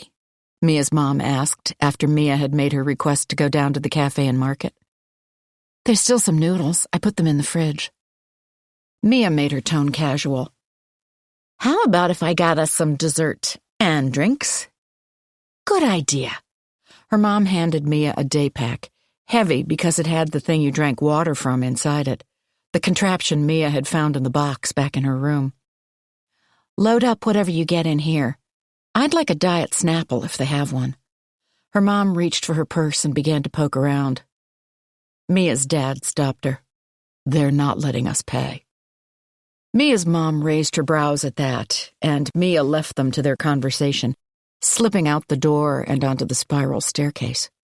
The first floor smelled of coffee and other tempting treats. Mia ordered one of those sweet, frothy blends so unlike her mother's morning brew, while examining the baked goods to keep from being bored. She'd left her phone upstairs and didn't have anything to do. As she waited for her drink, Mia looked around for Officer Bishop. She spotted her standing in a corner of the cafe, talking on her own phone. Mia edged closer, letting a group of old men with fishing poles block her from sight. Chief doesn't think they're at Laffy, Officer Bishop said. Laffy? Laughing? Mia wasn't sure, but it was more information than either of her parents had gotten so far. She bent over to study a case of energy bars. He thinks they might have wound up in Turtle Ridge, Officer Bishop said. A long silence followed. Then, yep, that's the spot. She vanished right off the trail. It had to be Aunt Nat the policewoman was talking about. How many people could be lost up here right now? But then Officer Bishop said, about a year ago. Young lady? The man behind the counter handed Mia an overflowing drink, wiping his hands on his apron. They left behind smudges of chocolate. Want a couple of those granola bars you've been eyeing? Go on, take as many as you like. Mia thanked him, stuffing a fistful of bars into the pack. It was true what they said. People were nicer outside the city. Or maybe everyone just felt sorry for Mia and her family. She went over to one of the comfy couches and sat down. The other couch was occupied by two girls, slouched over and apparently asleep. Mia wished again for her phone, although at least there were maps and guidebooks to look at here. She grabbed a stack of pamphlets, sipping at the foam on her drink as she flipped through pages. One of the brochures had a photograph of a beautiful, lonesome wilderness on the cover, all towering trees and spattering waterfalls. It was called Turtle Ridge. The girls woke up at the same time, blinking and smiling in Mia's direction. "Whoa," one of them said, indicating the brochure. "Turtle Ridge." "You know it?" Mia asked casually. "Who doesn't?" said the girl. Her friend agreed. "Best backpacking around." "That where you headed, little sister?" asked the first girl. Mia almost laughed, then stopped herself. Turtle Ridge was where the police chief thought Aunt Nat and Uncle Doug were. And what had her mom said about family members finding missing loved ones? If a niece could do such a thing, it would make almost as cool a story as the one about the twin. And while Mia's mom was trapped, practically held hostage by the police, no one had charge of Mia right now. Plus, from the moment they got up here, Mia had felt like she was the one who was meant to find Aunt Nat. She loved Aunt Nat in a way nobody else did. She could just imagine Aunt Nat's face when Mia appeared to lead her out of the woods. She glanced around the cafe. Officer Bishop stood chatting with the man who served drinks. Mia ducked her head, not quite looking at the two girls. Then she nodded. "Cool," one of them said. She began braiding her long, dirty blonde hair with a red bandana as the third strand. When she lifted her arm, Mia saw a small tuft of hair under it, like a mouse. There was a smell coming from the girl's armpit, pungent and strong, as if she hadn't showered or used deodorant in a while. "Setting out soon?" asked her friend. Mia nodded again. Both girls had taken off their hiking boots and were applying some kind of strips to their bare feet. The girl with the braid held out a fold of the stuff. "You ever use this?" Mia shook her head. "Oh, you've got to," her friend said. "Put it over blisters you've already got, or where you know you're going to get them if you haven't been on the trail in a while." Mia extended her hand to take what the girl was offering, a thin, stretchy material that felt a little like the skin you peeled off a callus, then began to tug off her own boots and socks. After a few weeks spent wearing flip-flops, her feet felt like they'd been encased in concrete. "Whoa," Braid Girl said. "You're a virgin." Mia felt her face flame and stopped in the midst of pressing some of the substance to the back of her heel. Was that where you were likely to get blisters? She had no idea. She'd only gotten blisters once when she'd borrowed/stolen for a night her mom's one pair of heels, even though they hadn't been all that high. The other girl dropped her gaze to Mia's feet before nodding and saying in a dry tone that made Mia feel as if she was missing some joke, "Well, she is only, 16. Mia didn't bother to correct her, examining her feet for whatever both girls were observing. Braid Girl pointed. "No blisters, no calluses even. Your feet have never gotten beaten up by a trail." "We've done 2 through hikes ourselves," Braid Girl's friend informed Mia. It was supposed to be an explanation, but of what, Mia had no idea. She tried to keep her face blank. "You're 16, she thought, so act like it." But the girls clearly read her confusion.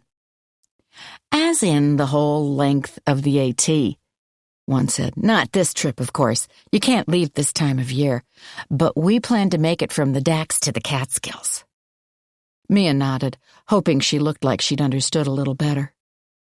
"So, what I meant is your feet. They're unsullied."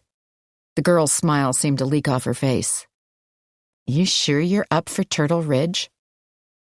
"I'm up for it," Mia said, while both girls looked uncertainly at each other. "I need to do this," she added, suddenly convinced. "It's like I have to go." "Hey, we totally get that," one of the girls said at last. "Sometimes the trail calls to you louder than anyone else can hear." "And there's nothing like hitting that dirt." The other girl directed her gaze downward. "Let's see how you applied your skins." Mia obediently extended her feet. She'd have to fill the water thing from the cooler that stood in one corner of the shop. She hoped she could figure out how to strap it on correctly, or else these girls would get even more concerned. "Good job," said one of them. Mia twisted to look at the counter. Officer Bishop had just accepted a drink from the man in the apron. "I don't have a great way to get there, though." Mia held up the flyer. "I mean, I could walk, of course." The little square map on the back of the flyer put the trail several miles from here. But Mia figured hikers would be used to such distances. "It's just that I'm really itching to get going." "You want to make some miles today," said the other girl, nodding. Mia shot another glance toward the counter. Officer Bishop had begun walking toward the spiral staircase. Now she would go upstairs to non-talk to Mia's parents, and Mia would have a few minutes to slip out. She nodded emphatically at the girls. "We can give you a lift," one offered. "You can?" asked Mia. "Sure," said her friend. "Trail sisters look out for each other." She presented her fist for a bump, then rose in her newly laced-up boots. Both girls shrugged into framed backpacks before leading the way toward the exit of the barn. "Come on, little sis. We'll get you to Turtle Ridge." Chapter 67. The water felt icy as Natalie entered the creek. She could have stayed dry by maneuvering along the bank, but that path looked unreliable, climbing up and dipping down, as well as fraught with obstacles.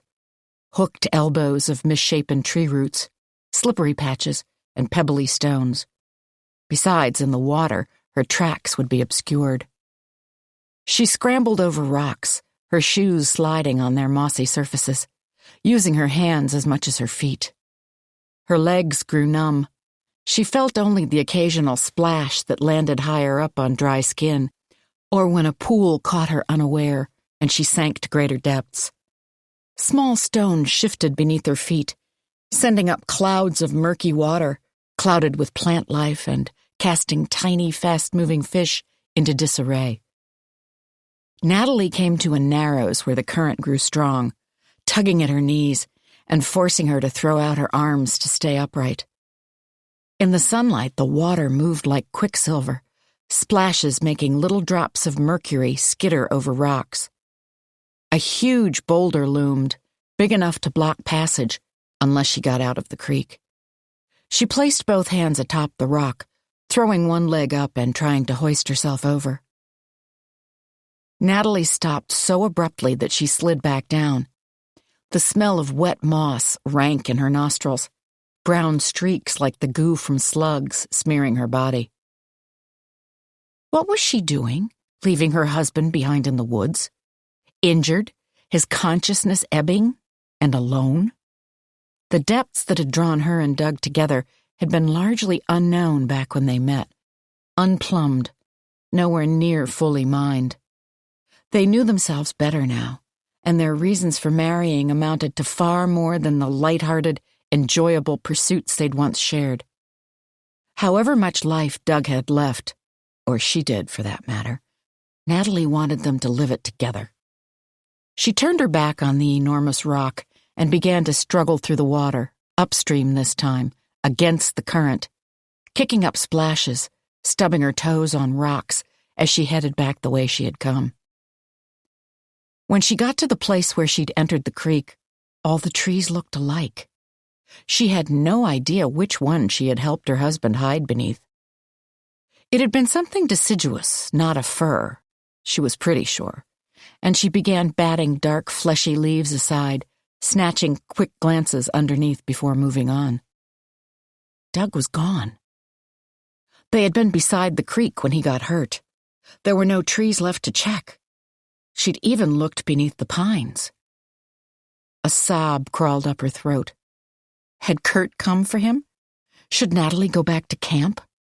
Or had Doug, like an animal, dragged himself away to die, abandoned and alone? The word drag triggered something in Natalie's brain, and she saw what she had been missing. A long swath of dirt cleared of leaf matter and debris. Natalie began to follow it. She came to a structure composed of rocks that made the one that had stopped her in the creek look pebble-like. These boulders had been positioned by giants, soaring outward and up to the sky so that the sun had to fight to find pockets to shine into. The brushed bare patch of earth traveled into a crevasse between two monoliths. Natalie dropped down, crawling on all fours into the narrow tunnel. Doug's journey must have been unbearable. The space was tight even for her, and her husband was bigger and injured. The slightest knock of his foot against a stone wall would have caused agony. Doug's decision made sense, though. It was warmer in here, the edifice baked by sunlight. Her husband lay, knees drawn up to his chest, with his arms wrapped around one calf, leaving the other alone, as if even a glancing touch far above the foot would be too much to bear. Doug's body shook, flapping like a plastic bag in the wind. Natalie curved over, shell-like, wrapping her arms around her husband's chest. It felt like there was less to him already. Pain had diminished Doug, stolen parts away. Nat? You're back. Did you find... Are we going to be... Doug's voice was so fractured, it was hard to be sure he was talking. I didn't go for help, honey, Natalie said, swallowing a sob. Her own voice had to be firm and sure. She had made the right decision. The only decision she could live or die with. I came back to be with you. I want to do this together. Settling down beside Doug, the rock surface rough and warm upon her skin, she didn't let herself think what this might mean. One of Doug's arms fell like a weight onto her lap. Natalie picked up his icy hand and pressed it to her cheek. Her husband's lips cracked in a semblance of a smile. Natalie rotated his palm and kissed it, over and over, to try to heat up the skin. Doug's voice wound down like the ticking hands on a clock. Ew, Nat. Shh, she said, speaking softly also. I love you too. I always will. She lay down carefully, positioning herself next to Doug's crumpled form and fighting to transfer some of her warmth. She must have been experiencing her own breed of shock, as if by taking on a share of Doug's, she could ease his suffering, because unbelievably, she dozed. In fact, she slept hard enough to dream. She dreamt that Doug could walk again. Only not really. This was a zombie-like stalk, his arms extended stiffly while he explained that Natalie had to leave right now, not a moment to waste.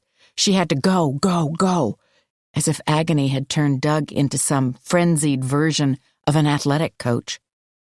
Natalie came to, arms wrapped around the jittering body of her husband. He was trying to tell her something, but couldn't get any words out. Natalie heard a cannonball blast of successive pounding footsteps headed right in their direction. And she knew. Kurt was coming.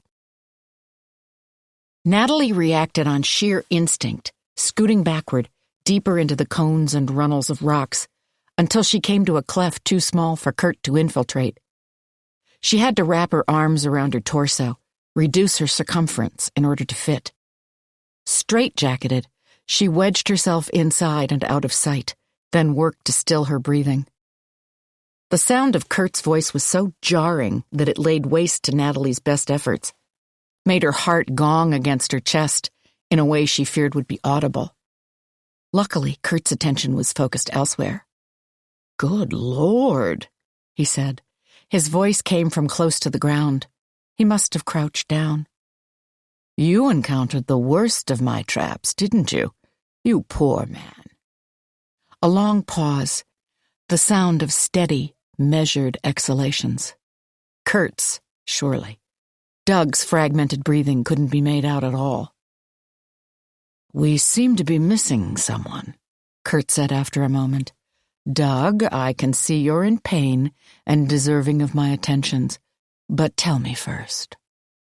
Where is your wife?"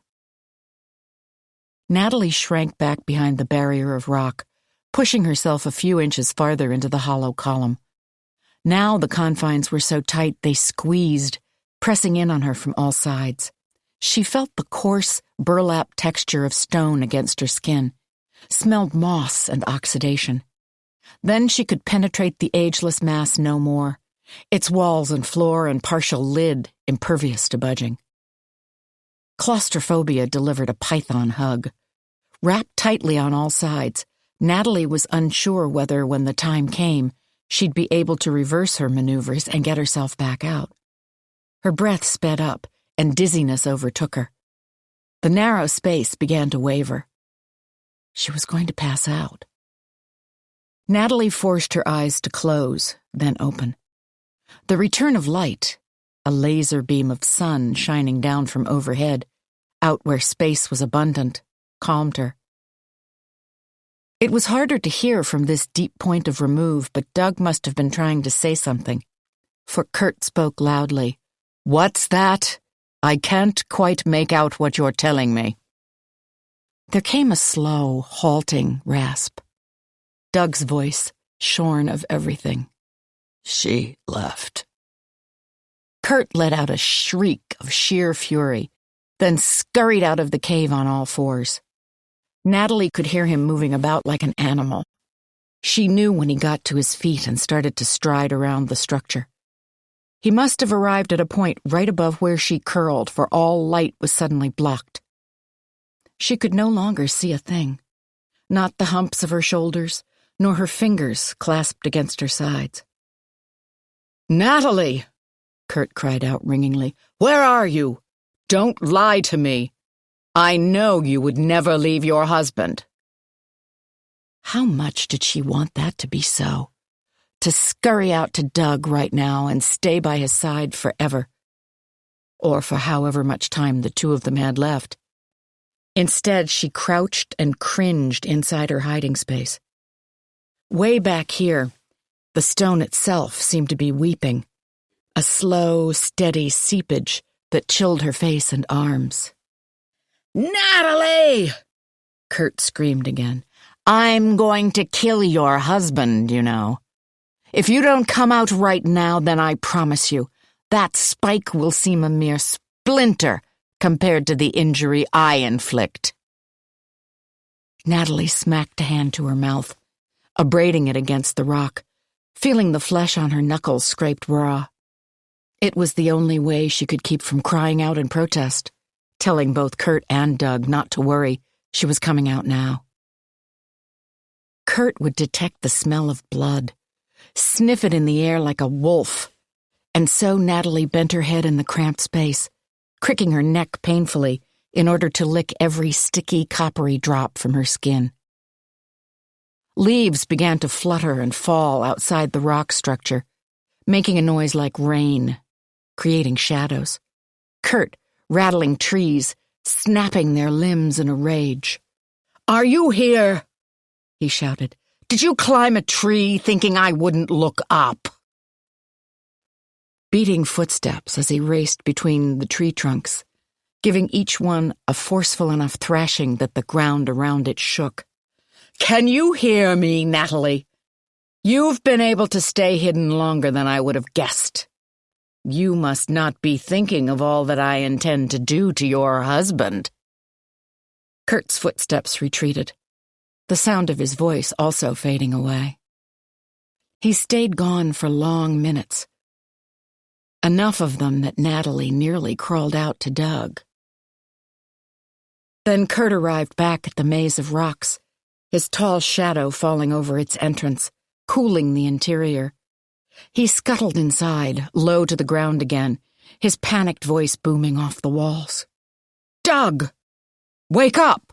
Are you still with me, Doug? Doug!" There was no response from her husband. Still, Natalie hunkered down, her breathing finally slowing. Because she had realized something. Kurt wasn't going to kill her husband. He would never voluntarily sacrifice a companion, a specimen to study out here in the woods. He was going to save him. Only once Kurt was clearly occupied, intent on whatever maneuvers he might be performing, His breathing no longer labored and no more shouts forthcoming. Did Natalie allow herself a peek? Kurt knelt on the floor of the cavern, naked except for a pair of boxer shorts. His chest was covered with the same hair that formed his bushy beard. Veins on his neck stood out with exertion, and lengths of muscle bunched in his arms as he worked the clothes he had stripped off himself onto Doug's trembling form. "What?" Doug began, and Natalie's heart fluttered with hope. "Are you—" "Have to get you warm," Kurt muttered. "Why?" Doug sounded like his mouth had been shot full of Novocaine.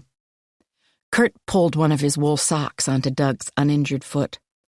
"Why?" Doug asked again, lips mealy and numb. "Do you hate us so much?" "Hate you?" Kurt responded, his voice robotic and hollow. He continued to tug the sock into place with a series of automated jerks. Despite the passion of Kurt's next assertion, not even a film of emotion lay over it. "My God, I don't hate you, Doug. No, not at all. I love you. I love both you and your wife so very much." Natalie shrank back inside her pocket of stone until she could no longer see, and her breath was constricted, knowing that in some monstrous way this was true. "And now," Kurt said, "I have to bring you to safety before I go find her." Chapter 68.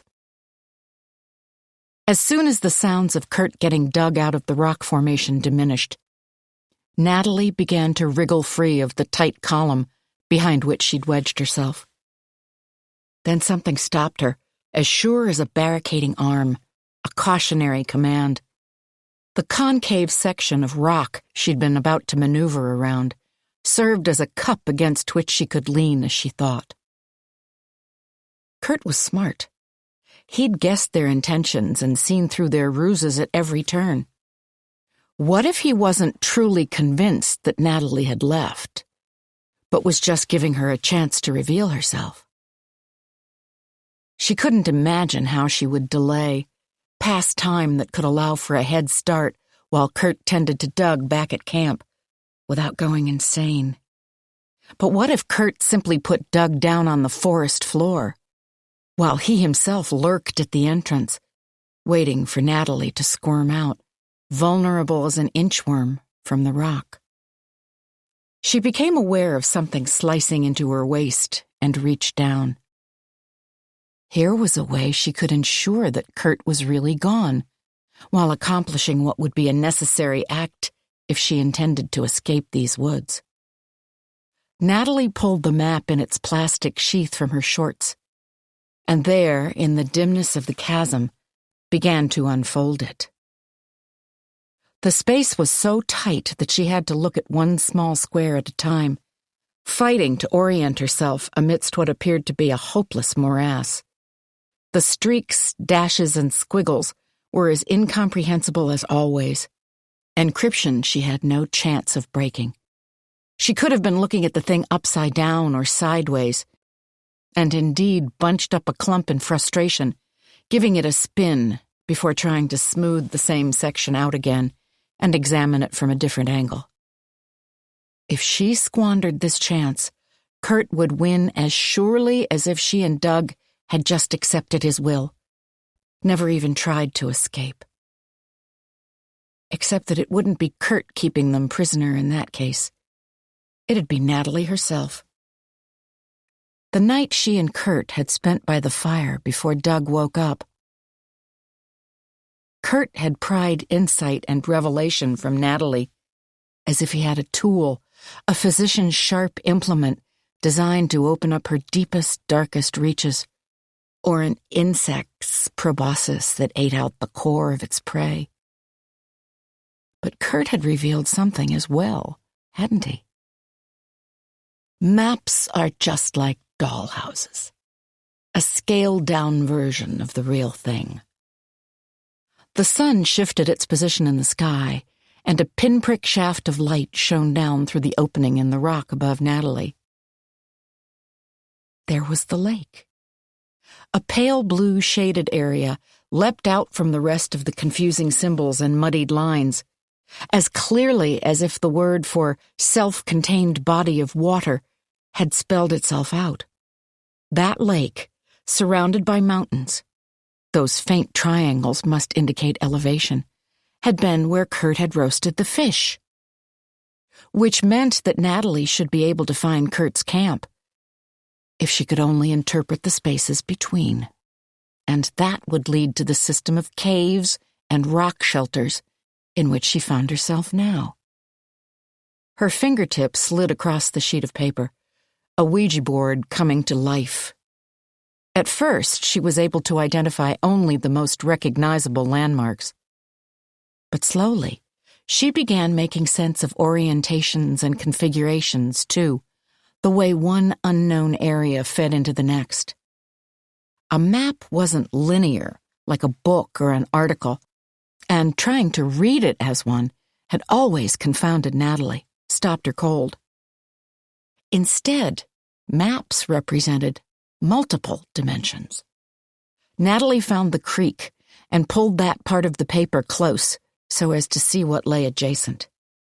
She rued the narrow closet of rock in which she sat, when what she really needed to do was spread this whole thing out and study it in full. Natalie made the map into a fan, drawing each fold in once she understood what it represented, until a brief scrawl of words clanged a bell in her brain.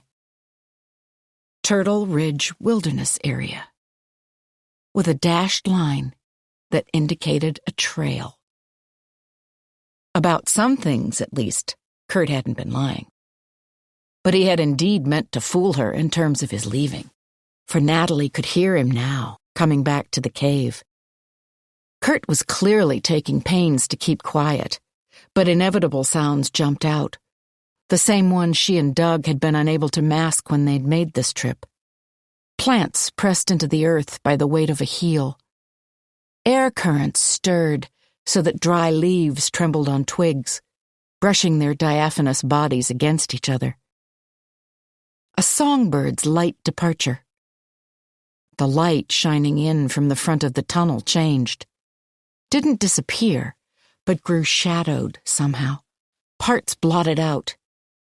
Kurt was inside the rock structure. Natalie glanced around the tight space to make sure she was concealed. A tiny corner of map protruded, sticking out over her lap. A white slice, glowing in the dim confines of the roofless cave. Just a sliver, but enough for someone like Kurt to notice. Natalie started to lower her hand. If she slid the map over by a fraction of an inch, that piece would disappear. But suddenly halted. The paper would crinkle, make a noise that might be perceptible to a man with senses as acute as Kurt's. Instead, Natalie eased her body sideways, tilting it so her shadow fell across the paper. She was tucked in so tightly the motion couldn't be seen. The rock edifice stayed as silent as a monastery. Kurt's was an anti-presence, a great sucking vacuum of space that indicated he was still there.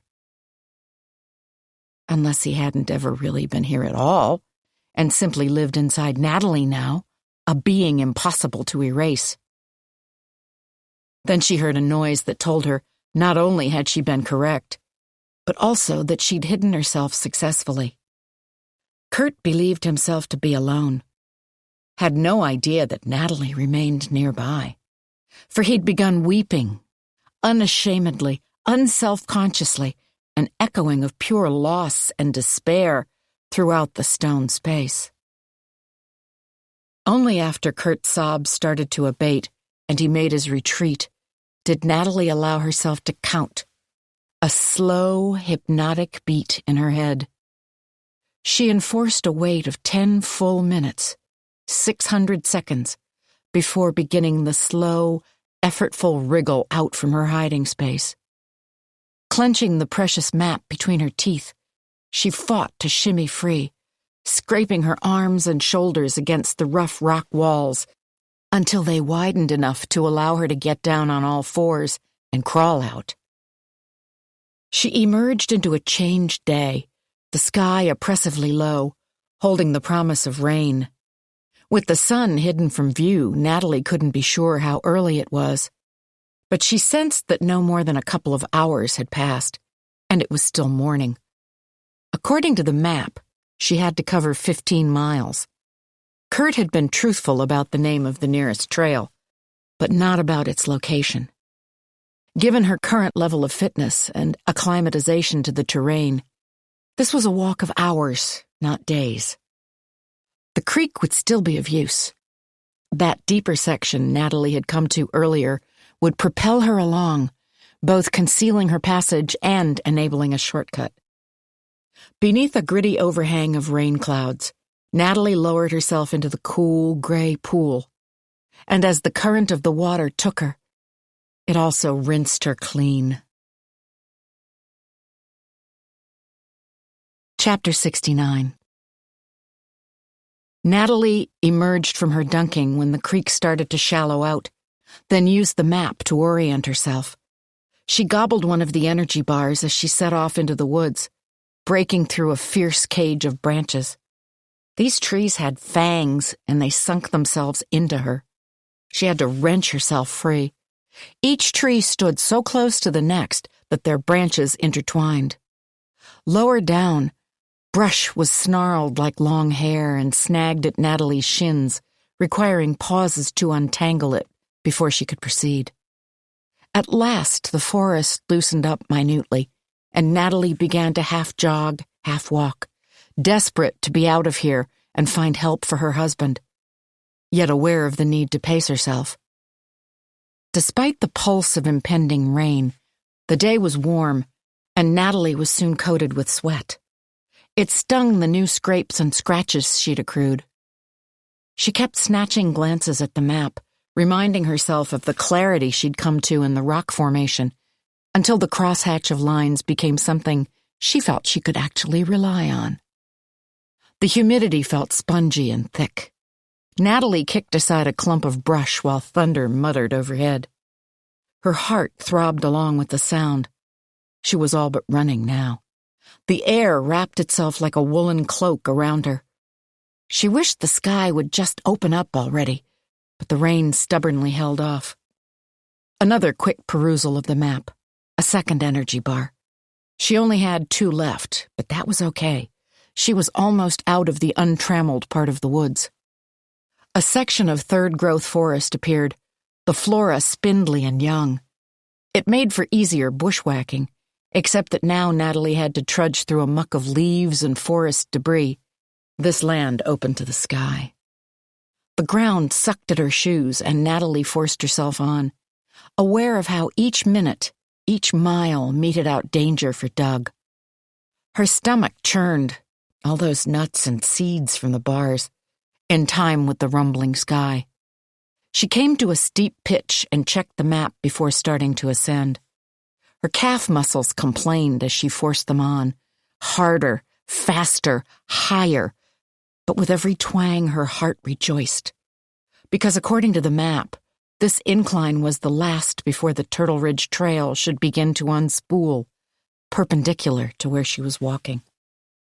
Natalie pushed aside a nothing branch. It split under the brunt of her assault, then stopped, her heartbeat ragged. Not because of the exertion, the way she'd run up that final hill, but because she could hear noises now. A body crashing through the woods. Kurt, in a fury, taking no care to be silent. The roaring sound became discernible as Natalie started to back away.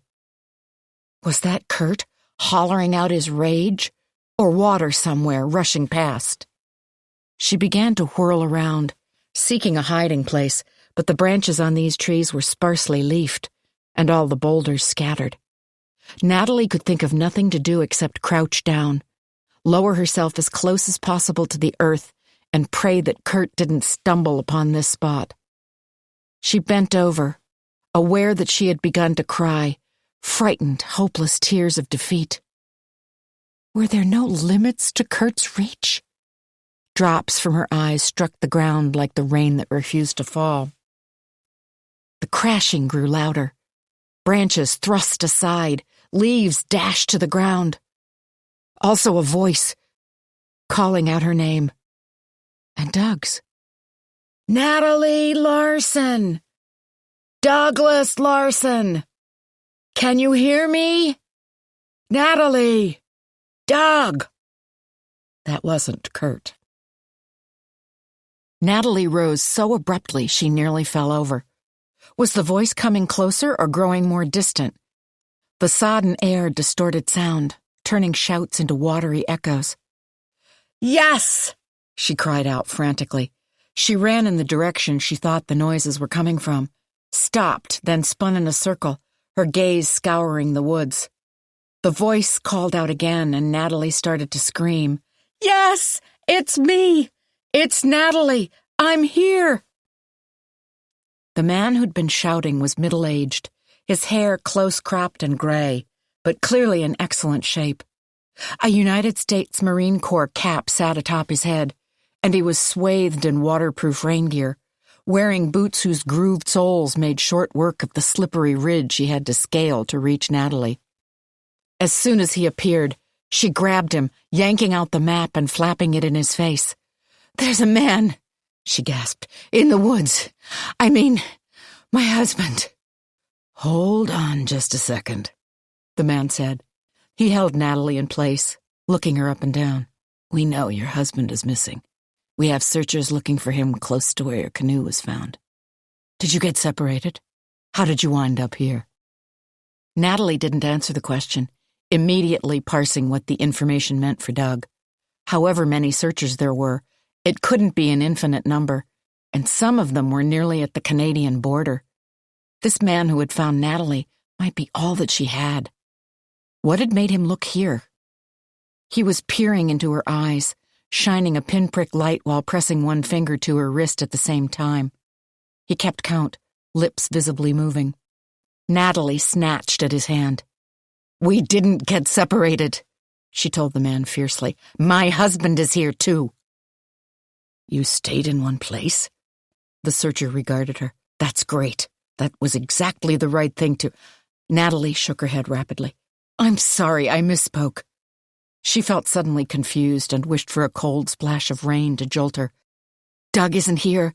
He's about 15 miles away. I can show you on this map. But there's a man who will try to stop you, and the woods there are booby-trapped." That seemed to get the searcher's attention. He paused in his examination. The next question he'd been preparing aborted on his tongue. "Please!" Natalie's head felt like a centrifuge, her thoughts spinning. "We've got to hurry. My husband is seriously hurt." "Okay, Mrs. Larson, I understand," he said. "You do?"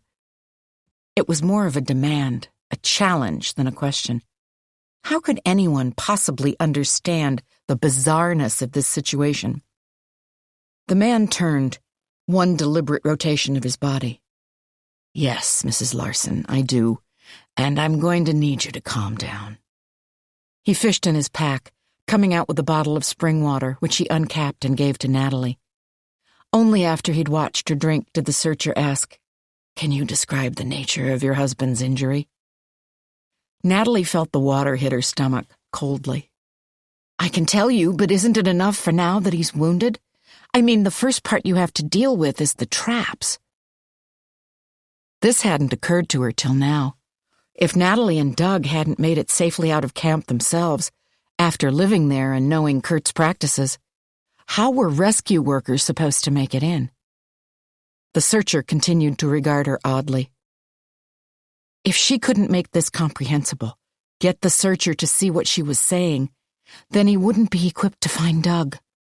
Nobody who hadn't visited Kurt's camp, seen the way he had militarized his land, could understand what invading it would require.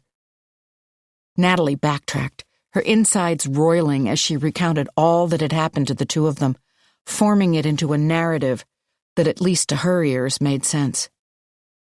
The searcher studied the ground for what seemed like a long time, then unclipped a radio from his hip. He depressed a button and spoke. "This is Steve. Do you copy?"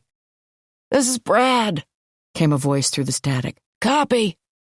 Crackling over the airwaves was duplicated inside Natalie, her nerve endings jangling, keeping her from standing still. The searcher named Steve prevented her from walking off with one firm hand before speaking into his radio again. "I've crossed the river 1/8 of a mile from where we last triangulated. Wife found alive, in stable condition. Copy that?" "Wife alive," the one named Brad burst out. "Copy." "You'd better come fast," Steve said. "Copy." "Copy and on my way," Brad replied, briskness detectable in his tone, even through the thready sound. "Over." Natalie neither heard nor saw the approach of the second searcher. Brad appeared beside her and Steve as if he'd been dropped there. He was dressed just like Steve, minus the cap, although Brad looked to be younger by decades. He greeted Natalie with an expression of joy. "I'm very happy to see you, Mrs. Larson." Natalie tried to smile. Brad turned to Steve, who talked swiftly, repeating what Natalie had told him. Then Steve raised somebody else on his radio, a policeman from the sound of it, and gave the same report again. Steve and Brad both began talking. The logistics of getting a badly injured man out of terrain both impenetrable and dangerous, while the voice on the other end kept silent. The dialogue proceeded after that at such a machine gun fire pace that it was difficult for Natalie to keep up. Without realizing it, she had grown chilled, her body quaking so hard that her teeth rattled. It must have finally started to rain, the sky opening with a whimper, not a bang. Faint rainfall versus any thunderous clashing of clouds. For when Natalie sank into a crouch, the ground was sopping wet, and the world had grown fizzy with moisture. She looked down to see her skin dappled by drops, and felt water sluicing her face. She wrapped glistening arms around slick knees, while thoughts swam through her head like fish too fast to grab. Steve and Brad had donned waterproof hats. They seemed to register her condition at the same time and snapped into action. Brad pulled a crinkly silver blanket from his pack, Natalie giggling because those packs were like circus cars, items spilling out in endless succession. Neither man appeared to find her reaction strange, merely regarded her with the look of close scrutiny while winding the space-age blanket around her body. Brad whisked out a small tarp, provoking renewed mirth in Natalie, and sat her down upon it. He helped her sip hot, sweet liquid from a metal bottle and gave her a piece of jerky to gnaw on. The direness of the situation had clearly become apparent, however, because the second Natalie had been seen to, both men resumed their conversation via radio.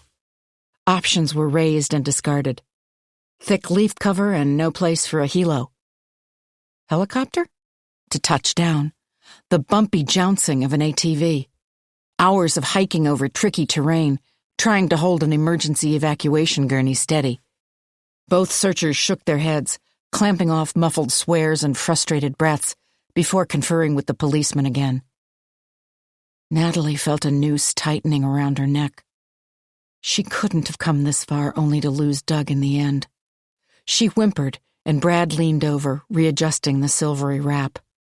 Natalie grasped his wrist, using it to pull herself to standing.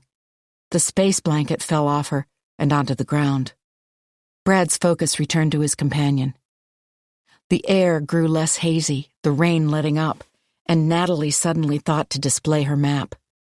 Snapping the sheet of paper into view, she whispered, "There's a lake." The men continued talking, near misses and dead ends as they explored ways to access Kurt's camp. "There's a lake," Natalie said louder. She stabbed at the spot on the map. They looked at her. Natalie nodded, fast and urgent. "A sizable one, with a direct route between it and the area where we were staying.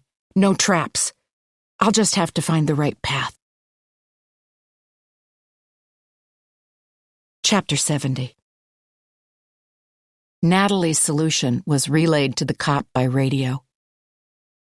"Raise Jim Huggins at the boat and fishery," came his crackling command. "See how soon he can get his float plane into the air." "Copy that," said Steve. You and I will meet due east of trail marker 12, said the policeman. That way we'll both be making headway toward this camp, cutting a line off the triangle. Copy, and on my way, Steve said. Taking a last look at his own map, Steve jogged off into the woods. Natalie turned to follow. They couldn't get separated. Steve still wasn't remotely prepared for what lay up ahead. From behind, Brad touched her gently on the arm. This way, Mrs. Larson. Although warmer and drier now, Natalie was still experiencing a few lingering shreds of disorientation. The woods spun, leaves making kaleidoscopic patterns against the sky. What do you mean? She asked. We have to go get my husband. Brad looked away from her, down at the ground. Natalie frowned, tracking his gaze. Ferns and other plant life stood upright, no longer bowed by burdens of moisture. Puddles were soaking into the saturated earth. Come on, Natalie urged. We have to hurry. Ma'am, Brad said awkwardly, we would never let a subject back into a situation like the one you described. Our best searchers, not to mention law enforcement officials, are going to get your husband. Brad began to walk in the opposite direction from the one his partner had taken, but Natalie planted her feet. Then your friend is going to die, she said. Brad's foot paused in the midst of rising. Or get seriously hurt, Natalie amended. That policeman he's supposed to meet up with, too. I already told you how my husband wound up in his condition. The land your friend's headed toward is so rigged with traps, it's impossible to avoid one. Brad had appeared to be considering her words, but now shook his head. When people have been through frightening experiences, their recollections are often cloudy, uncertain. He sounded as if he were reciting from a book how victims behave after rescue. As if to prove the point, Brad gave her a rote smile. The men going to rescue your husband are professionals. They have skills to handle any terrain they encounter. Not this terrain, Natalie said. Brad gave her the same distant smile, then set his sights on a swath of trees that appeared to lead to a clearing. He tried to turn them both, one hand planted firmly on her shoulder. He doesn't believe me, Natalie realized, struggling to keep herself from being led. He thinks I'm exaggerating, or maybe delusional with shock. If she let the rising hysteria she felt overtake her, like water in a capsized boat, Brad would never change his mind. Natalie had to stay calm. Somehow convince this person who thought himself prepared for every eventuality that a completely outlandish situation was all too real. Brad, she said, I know that you and your partner are experts, trained in SAR, but the land Steve is heading into isn't like anything either of you has ever seen before. Whatever Steve tries to look out for will be a fraction of what he might actually face. Her words sounded dramatic and overblown even to her own ears, and she could see Brad coming to the same conclusion. Natalie went on, grasping for an explanation that might make sense. It's like when U.S. soldiers were sent to Vietnam. They weren't prepared for the jungle over there, or the way the Viet Cong knew how to fight. Do you remember that? Reading about it, maybe? He looked so young. Too bad Steve hadn't been the one to stay with her. He seemed to have a military background, which would render this more comprehensible. Brad continued to regard her, the look on his face less certain. But I've been living under those conditions, Natalie went on, quelling a frantic note in her tone. My husband, too, who's injured now, unable to walk, maybe permanently. A sob crawled up her throat, and she choked it back. I got out safely, Natalie went on. Thanks to Doug, although she didn't distract matters with the fact of her husband's self-sacrifice, the way he had spared her from that spike. And if we hurry, if we move fast enough to catch up, I can make sure that your friend does too. Brad's face finally reflected the fear that Natalie had been suppressing. He depressed a button on his radio, and she could make out Steve's voice asking for status. Have you come across the chief? Brad said, ignoring the request. Nothing but static and crackling over the airwaves. Steve must have traveled some distance already, before a few faint words came through. "I can't raise him." White noise overtook whatever Steve said next. Then nothing could be heard at all. Brad replaced his radio on his hip, his expression eerily calm. He began to stuff gear back into his pack, still clearly following some protocol. Even in extreme situations, don't leave behind an item that may turn out later to be essential. Brad yanked the zipper up with a high, screeching whine before squaring the pack on his shoulders. He paused to skid a finger across Natalie's map. "This way?" he asked, and she nodded. Brad grabbed her hand, and they ran. Chapter 71. Kurt returned to camp with Doug cradled in his bare arms and laid him down on a mat. Doug's skin looked glossy and pale. His eyes were shut. The state inspired in Kurt a form of frustration he hadn't felt since Terry had ceased talking or even looking at him. All other practical reasons for her death notwithstanding, in the end, Kurt had been driven to strangle Terry simply to try to provoke some sort of response. It was important to keep Doug warm. Kurt cinched the sleeping bag around him. Before rising from the floor, he felt around toward the bottom of the bag for the spot where Doug's foot had been bisected by the whittled wooden dowel. Kurt gave the flesh a vicious squeeze through the puffy material. Not to hurt Doug, just to jar him into consciousness. He nearly wept when the man didn't so much as stir. Kurt had rudimentary knowledge of first aid, but an injury this grave would be beyond him, at least when he was in such a hurry. He had to go and get Natalie. Now, with any luck, the map would remain a funhouse mirror to her unseeing eyes, and she'd be stumbling around in circles, leaving obvious signs for Kurt to follow. But he couldn't count on it. He paused to elevate Doug's feet and slip between his lips the Advil he had withheld from Natalie after suturing her cut. The relief offered by the pills as they dissolved, scant though it would be, might be sufficient to return Doug to consciousness. Kurt hoped so, anyway. He wanted Doug awake when Kurt came back with his wife. Kurt slapped at branches as he strode through the woods. Leaves threatened to slice his face, and he angrily knocked them from their stems.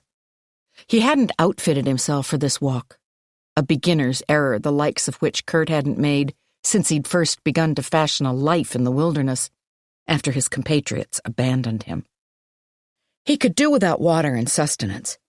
15 miles was but a stroll around the block for him now, but his machete would have come in handy for breaking trail.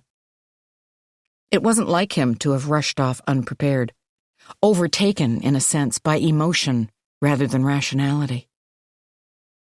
He was sad, Kurt realized, mentally examining the feeling, tasting its salty tang, already mourning the loss that was to come.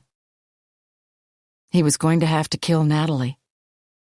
Not because she had excited his ire or caused in him any particular passion.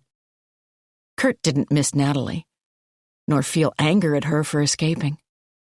No, he was going to do away with her for one simple, bloodless reason. She knew how to get in and out of Kurt's camp. One of these days, the map she had surely taken. Kurt hadn't found it on Doug's person when he'd wrapped him in the sleeping bag, nor in either hut, would begin to make sense to her, and then she would know how to leave. The only person besides himself who did. Natalie was going to join Terry in the pyramid of stones Kurt had constructed. His smokehouse. He stopped amidst a thatch of brambly branches to ponder.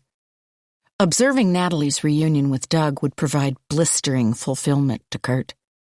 He could do away with her immediately afterward, certain that he had borne witness to a set of emotions as complex as any she would experience in her foreshortened life, like imbibing one sip of the finest aged wine. Kurt pushed off through the woods again, anticipation heady on his tongue. After some time, a branch whipped his face and he tore at it, severing the wood from the tree and splitting it over his knee with one savage blow. The thinning flora should have alerted him. He had made it all the way to Turtle Ridge, unaware of the miles passing or the amount of time he had spent striding along, lost in his imaginings. Only now did he register how close to the trail's outlet he had come. With no sign of Natalie. Kurt lifted his head to the yellow-green sky. It had started to rain and he hadn't even noticed. His body was soaked, clothes wrapped around him like strips of plaster. Kurt let out a howl that startled nearby creatures seeking cover from the downpour into a scurry of motion. "Natalie!" Kurt screamed. "Where are you?" He began to race forward, eyes fixed on the ground, hunting any hint of human passage. But his raptor's gaze couldn't make out a thing. The rain had concealed whatever traces there might have been. Natalie had gotten away. She would bring back help, send rescuers to his camp. Thoughts swirled in the basin of Kurt's mind. He could stand to forsake his homestead, start over again from scratch, surviving a winter without shelter or supplies.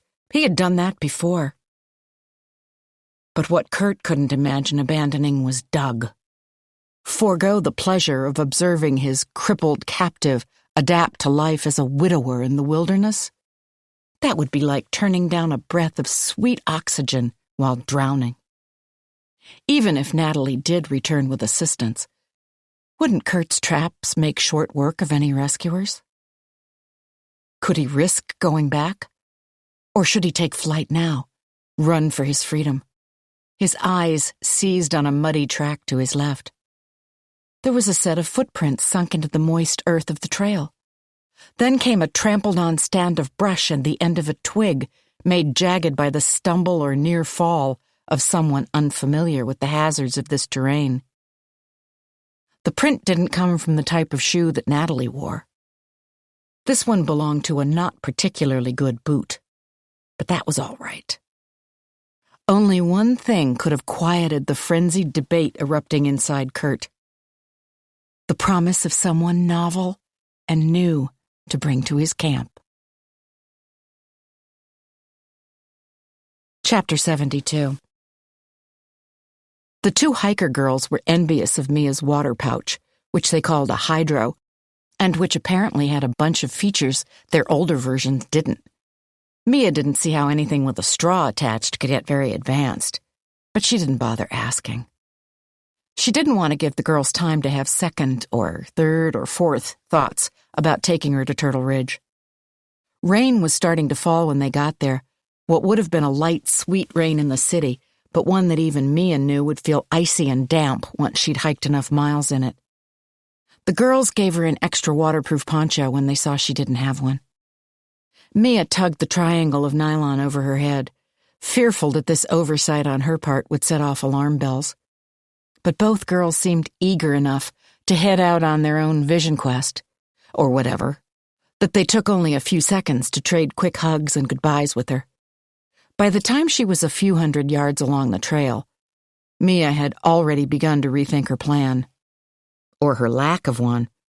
Sure, doing this amounted to something gratifyingly bigger than the non-secret Mark Harden had told her about the canoe. But what if Mia got herself lost, in addition to Aunt Nat and Uncle Doug? The farther she walked, the more such an outcome seemed likely. This wasn't hiking like Mia had done at camp or during school field trips to Bear Mountain. This was hardcore, requiring all the equipment the two girls had been lugging along and then some. The hills climbed so steeply that Mia was tempted to get down on all fours and crawl, then dropped at even sharper angles, although how could that be? So that she really did sit on her bottom and slide along the wet ground, hoping her pants were, in fact, waterproof. She'd never gotten a chance to test them at camp. The borrowed poncho helped keep Mia dry, but between its hood and the rain, she was finding it hard to see. When she reached a part of the trail that hugged a cliff, she got seriously scared. If you took too wide a step here, you'd fall into a canyon, like the Grand Canyon almost, except with trees filling up all the open space. And even after Mia had managed to navigate the winding path without falling to her death and was in the woods again, the leaves grew so thickly it was hard to spot trail markers pinned to the trees. All in all, Mia was nothing but relieved when she spied another hiker, the first person she'd come to in what seemed like forever. He looked even less prepared than she was for the woods, wearing a button-down flannel shirt and pants, like a lumberjack or something. He didn't have a pack and was standing a ways off the trail, parting the branches of a tree with one hand so he could study its trunk. Mia hesitated. The other hiker hadn't seen her yet, and Mia had gone far enough by now to conclude that it'd be smartest just to turn around and reverse her steps. The thought of taking those hills and dips again made her want to cry. Never mind having to maneuver past that tricky cliff face. But she still knew better than to flag down some stranger in the wilderness. Except that the rules among hikers seemed to be different. Look how those girls had helped her out, even given Mia some of their stuff. The thing that decided her was the sight of the man himself. Far from appearing frightening in any way, it actually looked like he was the one who was scared. Wet and scruffy, but those things were practically hiker chic. He had begun walking, almost running from tree to tree and pulling back their branches. It was clear he was looking for one of the blue metal trail markers, and Mia knew how to find one. "Hey!" she called, waving one arm. "Are you lost? The trail's actually over here." He looked up, blinking rain out of his eyes, and when he caught sight of Mia, the expression on his face was so relieved that she almost laughed out loud. "You're on the trail? A real one? You sure?" the man called back. At that, Mia did laugh. "A real one, I promise. It's called Turtle Ridge." The man came hurrying through the trees, shaking rain from his head like a dog, and smiling along with her. "Oh, thank God," he said. "I never meant to be out here at all. My car broke down and I thought I would take a shortcut through the woods. Well, some shortcut that turned out to be. I've been walking for days." All of which explained his strange attire and lack of gear. "You made it," Mia said and pointed. "If you go back that way, it won't be very far to the trailhead. Even if it feels like it," she added. "Far, that is." "Thank God," the man said again. Then he paused to look at her. "Are you okay out here? I mean, I can tell you know what you're doing, but the rain's gotta suck." Mia looked down at her dripping poncho. "You can tell I know what I'm doing?" she said. "Welcome to a party of one." The man gave her a look of understanding. "I hated being... What are you, 13? No one ever guessed her age right.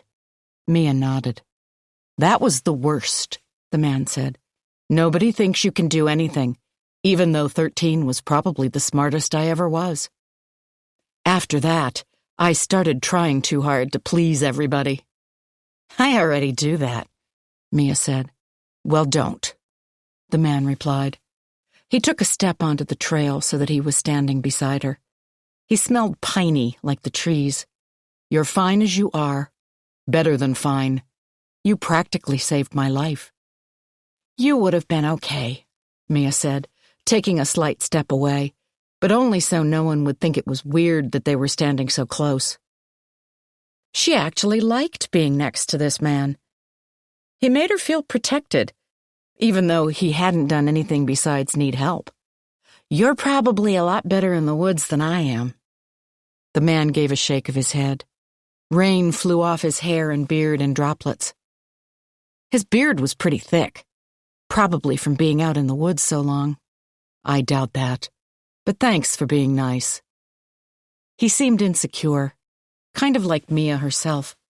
She wanted to tell him to act like he knew what he was doing. Then one day the act might become reality. He lifted his hand, giving her a wave before turning.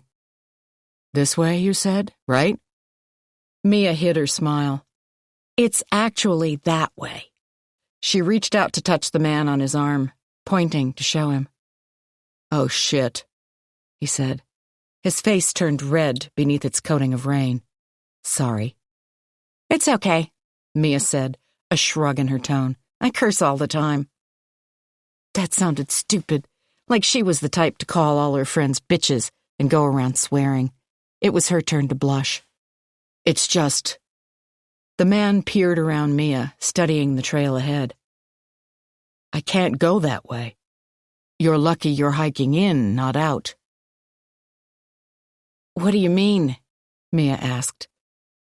"I actually was planning on turning around now myself, hiking back too." "You were?" The man gave a regretful shake of his head. "You can't. Not yet, anyway." Mia grew suddenly chilled beneath her poncho. A second ago, these woods had been massive. Now they felt claustrophobic, as if she were trapped. She reached up to scrub rain out of her eyes, and her hand came away freezing.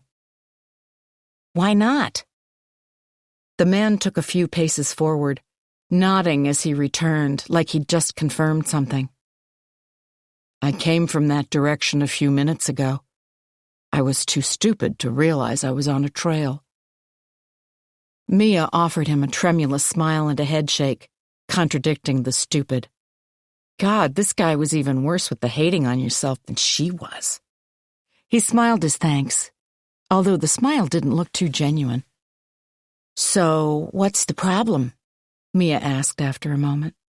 "You remember that steep area where there's a cliff?" Mia nodded. Of course she remembered that. Who knew trees could grow as sharp as daggers until you'd pictured falling on top of, like, a zillion of them? "Well, it's all slid out," the man said. "The rain must have loosened the earth. No way to get past until the people who maintain the trails come through with their equipment. And who knows when that will be." The memory of that pitch, a sheer drop to a canyon, made Mia start shivering even more than the rain. The trail had been narrow as it was, unimaginable if a slice of it had fallen away. And without a path of some sort, there would be no way to make it out to the trailhead. She and this man were prisoners.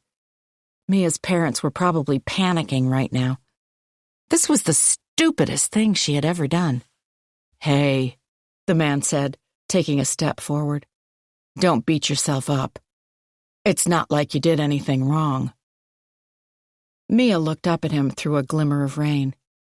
"I bet we can figure something out," the man went on. "Maybe find a way to get around the pass through the woods." He gestured toward dense forest. "Then we'll loop back to the trail where it starts running smooth again." Mia took a look into the woods, crowded with trees. It looked almost as impassable as that canyon. She shook her head, doubtful. This man had been lost when she came upon him, after all. Following him out couldn't be a good idea. "Or you could just keep hiking in the direction you were going," the man said. "Me, I'll take my chances in those woods. I want to get out of here as soon as possible." "I do too," Mia said. He looked to his right. "It's not that bad, really. I was just in there. Want to try?" Mia hesitated, then took a step off the trail. It felt like she was leaving behind more than just the cleared path, abandoning solid ground to enter another realm. The man reached in front of her to hold back a branch. Mia thanked him. "Hey, by the way," the man said, and she twisted around to look. "My name's Kurt." Hiking was easier with Kurt there to break off branches and go first to mat down clumps of soil with his boots.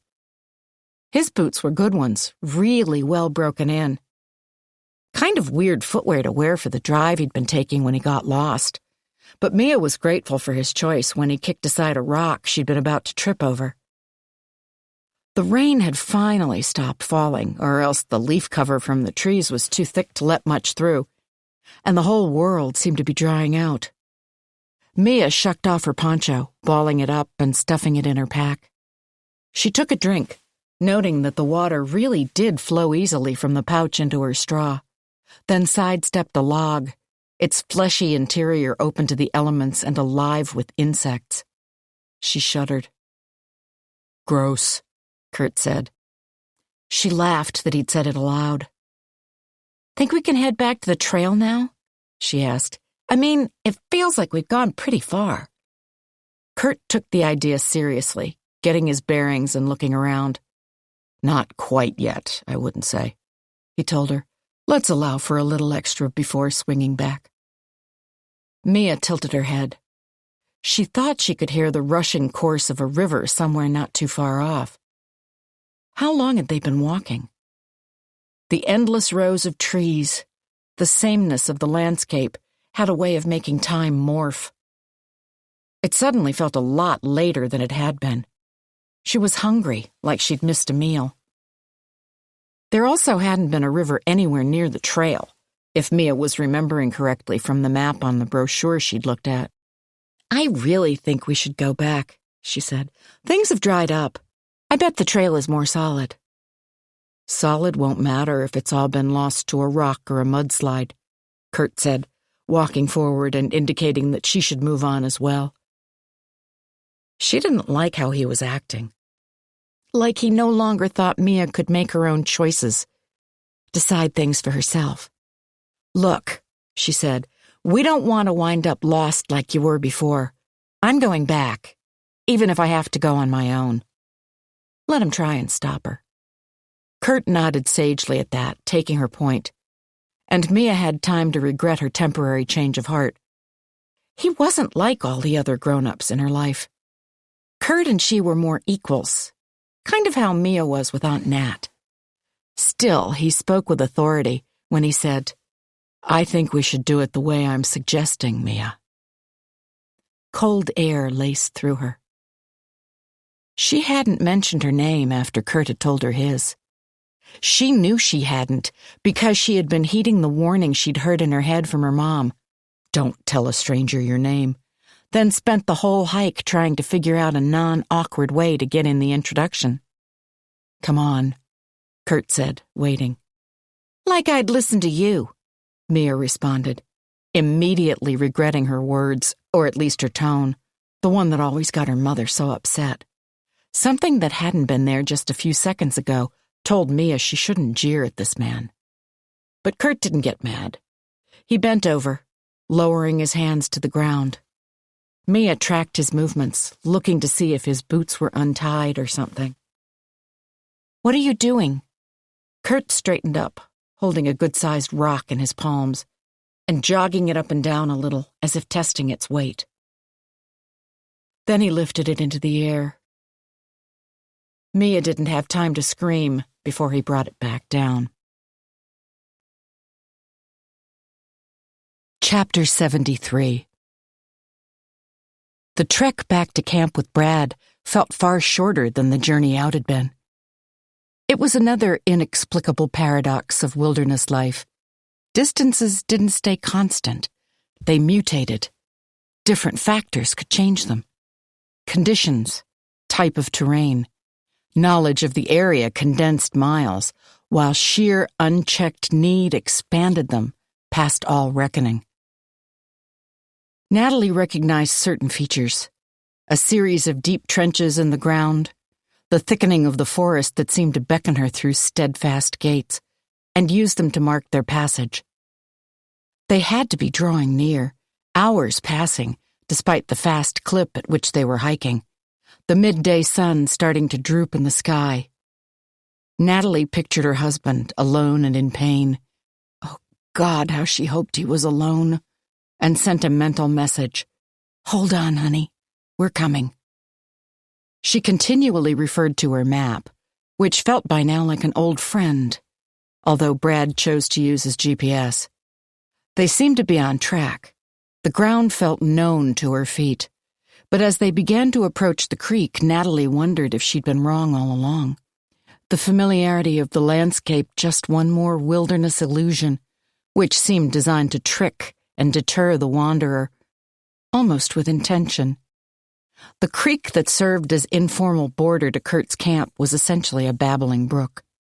Studded with boulders in places which sped up the current or made for pools, but not much fiercer than a stream, whereas whatever Natalie was hearing sounded like a river, and a fast one. Brad's rapid pace didn't falter.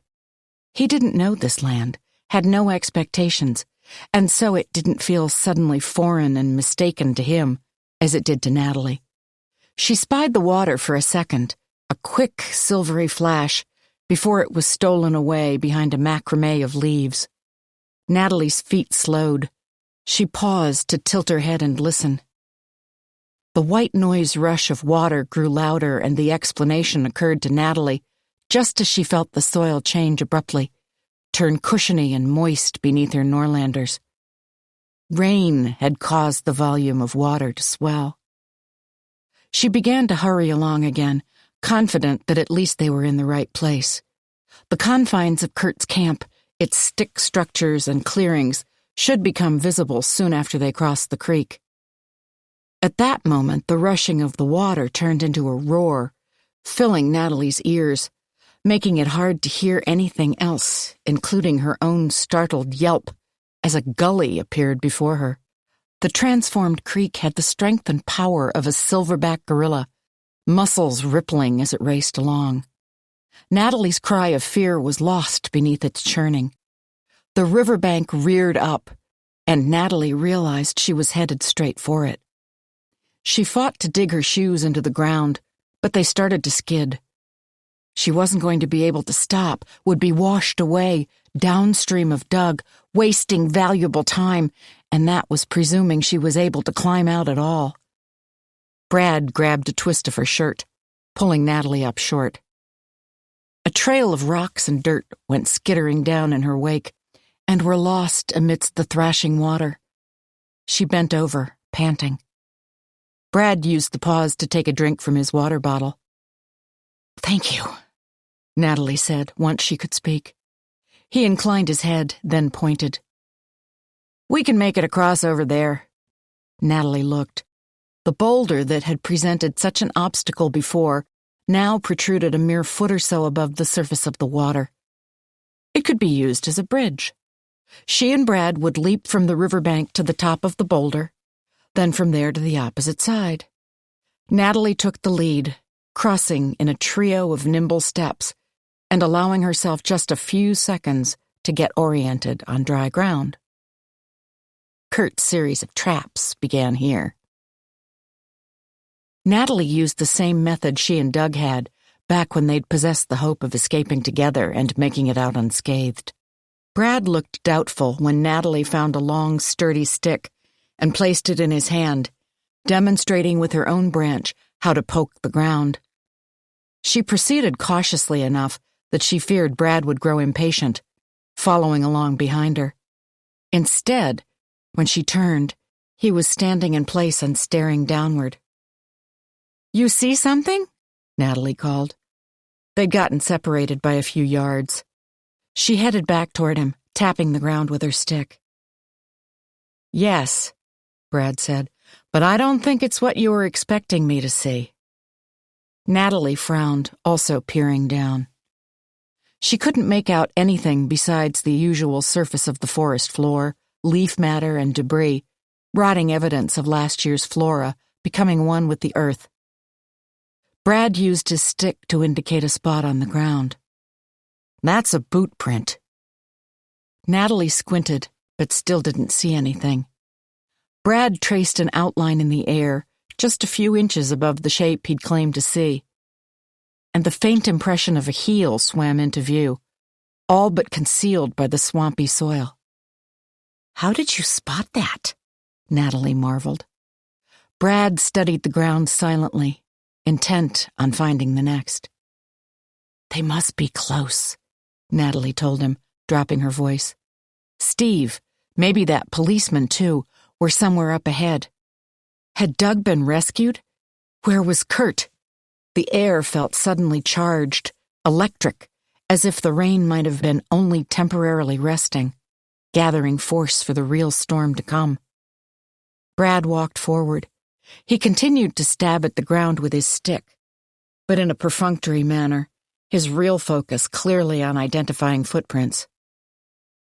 Natalie took the lead, then cut suddenly in front of him, swift and precise as a knife blade.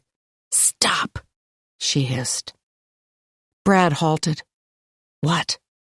He looked down. Another footprint? Natalie edged Brad a safe distance aside before raising her stick and pointing. A tripwire had been strung between two slim trees to their right. Natalie whacked at it with her stick, and a rock swung down from above, a deadly pendulum netted with vine. Brad's face paled as he cast his gaze upward. The stone came whistling, shrilling down, aimed right at the spot where he'd been standing a moment ago. Its back-and-forth motion took a while to slow. Brad looked as if Bigfoot had attacked, a mythical beast turning out to be real. When he set out again, he walked with care, using his stick to check for traps on the ground, while snatching nervous glimpses overhead. Up ahead, Natalie spotted a difference in the forest floor. The dirt there looked darker, although as they approached, she saw that the color was an optical illusion, created by the fact that the earth had actually fallen away altogether, as if some giant claw had reached down and torn open a cleft in the ground, left it ugly and gaping. Or else a pit had been dug, with a mat of leaves and brush laying over it, designed to crumble the moment somebody stepped. The footprints Brad had been tracking ended right at the edge.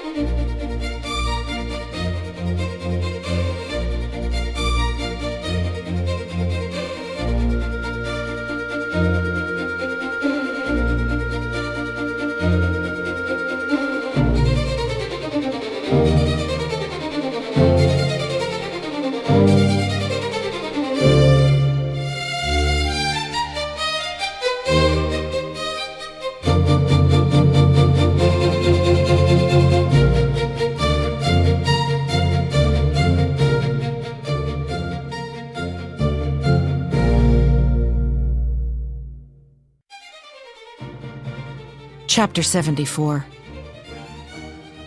Tim leaned with his back braced by the wall of the hole he'd fallen into, one leg folded into an odd, unnatural angle, the other splayed out.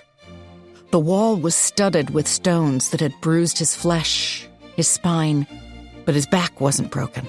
He had tested his fingers and toes. They could move. He wasn't paralyzed. The real damage had been done to his leg. The fracture was a compound one, his shin bone protruding through the skin on his calf. Tim could feel air entering a part of his body where it had no business being.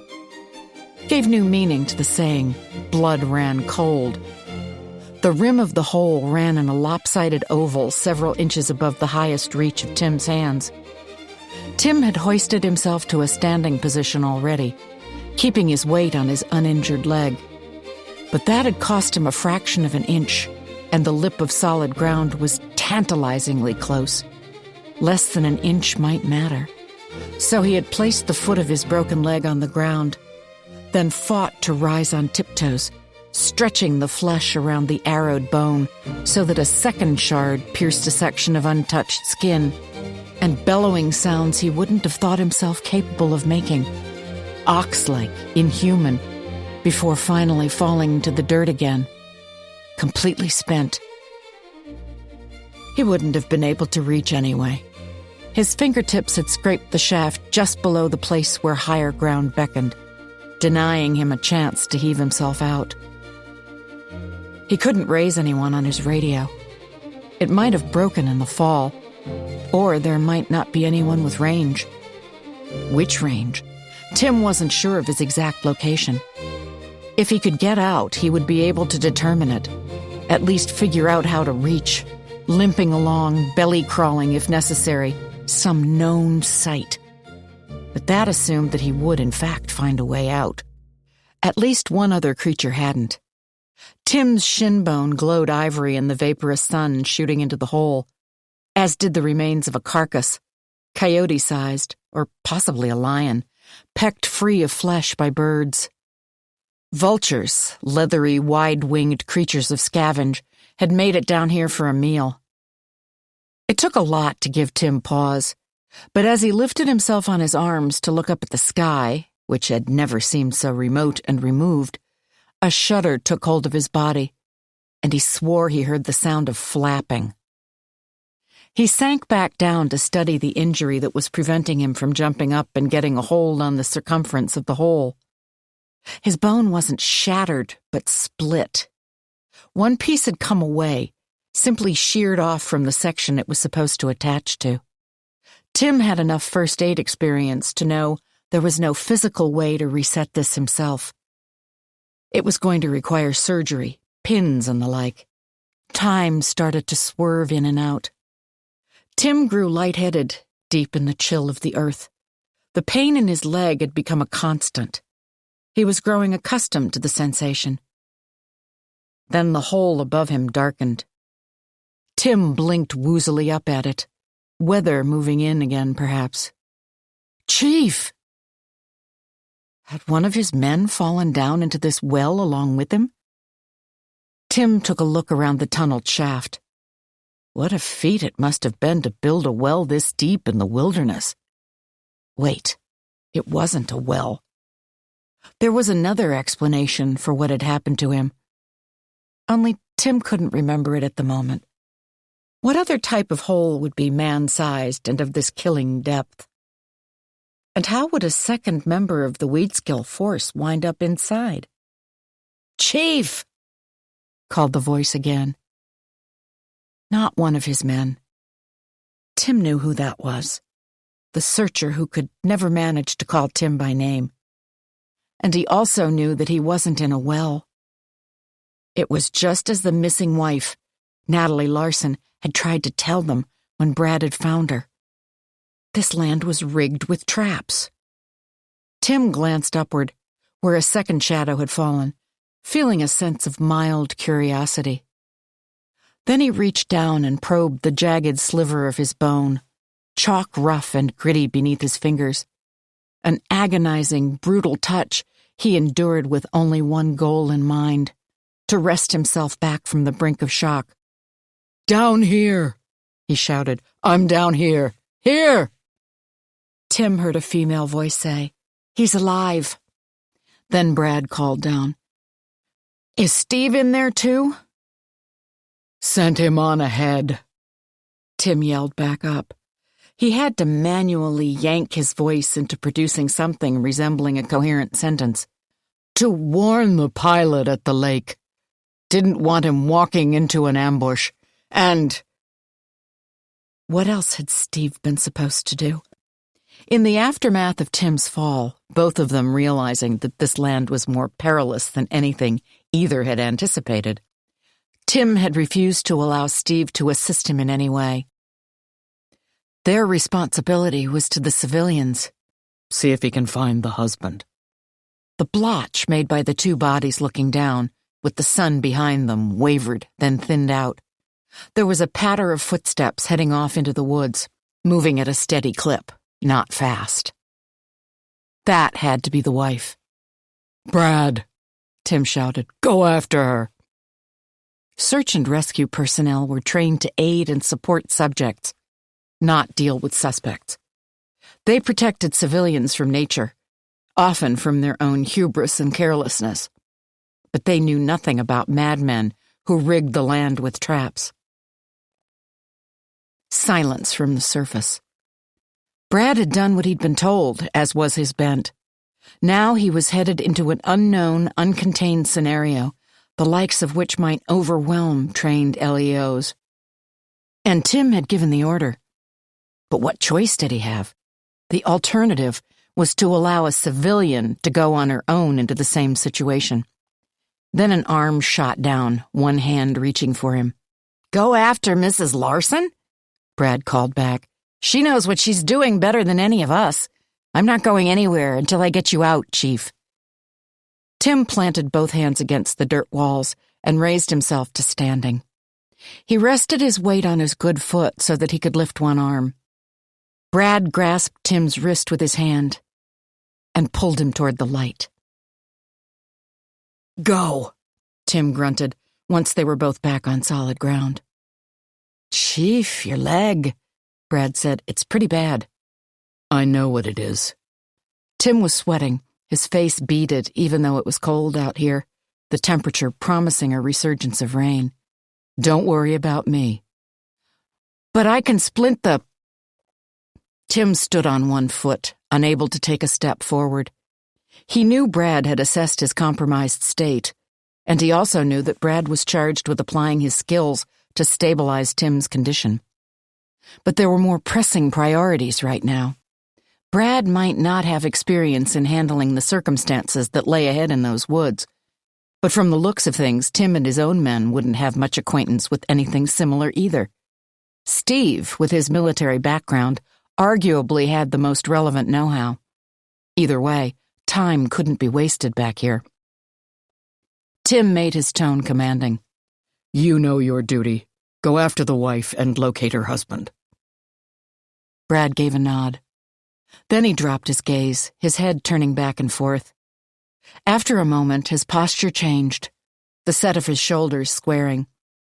He'd spotted the first of the wife's tracks on the ground, and as a hound or a pointer would be, Brad was poised to go. Tim was a decent tracker himself, under normal conditions, but the ground looked like one muddy streak to him now. Brad swiveled, sending Tim a last reluctant look. Despite pain wavering around him, like the heat shimmer on a highway, Tim managed to signal Brad on. Brad picked up a long tree branch. Focused, pausing to test each step, he moved off into the woods. Tim let the pain reach a crescendo before patting around on the ground with his hands, feeling for his own stick, glad to have gotten the reminder. He wasn't thinking as clearly as he would have liked, but Brad would leave good tracks, so Tim figured he wouldn't need to look for additional holes or other kinds of traps quite so carefully. First, though, he had to get himself mobile. He had a loop of rope on his belt, and he cut off several hanks with his knife. A strong, stout branch lay within reach, roughly the right length. Tim lined up the branch with his leg and bound the two together, panting with the pain of shifting his limb, but not pausing to rest. He reached for two more branches, stripping their twigs off, then standing to test his weight on the makeshift pair of crutches. They held. Scouring the ground for the first imprint Brad had left, Tim started forward. The pace he had to maintain was excruciatingly slow, but it enabled Tim to spot the snaking thread of a thorn-studded vine, twisted into a coil on the ground. Cut by Brad, surely, who could have simply stepped over the tripwire, but had instead rendered it inert, in case Tim managed to make it this far. "I'm making it," he muttered. "I'm making it." The ground was uneven, humped with piles of dirt and rocks that threatened to trip him, even without the added threat of booby traps. Tim swung himself along, relying on the crutches. And then one of the sticks split, just shattered into a bundle of splinters, and Tim went down, his broken leg beneath him. His howl rocketed up to the sky, a shrieking, shameful sound. He lay on his back, breath coming in hitches, helpless tears coursing down his face. He had rolled some distance when he had fallen and was now several feet from where Brad would have planted his next step. Tim couldn't imagine how he'd ever spy another print on the ground. He heard a voice, shallow, light, female, and thought he might be dreaming. Was that his wife, come to assist him, or an apparition? Tim sat up. He began searching the ground for a replacement crutch. The voice called out again, and this time it was accompanied by the faraway sight of an outline, a vague form glimmering in the sunlight. Tim crawled forward, agony to be on his hands and knees. A young girl sat concealed by a pile of brambles, like some fairy tale creature hidden away. She was hurt or sick, her eyes glazy and unfocused. "Please," she whispered, the one word mushy, indistinct, like a record album spun too slow. Her hand grazed Tim's wrist, light as a breeze. "He went that way." On all fours, Tim turned to look toward the last print Brad had left. "Not that way," the girl said. "There." She pointed off in the distance, at a series of tree stumps and what looked like a conical pile of stones. Her arm flopped and fell back to the ground. Tim frowned at her, trying to determine to what degree she might be confused. The direction she'd indicated wasn't the way Brad had gone. The girl nodded, a slow, pained motion.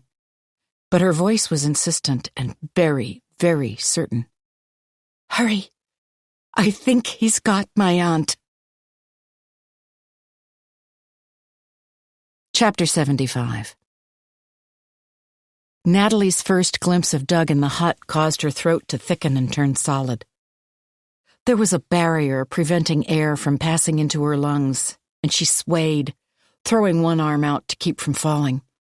Her hand struck the stick-and-mud wall, and she clutched at a rod in order to remain standing.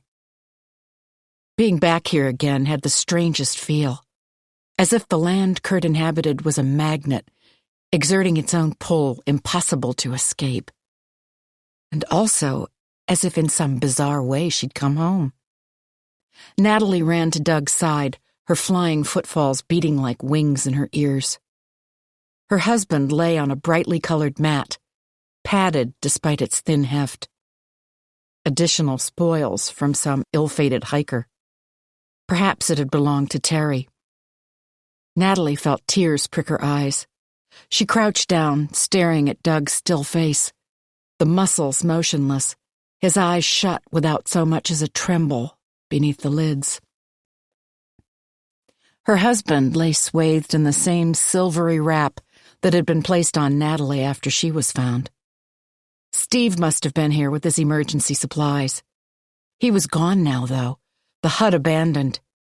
Doug's injured foot extended from an opening at the bottom, transformed by gauze into a cocoon of white. Natalie searched amongst the folds of stiff material for Doug's throat. His skin felt cool but not icy. This blanket couldn't have been on for long.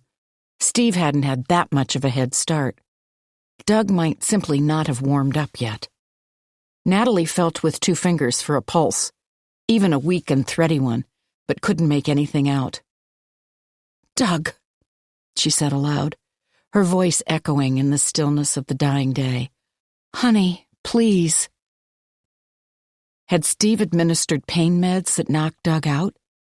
Natalie placed her head lightly against her husband's chest, but the crinkly material made it hard to detect any activity. "You always were frightened of the wrong things," said a voice. The words had come from behind her in the tight confines of the hut. Natalie was on her feet without being aware of making a move. Kurt's camp was impossible to escape, and so was he. Her gaze shot to the rough wooden shelf at the same time as Kurt's did, but Kurt moved a splinter of a second sooner and snatched up the machete. "Doug is going to be fine," Kurt said as he rotated the blade. "Relatively speaking, anyway. I'm eager to see his reaction when he learns your fate, however." Natalie's thoughts spun. If Kurt was willing to kill her, then it meant she'd become of no interest to him. Why?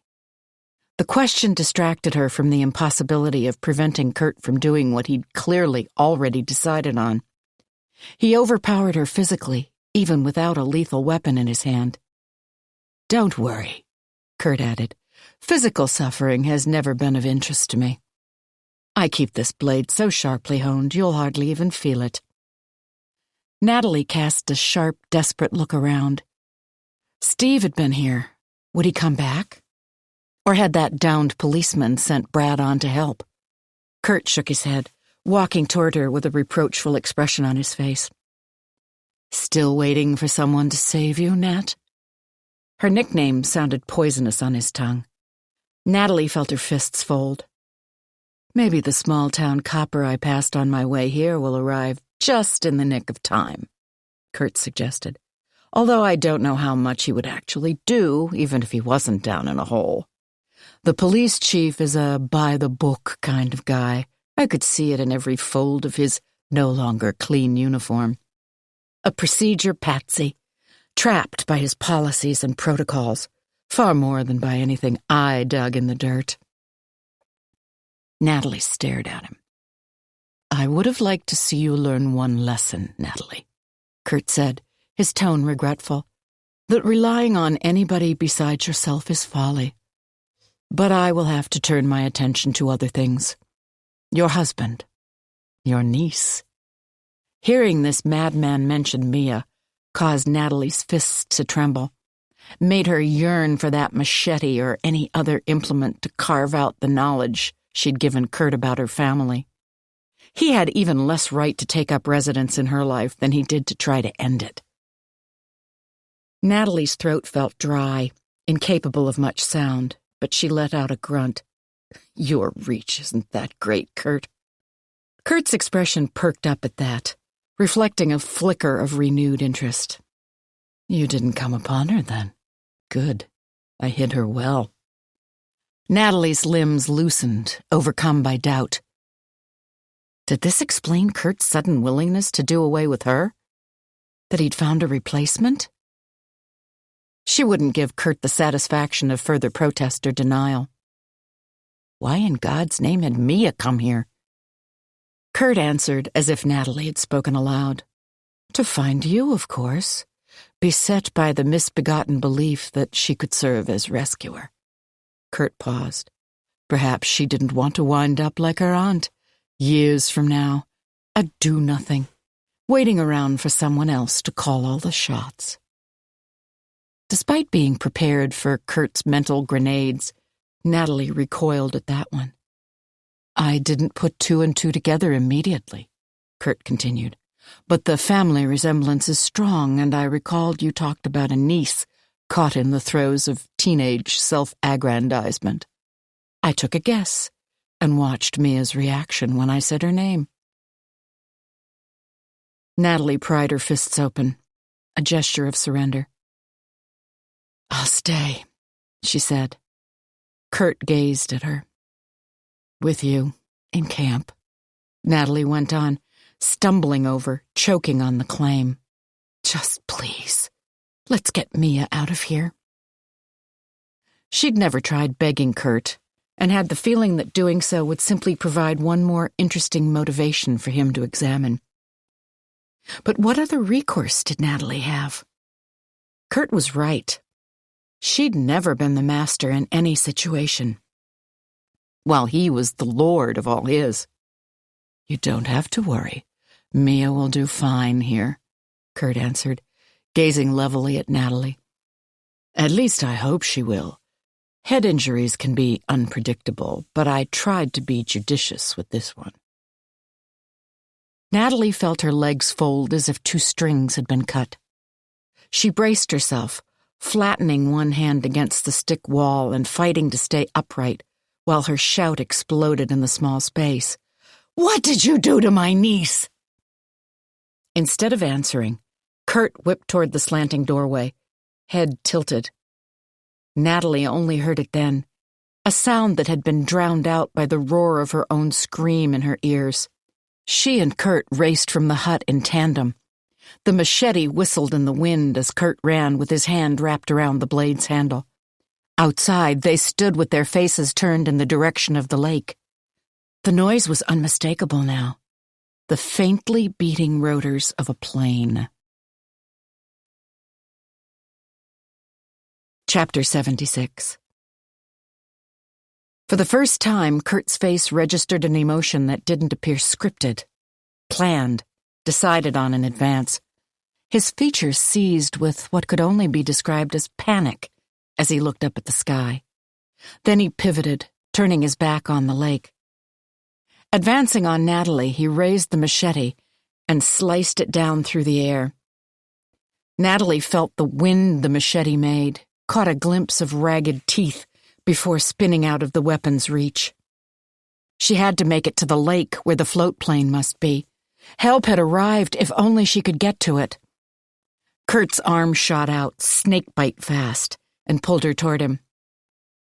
"Natalie," he panted into her ear, crooking his arm around her throat.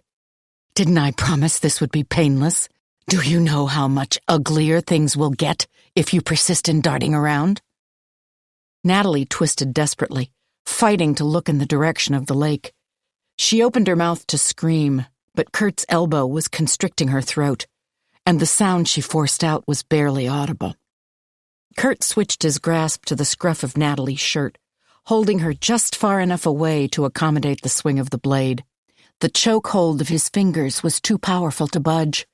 For a second, Kurt's body stilled, and his long hair settled on his shoulders.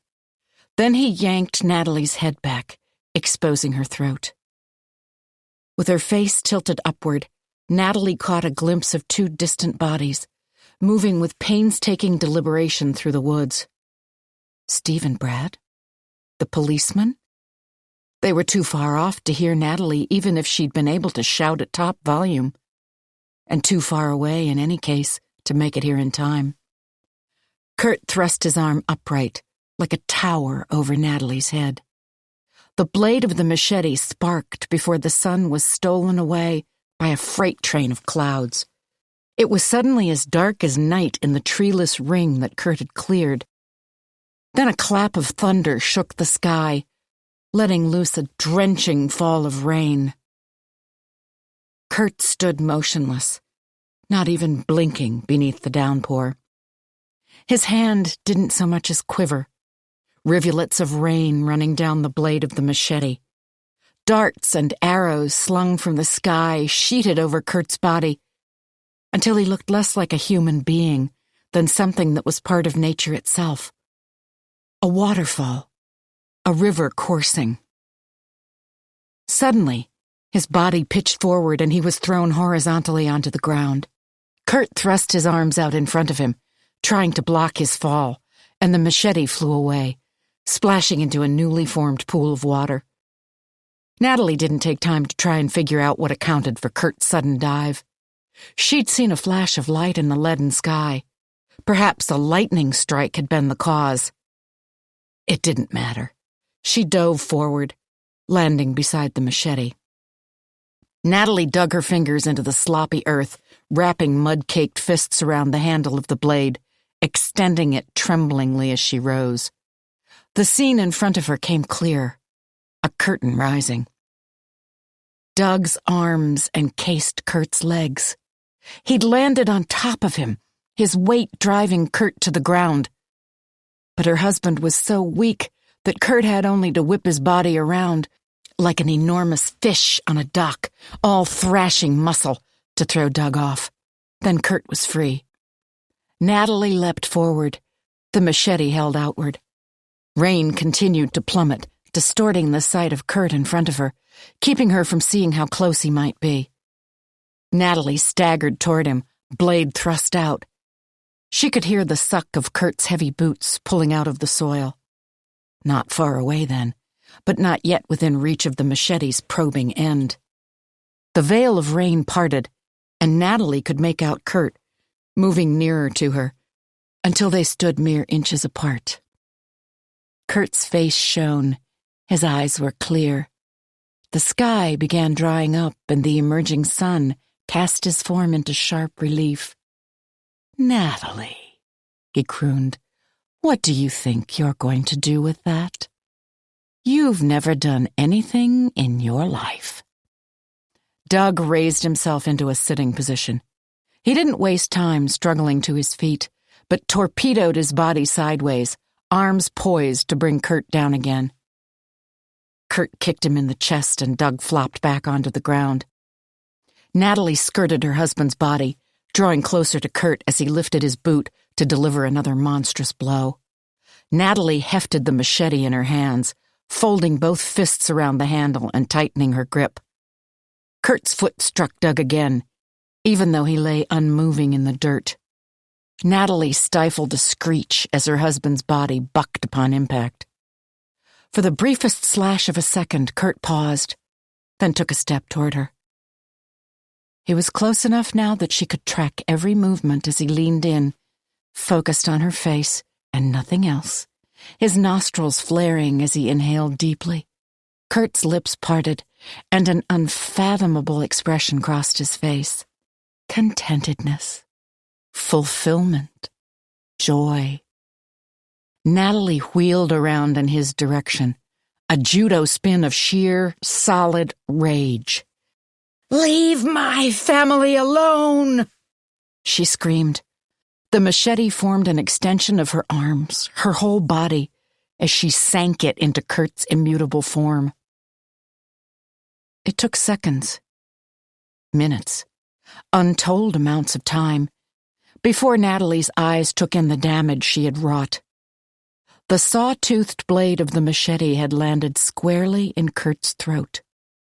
The machete had embedded itself so deeply, it seemed fused with his body, part of the man himself, as a branch grows out of a tree. A geyser of blood spurted forth in a great garish red plume, and Kurt dropped.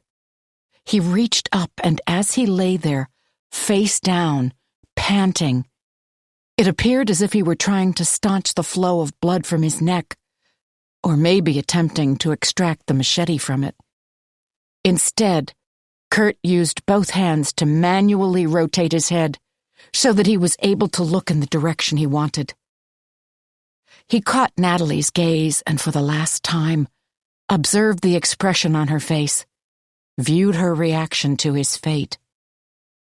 She watched Kurt register the blend of horror and relief, and perhaps a single scant thread of satisfaction, as blood jetted out from his body. It formed a penumbra on the ground, while life slowly leached from his eyes, until finally they darkened, never to read another person, ever again. Chapter 77. Natalie bent down, needing to see that Kurt's back didn't rise, the lack of breath in his body. In some ways, she didn't believe that even death could claim Kurt. But he lay completely still. Even the circle of blood had stopped spreading outward and was slowly seeping into the earth. Natalie yanked her gaze away and ran for Doug. Steve and Brad arrived in the clearing, the expressions on their faces as dazed and disjointed as Natalie assumed hers to be. They looked as if they'd been dropped on another planet. But both men leapt into action, Brad checking swiftly for Kurt's pulse, while Steve unfolded a portable stretcher and strode over to Doug.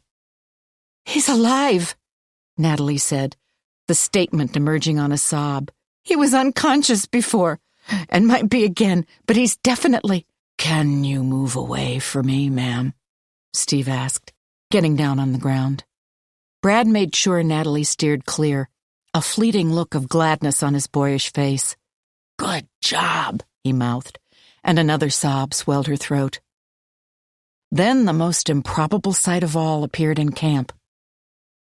The last time Natalie had glimpsed the man now stumping his way out of the woods, he had been deep in a hole. The police chief kept his gaze pinned to the ground because he didn't have his hands free to check for traps. The reason he didn't have use of his hands didn't compute right away. The chief dragged his left leg along behind him, messily splinted with a branch, a dagger of bone protruding from the flesh. Only the chief's densely muscled physique could have accounted for his ability to stay upright. He looked as if he shouldn't have been able to take a step at all. But he was walking, intently, methodically, placing his good foot down before pulling the bad into place, holding a young girl cradled in his arms. "Mia!" Natalie cried, or tried to, though the word came out a whimper. The police chief warded her off with a single look, then turned his fierce expression on Steve and Brad, who were already moving toward him. "Get that man off the stretcher and stabilize him here," the police chief barked. His voice so raspy, the command was hard to make out. "Got a teenage girl. Started to go into convulsions 3.5 minutes ago. Probable head injury."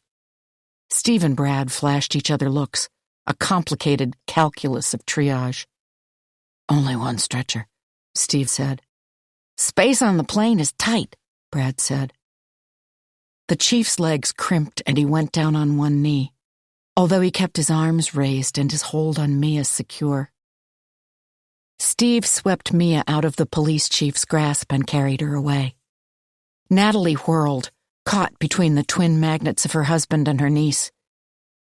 If they couldn't be evacuated at the same time, who should go first?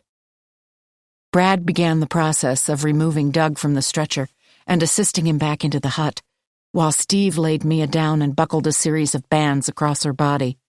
Then Brad ran out again to hoist the stretcher with Steve. Just as they reached the path that wound through the woods and led down to the lake, Brad stopped and called to Natalie. "Come on! We have to come back with another stretcher for your husband, but there's room on the plane if you squeeze." He gestured to the ground in front of them. "And you can show us the best way to go." The float plane took off lopsidedly, rising from the sheer surface of the lake before banking abruptly. Natalie sat with her hand on Mia's unconscious form as the engine grumbled and the windows rattled and wind swept past the aircraft fast enough to make it sway in the sky. Steve and Brad adjusted the oxygen mask on Mia's face and began another recording of her vitals. The sight of her niece, so vulnerable and prone, looking like a small child again, made tears swim in Natalie's eyes. The lake shattered into a series of prisms, droplets sparkling beneath intermittent bursts of sun glare. Natalie stared off at the blurring side of a mountain until her eyes smarted. Another mountainside appeared after that. Then another, and another, to form a seemingly endless wall of green, just starting to be spattered here and there with gold. But at last small signs began to indicate the approach of change. Blotches of land where no trees grew, splashes of man-made color, a necklace of buoys floating on a pond, the dark gash of a long paved road. They were back. Mia went into surgery immediately upon arrival at the hospital. Pressure had built up in her skull, and they were inserting a tube for drainage. Jim Huggins, pilot of the plane, executed an immediate turnaround to evacuate Doug and the police chief, but Natalie wasn't permitted to go along. Instead, she sat through a series of tests, then a barrage of questions, ultimately being offered a consult with a plastic surgeon. He looked at Natalie's cheek, turning her head this way and that, before pronouncing that he couldn't have done a better job himself. "You can have those stitches removed in a week," he told her, exiting. Someone tapped on the cloth curtain, and Natalie looked up to see her sister. Once, not so long ago, Natalie would have fallen into Claudia's embrace, sapped of strength and requiring her sister's unique ministrations. Claudia would have lent comfort as she always did, but circumstances had thrown both sisters into a centrifuge, spinning their needs and claims and roles around until everything was reversed. It was Claudia who dropped into Natalie's arms, a sagging, boneless weight. She tried to speak, but for once could not. Natalie's hand faltered as she lifted it to stroke Claudia's hair. "Is she?" Natalie began to whisper. "Is Mia going to be?" Claudia let loose a sob and started to go down. If Natalie hadn't been there to hold her erect, Claudia would have landed on the gleaming tile floor. Her voice, when she spoke, was shattered, mere fragments of its former strength. "I don't know, Natalie. They said it's too soon to tell." The surgeon who operated on Doug acted as if she saw patients with spikes through their feet every day. She informed Natalie that although her husband would have to stay off his injured foot for 12 weeks and require rehab after, he was expected to regain complete and unimpeded mobility. Natalie fell asleep, curled by Doug's side on the narrow hospital bed. His leg was raised in a harness, making for a little extra space. A policewoman had been stationed outside the room. Natalie supposed she was there to guard them, although she wasn't sure what she and Doug needed guarding from, now that Kurt was dead. The police chief arrived the next morning, on crutches, his leg encased in a black ankle-to-hip contraption that scarcely seemed to inhibit his authoritative stride as he entered Doug's room. He'd come to check on them, he explained somberly, and also because he needed to take a statement from Natalie. She felt a chill whistle through her as understanding hit. That policewoman wasn't there to protect them. She was making sure they didn't leave. Natalie opened her mouth and began to tell the story, as much of it as she knew. "So your husband was aware of the drugs in the hull of the canoe?" the chief said, laying his crutches aside once she'd finished. "Although you were not?" Natalie stared off at Doug's sleeping form, tears shimmering on her eyes. He was trying to help a friend out of a desperate situation. "I understand that," the police chief said, and wrote a few lines on his pad. How foolish Doug had been.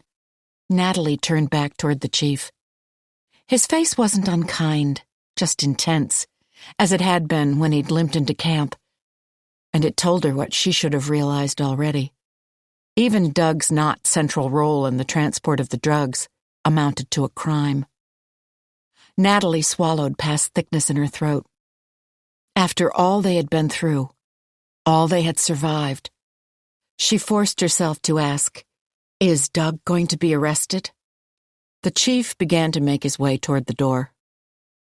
"Once he wakes up and is medically cleared, he'll be brought in for questioning," he told her. "We'll have to take it from there." Natalie stared down at the floor. Around noon, Doug finally stirred, and Natalie leapt to his side. She felt as if she hadn't spoken to her husband for years. Doug's eyes cracked open a millimeter. "Am I dead?" he asked croakily. Natalie grabbed a plastic pitcher, filling a cup with a trembling hand. "Well, this feels familiar," Doug said, as she dribbled water between his lips. His voice cleared as the liquid hit his throat. "Are we still in the hut?" Natalie gave a brief smile, but her husband's attempt at levity, which should have been reassuring, only made her feel worse in light of the police chief's visit. "There was a plane," Doug began. "I remember flying. How on earth did you get us a plane?" "I'll tell you," she said, "but there's something we need to deal with first." They were interrupted by a knock on the door. Natalie looked up, frowning for a moment before it came to her. "Forrest?" The guy who entered the room offered a rueful smile. "Luke." Natalie's face heated. "Of course, Luke." Doug reached for her hand. You okay, man? Luke asked. Then his head bowed. Doug gestured grandiloquently toward the bottom of the bed. Aside from this new orifice in my foot, I'm just hunky-dory. Luke flinched. His gaze traveled to Natalie, who moved closer to her husband. Listen, Doug, Luke said. Doug raised his eyebrows, aiming an easy, lazy gaze Luke's way. I mean it, man. Listen to me. Natalie sat forward, although Doug remained relaxed, leaning back against a stack of thin hospital pillows. The cops are out there, Luke said. He gestured with a thumb toward the door. But my lawyer got permission for me to stop by and see you first. Doug didn't respond, and Luke plowed on. I'm sorry, man, he said. I'm so sorry we dragged you and Mark and Brett into this. And I know... He broke off, swiping a hand across his face. I know Craig would be too. Doug watched him without expression. That's why I came to tell you. Luke broke off, fisting his eyes again. When Doug spoke, he sounded annoyed and a little impatient. Tell me what? They're going to offer you the chance to testify against me, Luke said. That's what my lawyer says. You and Mark and Brett were just accessories. You'll probably get off with probation. Understanding began to shadow Doug's face, along with a trace of fear. Never, he said. I wouldn't do that to you. Luke leaned down over the bed, speaking fiercely. You will do it. It's what I want. It's what I deserve. He swallowed, a visible chug in his throat. Then he said, and Craig would have wanted it too. Of all people, Craig would have wanted that for you. Luke backed out of the room. Whoever waited for him in the hallway descended, and then they were gone. Doug's tears didn't start until they could no longer hear a last echoing footstep. Natalie turned toward her husband, startled by the sudden display, like a thundercloud erupting. She wrapped her arms around him, and he rocked and shook against her. We had a rough start, Nat, Doug said, once he could speak. The roughest, Natalie agreed. Probably who does the dishes will seem like small stuff after this. Doug caught her hand, stroking it with his thumb in the way that he did, which sent all her nerves to tingling. Would you do it again? A series of images, too proximate to be called memories yet, streamed across the mental screen of her mind. Her cheek and its surgical stitching, Doug's speared foot and the escape attempt they'd made, the relentless march of Kurt through their lives. And then other images enabled her body to uncoil, stop preparing for the next strike. Water arcing in a silvery sheet from Doug's paddle, their lovemaking by the river, the curl of the rapids as they captured their boat, Doug eating the berries first and jumping from the log. How their truest joining only took place after they'd nearly been separated for good. Every single day, she told him. Knock, knock, someone said, and an orderly walked into the room. Here to get you ready for PT. Doug was assisted into a wheelchair, but as the orderly began to roll the chair toward the bathroom to help Doug get dressed, Doug stuck out a hand and stopped him. I'm thinking you can't get me out of this thing and onto my knees.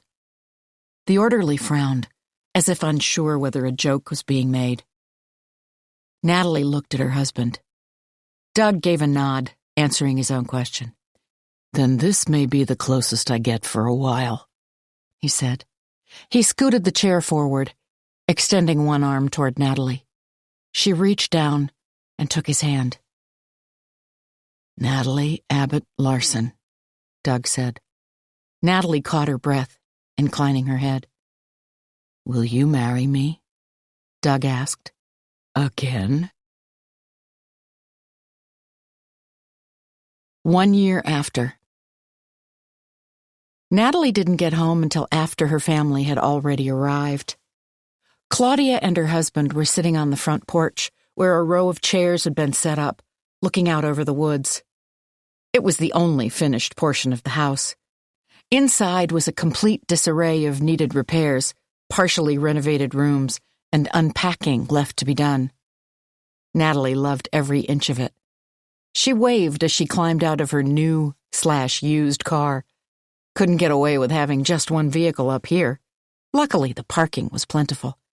And Natalie loved her battered Subaru. "Sorry, I got held up. Welcome." It was the first time everyone was seeing their new home. Until now, Natalie and Doug had been making the trip down to the city for visits. They weren't really set up for company yet, plus Natalie's niece kept resisting the drive north. "Nurses' hours," Claudia called back, smiling. "Students' hours," Natalie corrected, mounting the porch steps. "I don't think I'll ever finish this rotation." The front door opened and Mia emerged. "Hi, Aunt Nat," she said in her new husky voice, not the light-hearted, girlish whoop she once would have given, if not yet a woman's sure tone. Mia was holding an ivory-wrapped package in her hands. She walked over to Natalie and gave her a hug. Mia was tall enough now that she had to lean down to do it. Natalie smiled. "What's this?" she asked, indicating the box. Mia extended it. "It's from Val," she said. "She says she's sorry she missed some year deadline or something for sending presents. And sorry for a lot of other things, too." Natalie swallowed, staring down at the package as Mia put it in her hands. Finally, she blinked and took a good look at her niece. "You're beautiful," she said, and Mia was. Everyone had always thought that Mia looked older than her years, but that had been for relatively superficial reasons. Her height, her habit of borrowing her mother's clothes. But now Mia truly did look mature. Her eyes were shaded with a certain wisdom and an overlay of wariness. She was someone who had faced the worst and survived. "You too," Mia said, depositing a kiss on Natalie's cheek. The cut Natalie suffered in the woods had indeed left a scar, although Mia's assessment of its cool factor was almost enough to convince Natalie. A minuscule arrow shot across the bow of her face. "How was the trip up?" Natalie asked, meaning not the traffic out of the city, but what was it like to come back here? "Easy," Mia said, holding Natalie's gaze. "Surprisingly easy." She turned and opened the door to the house, allowing Natalie's father to pass through. Mia now carried herself with a hint of command. She was getting straight A's in school, and Claudia had told Natalie that Mia had her first boyfriend. They'd met through a hiking meetup for teens. Natalie's father stepped onto the porch, gripping a tray full of sandwiches. Natalie stared at him in disbelief. "You cooked? In that kitchen?" Her father smiled. "Well, it's not like I attempted anything as bold as the stove." "You'll have to come up here more often. Doug and I have been depending on the kindness of neighbors and a paucity of restaurants." She and Doug had already exhausted the menus at all 3 options in town: a diner, a wood-fired pizza place, and a retro bistro, giving them all 5 stars. Doug joked that they benefited by comparison. Nary a chipmunk dish in sight. Natalie started to reach for the tray, but left the task to her father when Doug's SUV swung into the drive. She took the porch stairs at a run. Even through the worst of a weedskill winter, with snow piled up beyond the sills of the first-story windows, Natalie had run to greet her husband every day. She'd been tired most of those days, fatigue the most enduring symptom of her ordeal. The fatigue was in part due to the nightmares that plagued her. In her dreams, Natalie was never in the woods. In fact, the woods were a sheltering parent, Mother Nature herself. They were the one place Natalie truly felt safe in this new life she and Doug had created. So Natalie would instead be inhabiting some spot whose danger hadn't emerged until too late. Bars they used to frequent, the Human Resources office where she'd toiled a few scant months, a busy, crowded restaurant, and Kurt would suddenly appear, machete in hand. Natalie would jolt awake, covered in blood that turned out to be perspiration. The first dream-free night she spent didn't take place until after snowmelt in June, when Doug led the two of them on a short day hike to the summit of Jay. The man who killed Craig had never been found, although the investigation was still ongoing. Just one addition to a series of drug-related deaths, of which Natalie had gained more than a passing knowledge, and more than she'd ever wanted to possess. Doug had spent most of the winter serving out his probation, not physically ready for the kind of work he wanted to do. Luckily, the cost of living up here was sufficiently low that gifts from their wedding had given them a buffer, allowing them freedom not to rush into jobs that would only grind them down. And by this point, Doug was back to normal, actually more fit than ever. He twirled Natalie around in his arms, lifting one hand to wave to everybody eating and rocking and chattering on the porch. "Good day?" Natalie asked. "You're all wet." Doug's hair was glistening, and he smelled of the river he'd just come from.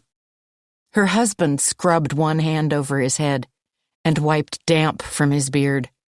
"That couple wanted to test out a few whitewater runs before they put in next week. Ben suggested I show them a few advanced strokes." Ben was Doug's new boss at Off-Road Adventures. "Oh, right," Natalie replied, walking hand in hand with her husband back toward the farmhouse. "I remember." Doug looked at her. Natalie took a breath. "The ones who are going on their honeymoon."